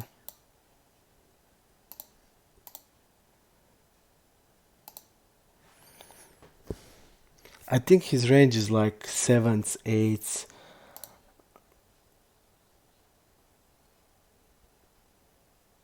Mostly like that, like maybe 10s or like a 9x. We'll bet half here.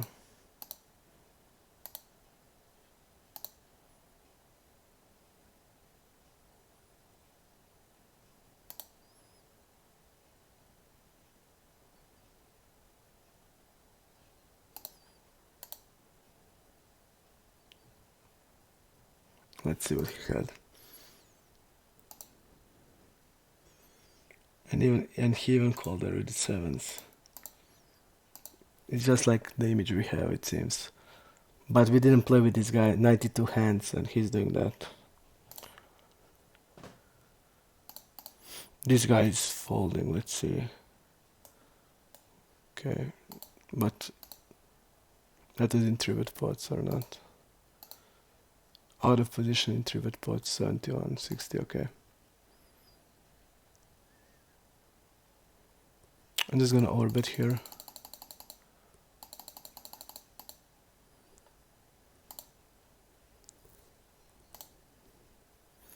It has a price when you fast play all these hands. Hello, Sir Hearts. Good luck to you, man, also.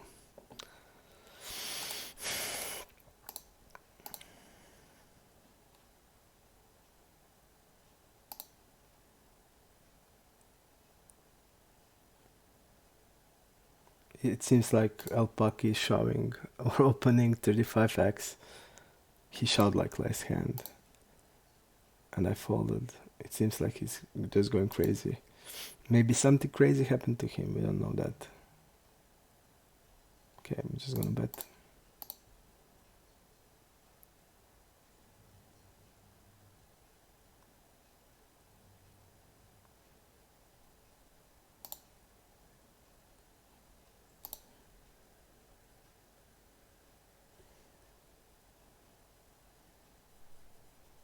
Against two range, I'm not gonna bluff without backdoor flush draw or anything.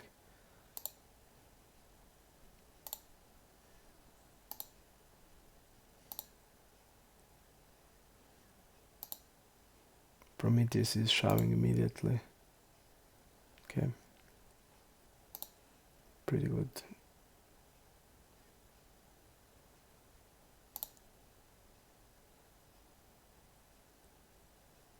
He did cash out, I see.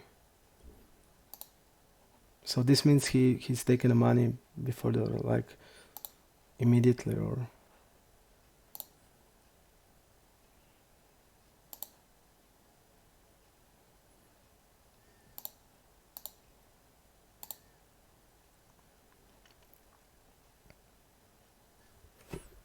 I think that, like, that's also slowing the game up with this. People just can, like, think they want to cash out or not, want or not, and it's slow. It's killing. In my opinion, it's a little annoying and killing the game. And you want to just keep it fast, everything. Just my opinion. Maybe I'm not right, but I don't like that.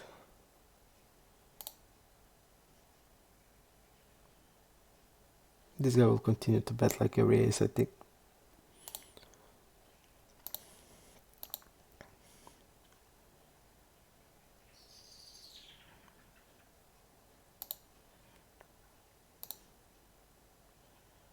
His opening also range is really tight.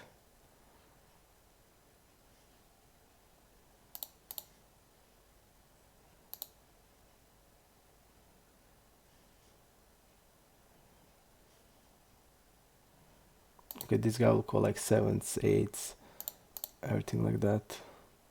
Fold here. On the flop, I mean.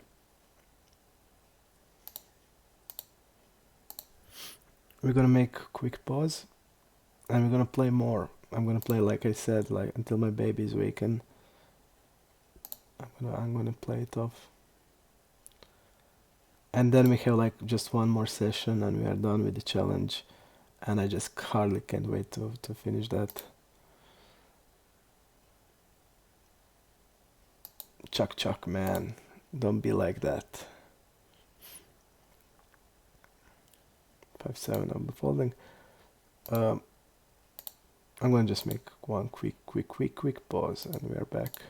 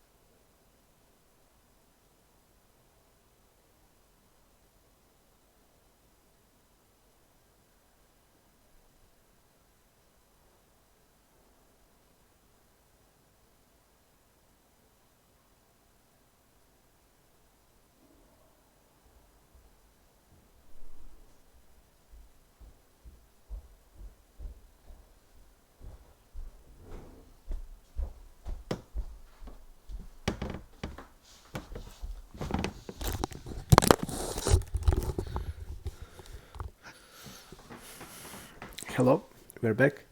Somebody's asked me which are the best stats to look in the HUD for the beginners. I would say like preflop stats and 3-bet stats, aggression stats, and like c-bet and fold to c-bet stats. So that would be in a short.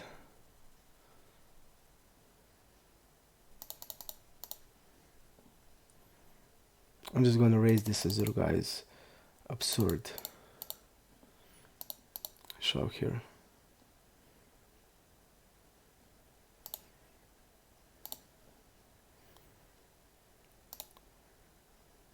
Betting small.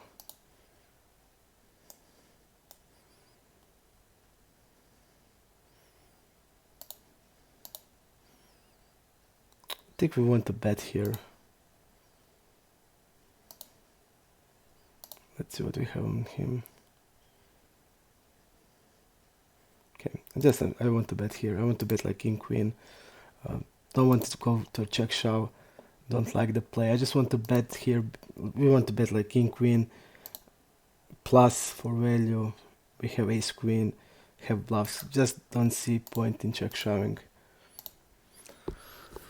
So that's the reason.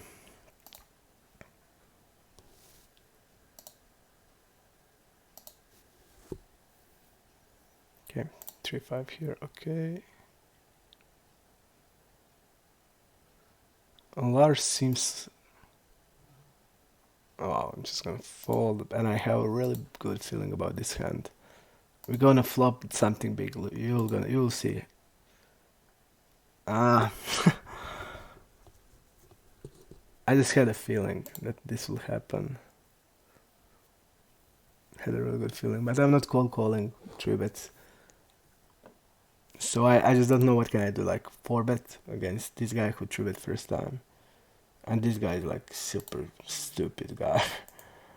I'm just gonna move the label because he's donking everything and stabbing without sense. And look at this, we would get like, wow, we would get monster here. We would get like triple all in here.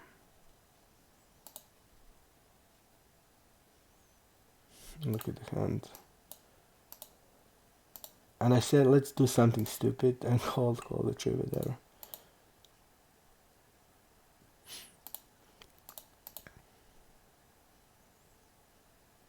This guy called and this guy called trivia.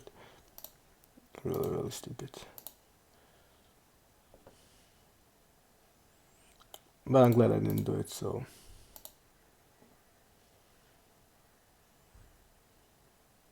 Ah, come on.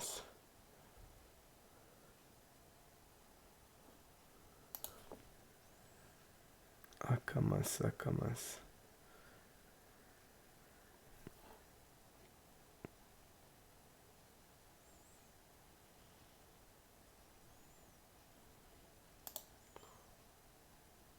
This guy seems really tight. I mean, he's not triveting anything, in position anything. I'm just gonna fold it.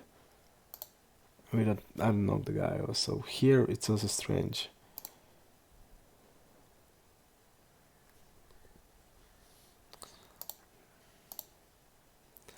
The wreckers are just fucking with us. And fucking with us hard. That's the conclusion. Azur is playing 3 tables, but I just can't mark him as a reg. I just can't because he's playing so bad and doing so stupid shit that I just can't mark him as a reg.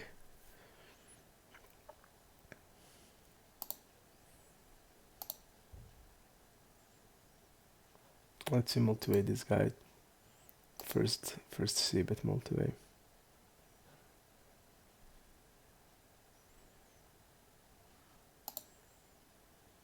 I'm just folding. But I want to see what will happen. Because I mean, Azur is like donking 30% of the range.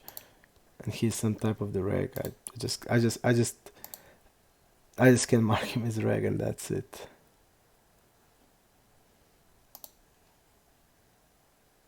Okay.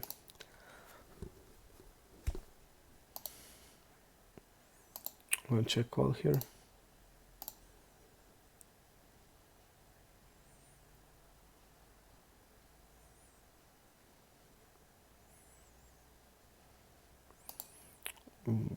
Would this guy like bet check bet with the 10? I don't think so. Okay.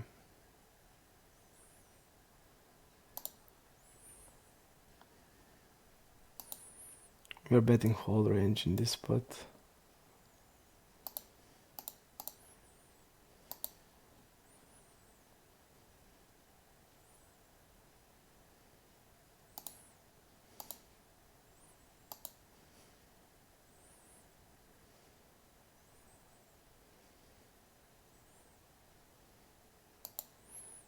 Okay.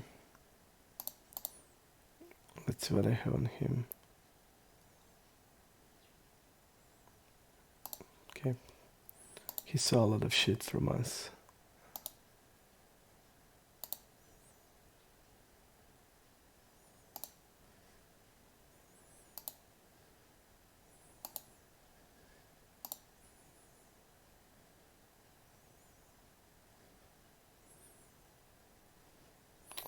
I'm gonna jam, but I got a feeling we're a bit called light here. Okay. I just had a feeling we're just called light. Of course I'm jamming that hand. It's bottom of the range, we're not blocking flush draws. It's a jam. And also here the guy is betting big, he's like repping 8. So I don't know. Okay, we don't need to watch. I think it's a fold.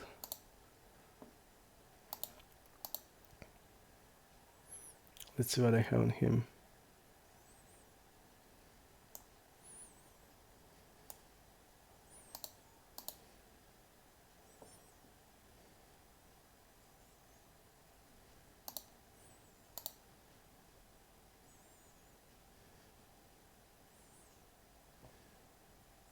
Okay.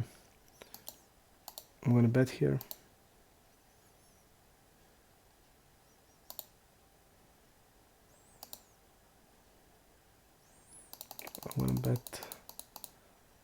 I'm gonna bet pot here. This is the spots where I think we should have a smaller size just because we want to put his range into the tough spot. But I'm just gonna bet big just because he's a reg raw, and against reg I would bet smaller just to put the range into the tough spot. But against the reg raw, I think it's not that important to do it. But against the reg, I think it's better to bet like size that will put all his hands in the tough spot, and with this size you're not gonna put all the hands in the tough spot. That's the problem. betting here. Maybe overbet because I felt that he's gonna call light here. He had queen x or nines.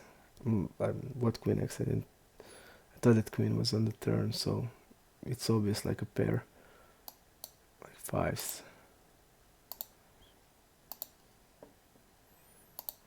I'm gonna dunk here.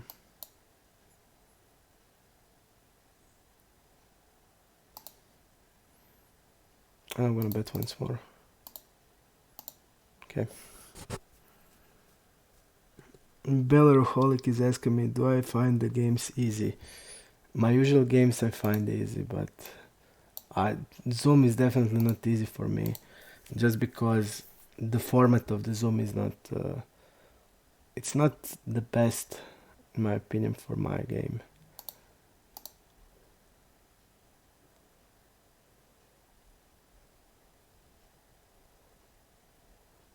Okay, I'm gonna follow this.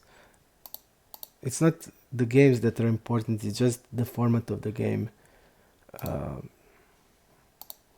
It's just not suiting me well. Zoom games.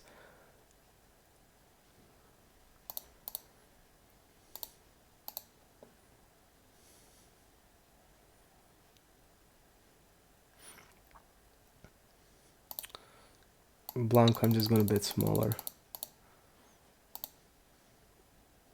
I think he's gonna call with the ace highs.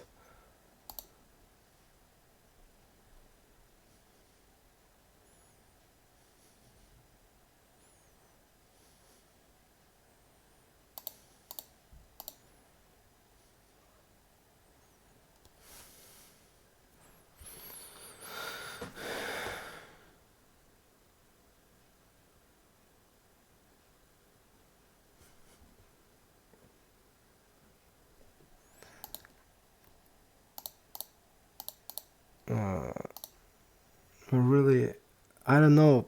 I mean, I just don't know how they play on the micros, so I can tell you a better answer. You just need to like observe. My opinion is you just need to observe uh, and see what type of hands they three bet with and what type of hands they stack off. Like that's the most important thing, so you can know. I just can give you advice like you need to flat like queens, you need to flat ace king because it's always situational. So I just don't know. You just need to observe really well and just to see like just to know that. Okay, I'm just gonna turn it into bluff. You need to observe your opponents to see that what type of the range they have, because you need to like or you need to make reads or you need to make a HUD. You need to have HUD. That's like only thing that you can know. And if you make like reads, then learn from that reads, see what they show down, what type of hand they had. Okay. There's no other way. There's no like, in my opinion, there's no some type of formula that I can tell you need to do this or you need to do that. It's not like that. It all depends on situational. It depends on the opponents.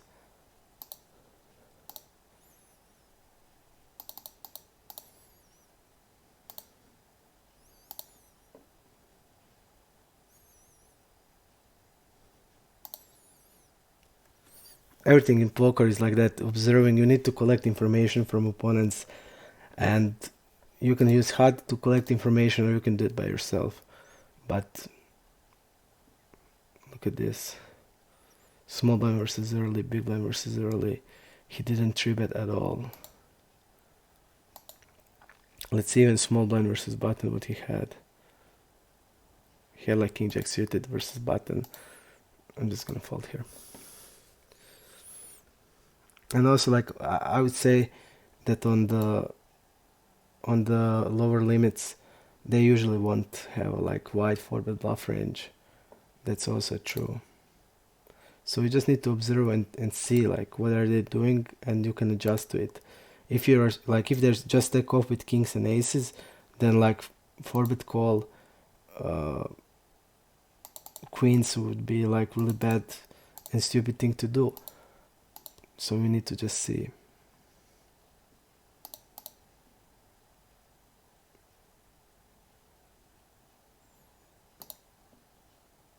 when Massey. One table, recro. So if they 4-bet and you shove like ace king, and they're like only stacking off with kings and aces that they don't fold, you can just see like their range is strong. They don't have bluffs.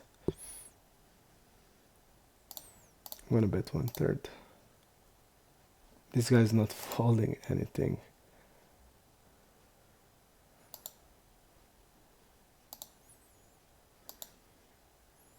Okay, I'm gonna check with the jacks.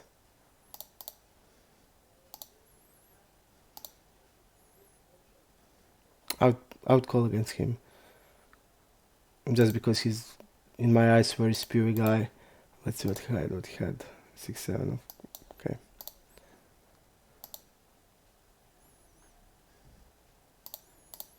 Okay, betting here.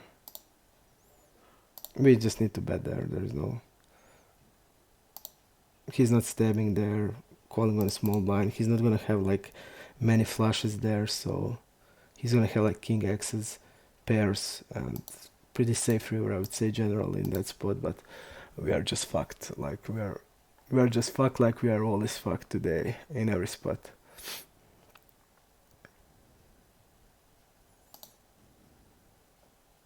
This guy is a recro. I'm gonna isolate him. Okay. Check behind.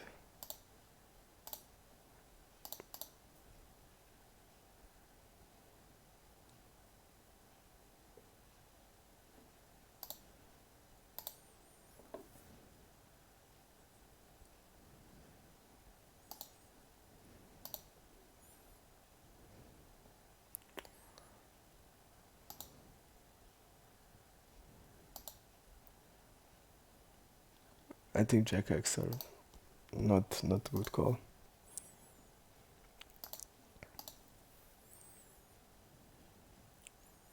I also feel like against this guy, it's really good to bet turn and check call the river with the jacks there. But he didn't bluff with the 6-7. So that is also need to take into account that he didn't bluff. This guy's not 3-betting at all. Opening 31%. I'm gonna 3-bet him. Maybe it's a sample, we don't know.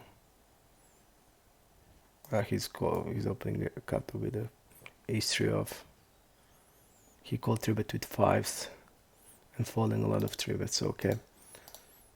So he's gonna call tighter range. I don't think he's gonna have deuces in the range, like 4s plus.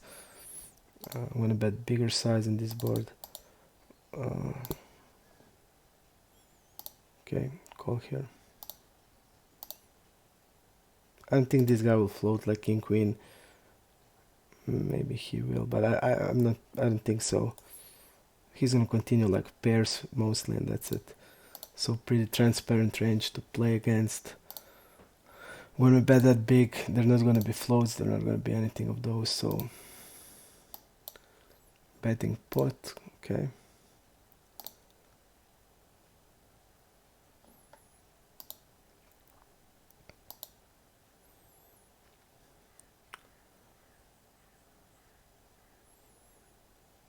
He didn't use a lot of 20% on the turn is a bit a bigger size than this, like 70% plus.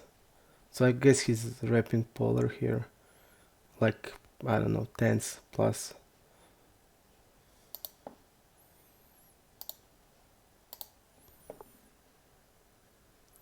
Hello, Magic Orange man. Rentacle man. No, I'm not streaming. I just stream whenever I can, man. It's not like we saw. We don't have many hands left. We have like maybe 5k hands left, and I'm just trying to finish it soon. Finish it the fast as I can. That's the main thing here. You are live at this time. Yep, I'm alive in this time because I just can't like get schedule. I have like a busy day here. It's like last days when I'm with my parents here and I'm not gonna see them. I'm not gonna see them for a long time. So I'm just streaming whenever I can. That's the main thing here. And I only have like five to 6K hand more, so it's gonna be over soon. And I want to finish it while I'm here in Germany. When I came home, I really have a lot of business to do, and I'm just want to finish challenge now.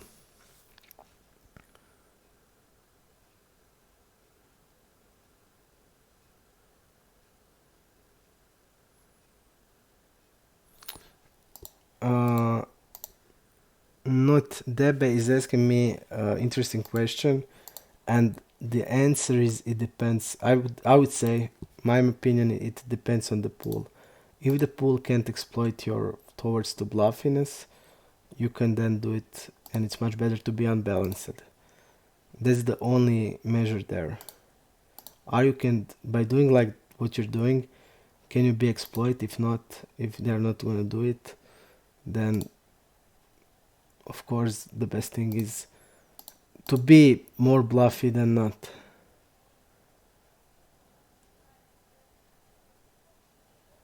Really strange here.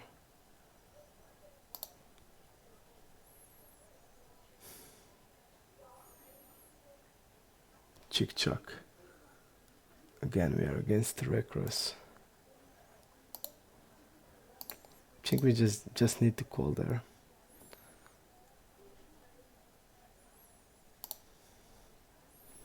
Okay.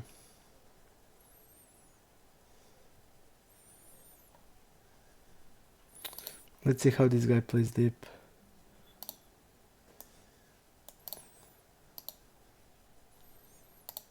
We don't have stats, okay.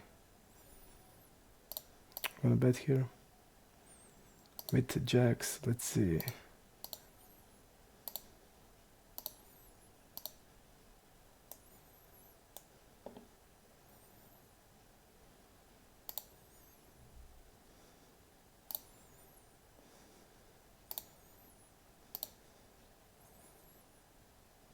He did took a long time to decide, I guess.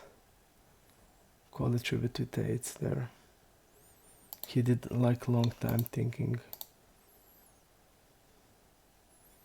And I don't know what can be like that tough decision there.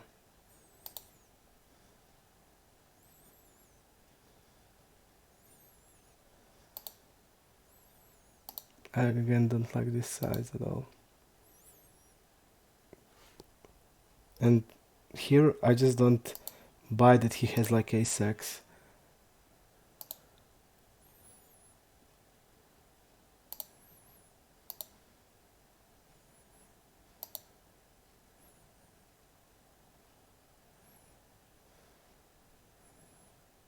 Like he can bet like king queen here.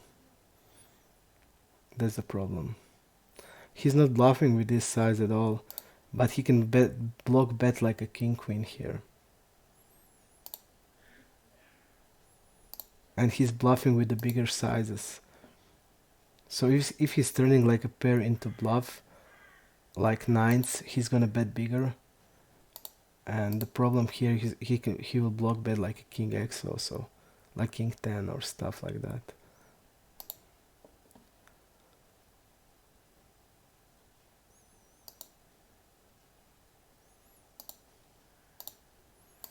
I'm gonna fold. He didn't have a one bluff with that size, and I saw like what he's doing with the bigger size, turning hands into bluff and being polarized.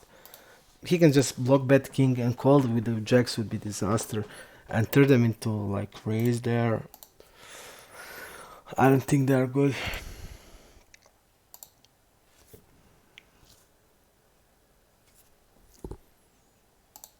I don't think it was a good play to do it. To turn jacks into bluff there. And what we're wrapping. Also that's the question. But also I think if he's turning pair into bluff, he's using bigger size definitely.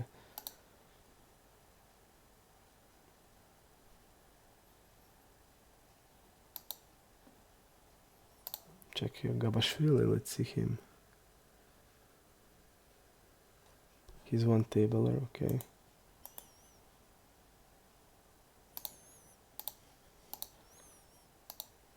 Lars also seems tight. I'm gonna bluff now with it. I'm gonna use bigger size. We were called with the jack 8 here.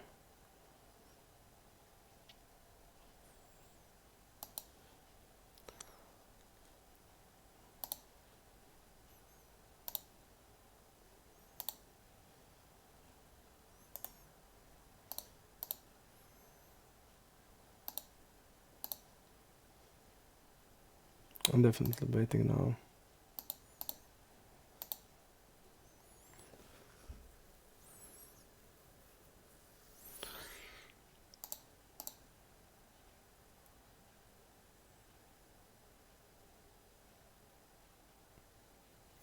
I'm also a bit surprised with the jack 8 call. Maybe better to small since Sader is the new reg, okay? Maybe we should bet smaller. But if he bet bigger with that, I mean we didn't trap like jack 10 there, so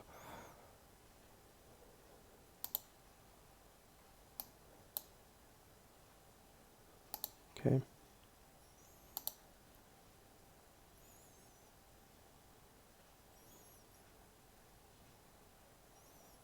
I'm gonna it's close. I'm gonna check. Follow the check a 9. Sinsader, Sinked Shrips.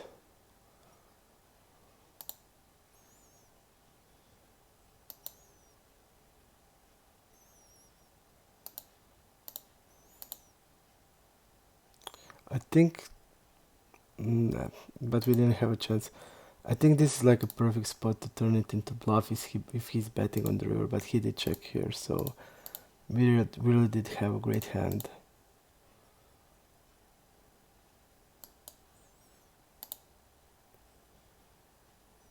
But we just didn't get the opportunity.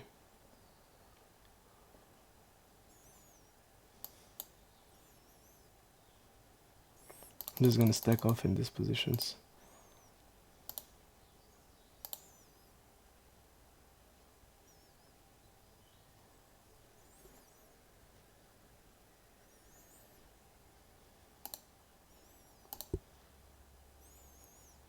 Savage Veselita.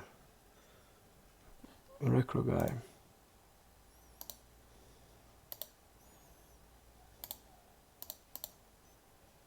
I didn't even saw that this guy has 30 blinds. Why I don't look that? Okay, repping 7x. Wow, this guy's spotting here. A really nice spot. I'm just gonna jam here.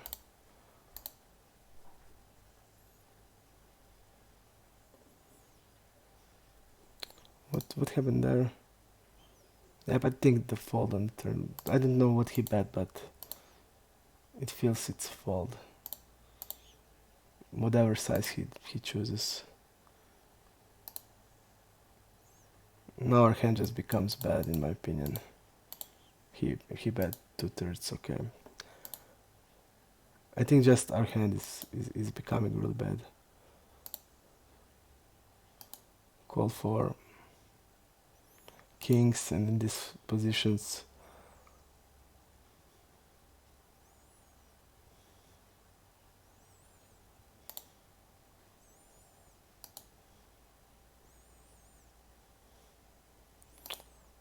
I think I'm gonna call with sevens here. It seems that he's call for betting really a lot.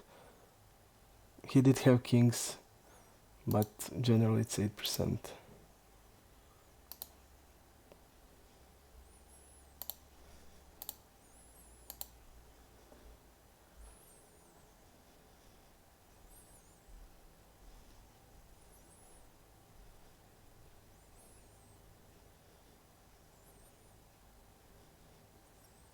Okay.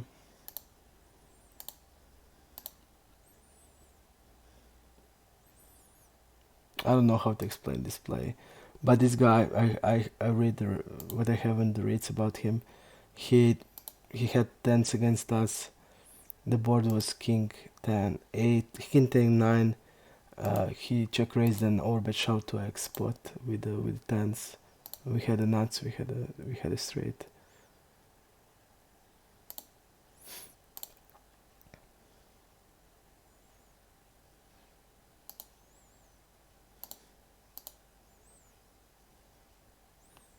I'm just gonna jam here. This guy 4-bet 3 out of 4 times. Okay, we just run into the aces. We just saw that they're 4-betting really much, and okay.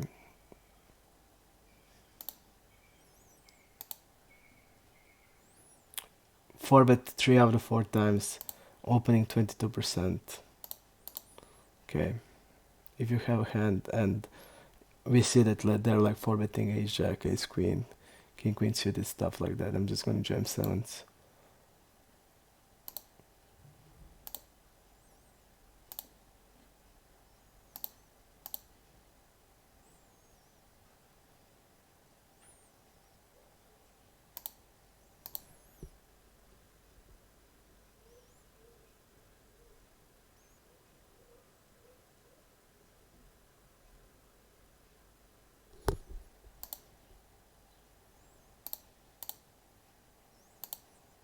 This guy is even in 73. He's now delay betting. I'm not sure what he's repping here. So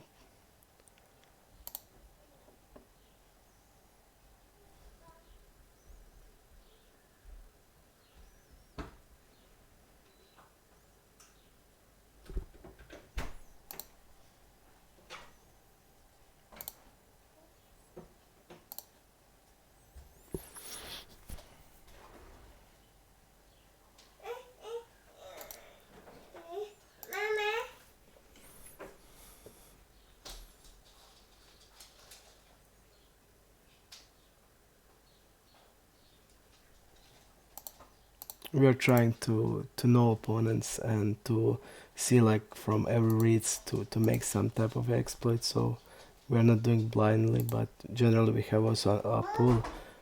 I have a pool analysis also, so I see how the pool is playing and I see what regs are doing, and I see that they are over 4-betting. They're like expanding on the GTO, and they 4-bet even more than GTO. So GTO is 4-betting like many ace queens, like almost all of the ace queens, like almost king jack, all of the king jack suited, big part of king queen suited, big part of king 10 suited, and they're just expanding on that, adding like king queen off there, ace jack off there. So when I see that somebody's like, he 3 out of 4 times 4-bet folded to 5-bet, and we are 3-betting, and he's immediately first 3-bet 4-betting. I'm just gonna shove my pocket pair against this because he's gonna have so many broadways, and if he wants to call, be my guest, but they will fold ace queen on a shove mainly, they will fold king queen on a shove. So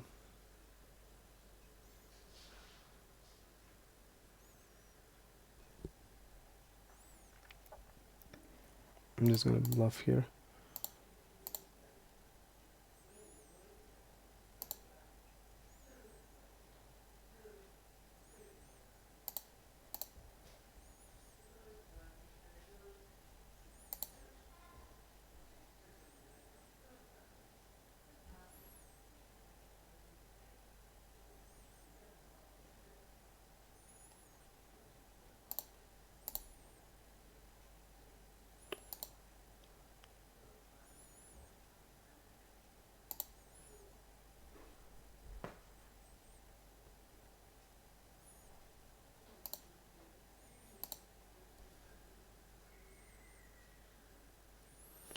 I don't know, man. I would like love to do it today, but I don't know if I will do it. I would like to do it today, that I'm free the rest of the days. But I'm just not sure I will do it today. But if not, we just only have one more session, so...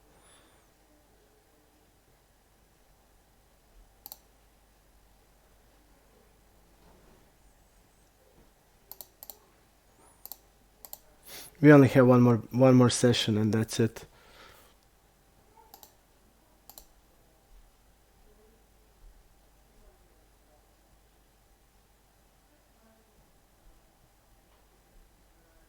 So basically it will be over soon. Fold here.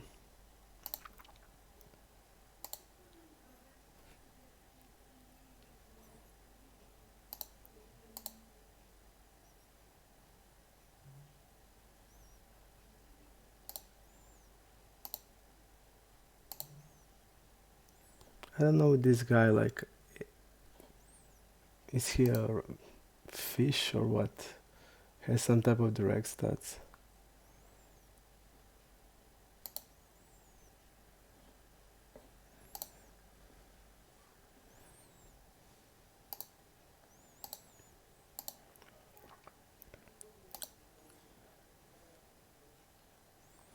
Force, okay.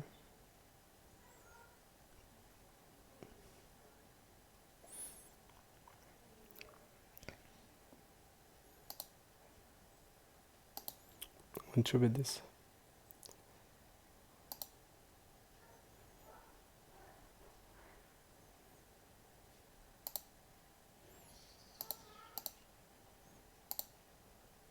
We should definitely bet the flop there. I don't know why I didn't.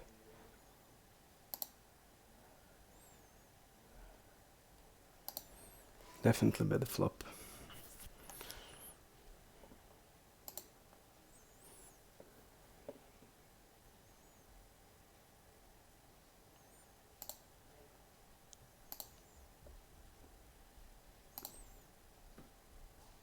I want to say that I would love to finish the challenge today, so I have the next few days to be without any obligations.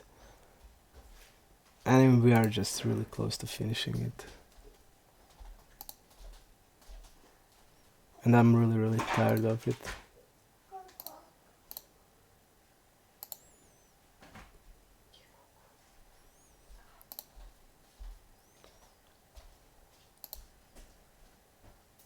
Fold, jack, fold.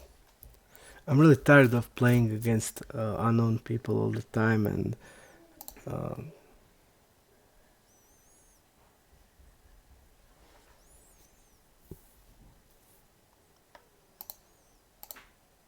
so basically I will be just if I finish today I will rest for a few days, and when I come home I will be just pumped up to playing.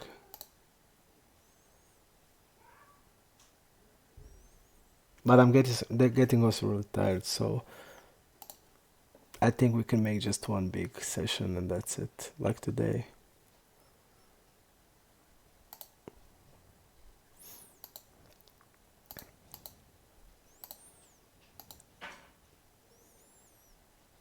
Ace, okay, he called with the fives.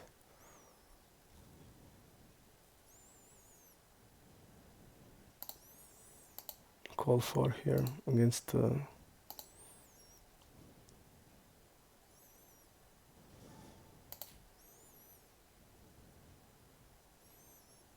I'm gonna fold against the guy we just don't know anything about.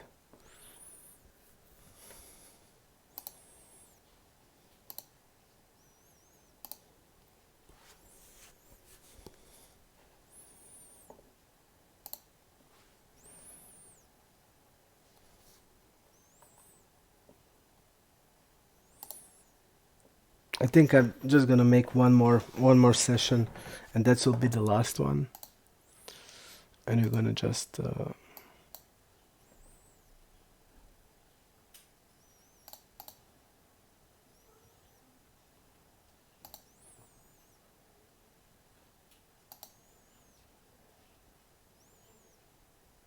think I'm gonna orbit here.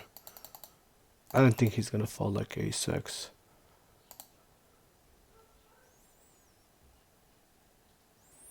And I guess he's gonna have like all ace-x here, so...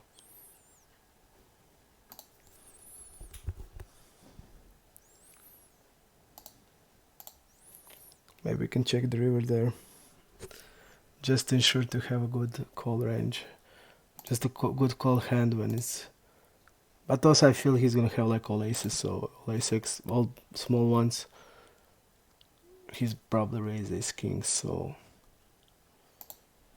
we are not afraid of like two pairs, and we check raise the flop. So not a lot of backdoor flush draw hands. We are not afraid of the flush.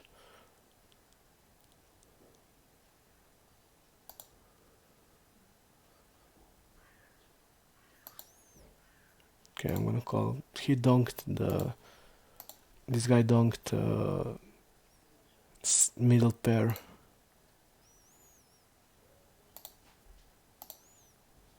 Okay. Having a king blocker, and if he's like donking middle pairs. God shot, king blocker, all good stuff.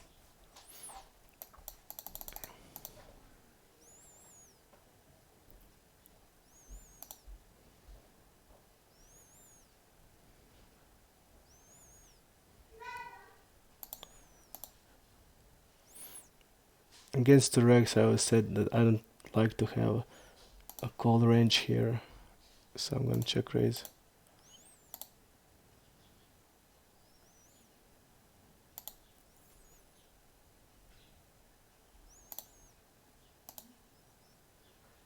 Because we are capped if we are doing that, and we can have like bluffs like 8-9, stuff like Jack-9, and like backdoors and stuff, turning like bottom pairs into bluff and stuff like that. So I feel it's like it's better to play it like that when there are two regs, and if there are fish, from what I saw, it's better to play differently.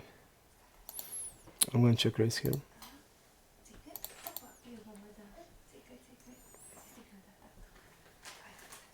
23% of hands.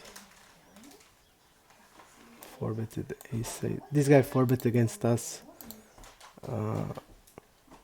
He 4-bet 4 out of 5 times. I'm just jamming jacks. And kings. Ah! Fuck me. Insane. 4 out of 5 times he 4-betted. And we're getting into it. So sick. This is like 5 out of 6 times.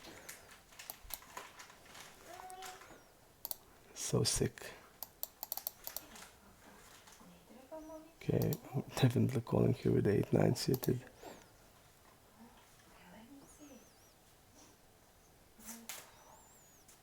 Like, is this possible against this type of the player? 5 out of 6 times, all bluffs. Folded 2 times out of the shove, and we are getting it.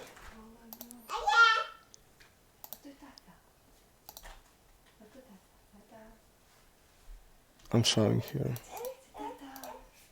Okay.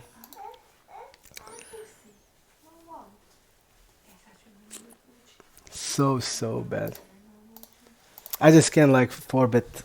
I just don't want to call 4-bet when I see that somebody is doing like 5 out of 6 times, folded 2 times,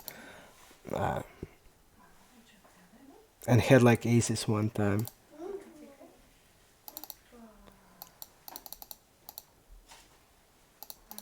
I just don't want to like call 4-bet with jacks. What is the name of the guy, just to remember it? Eudicus.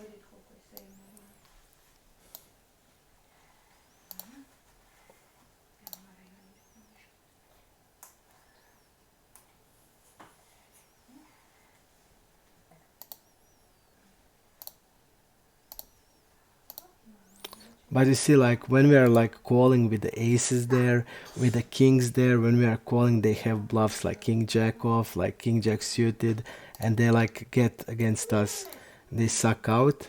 And now when we have like hand and they're like overdoing it, that's like give me 5 out of 6 times he had like aces and kings folded twice.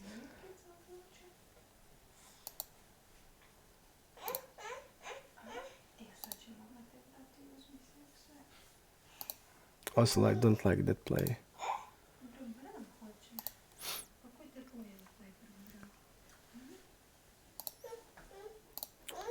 Definitely don't like.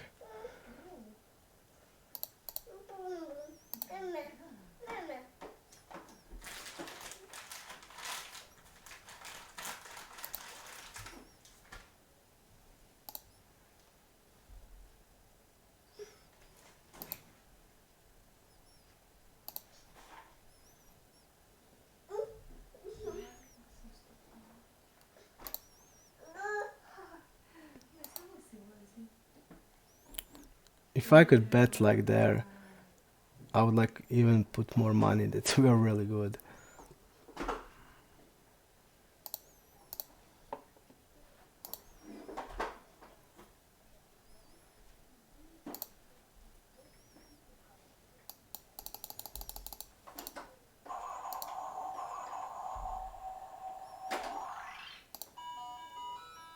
Wow, again.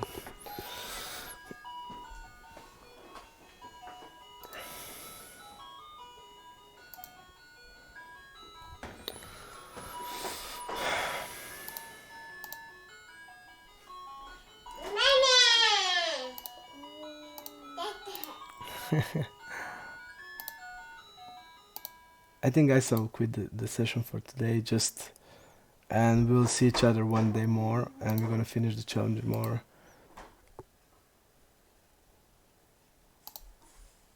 Just a bad day. We just run real bad. We didn't play real good also, I must say honestly, but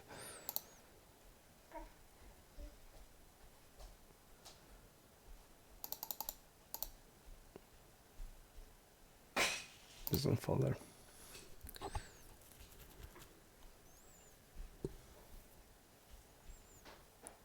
We have one more day and that's it.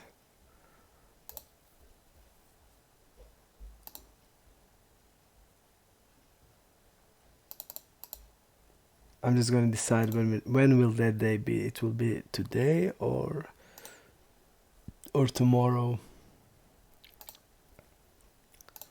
I'm gonna just decide.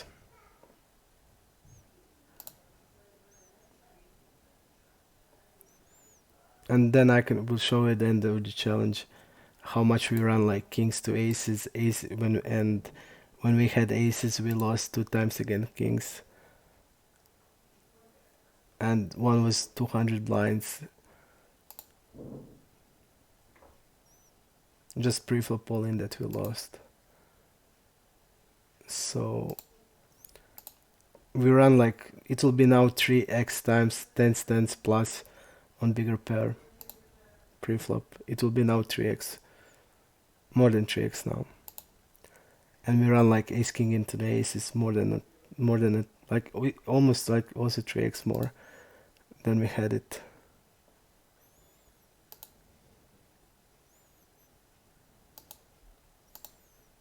So pretty bad run.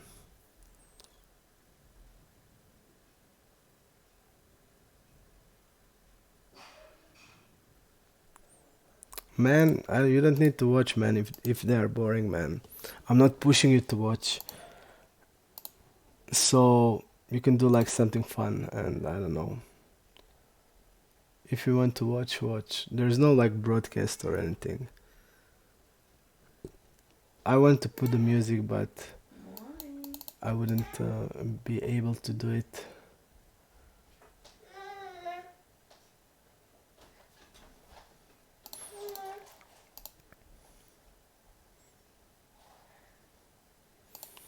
Okay, I'm gonna fall to a normal guy.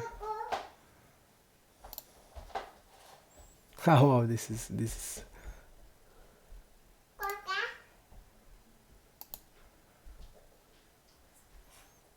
8-10 float, okay.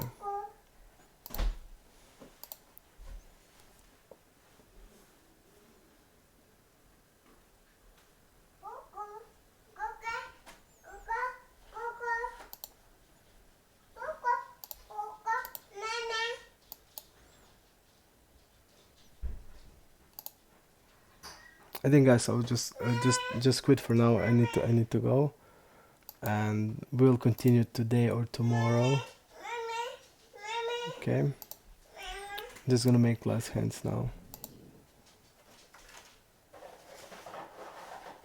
Okay.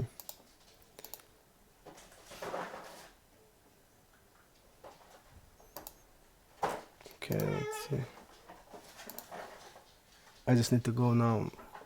Like I said, we're gonna play until my daughter wakes up. So let's see here. Okay, I'm just gonna use bigger size here. I have here. I don't think that this guy even has like deuces or trees, so I'm just gonna bet big.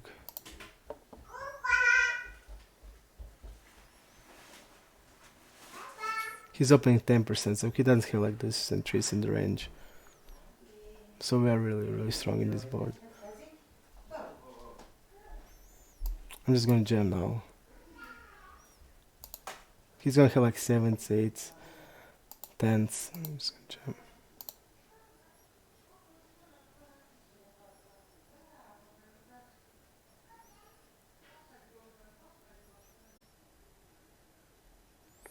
And I'm gonna see probably today.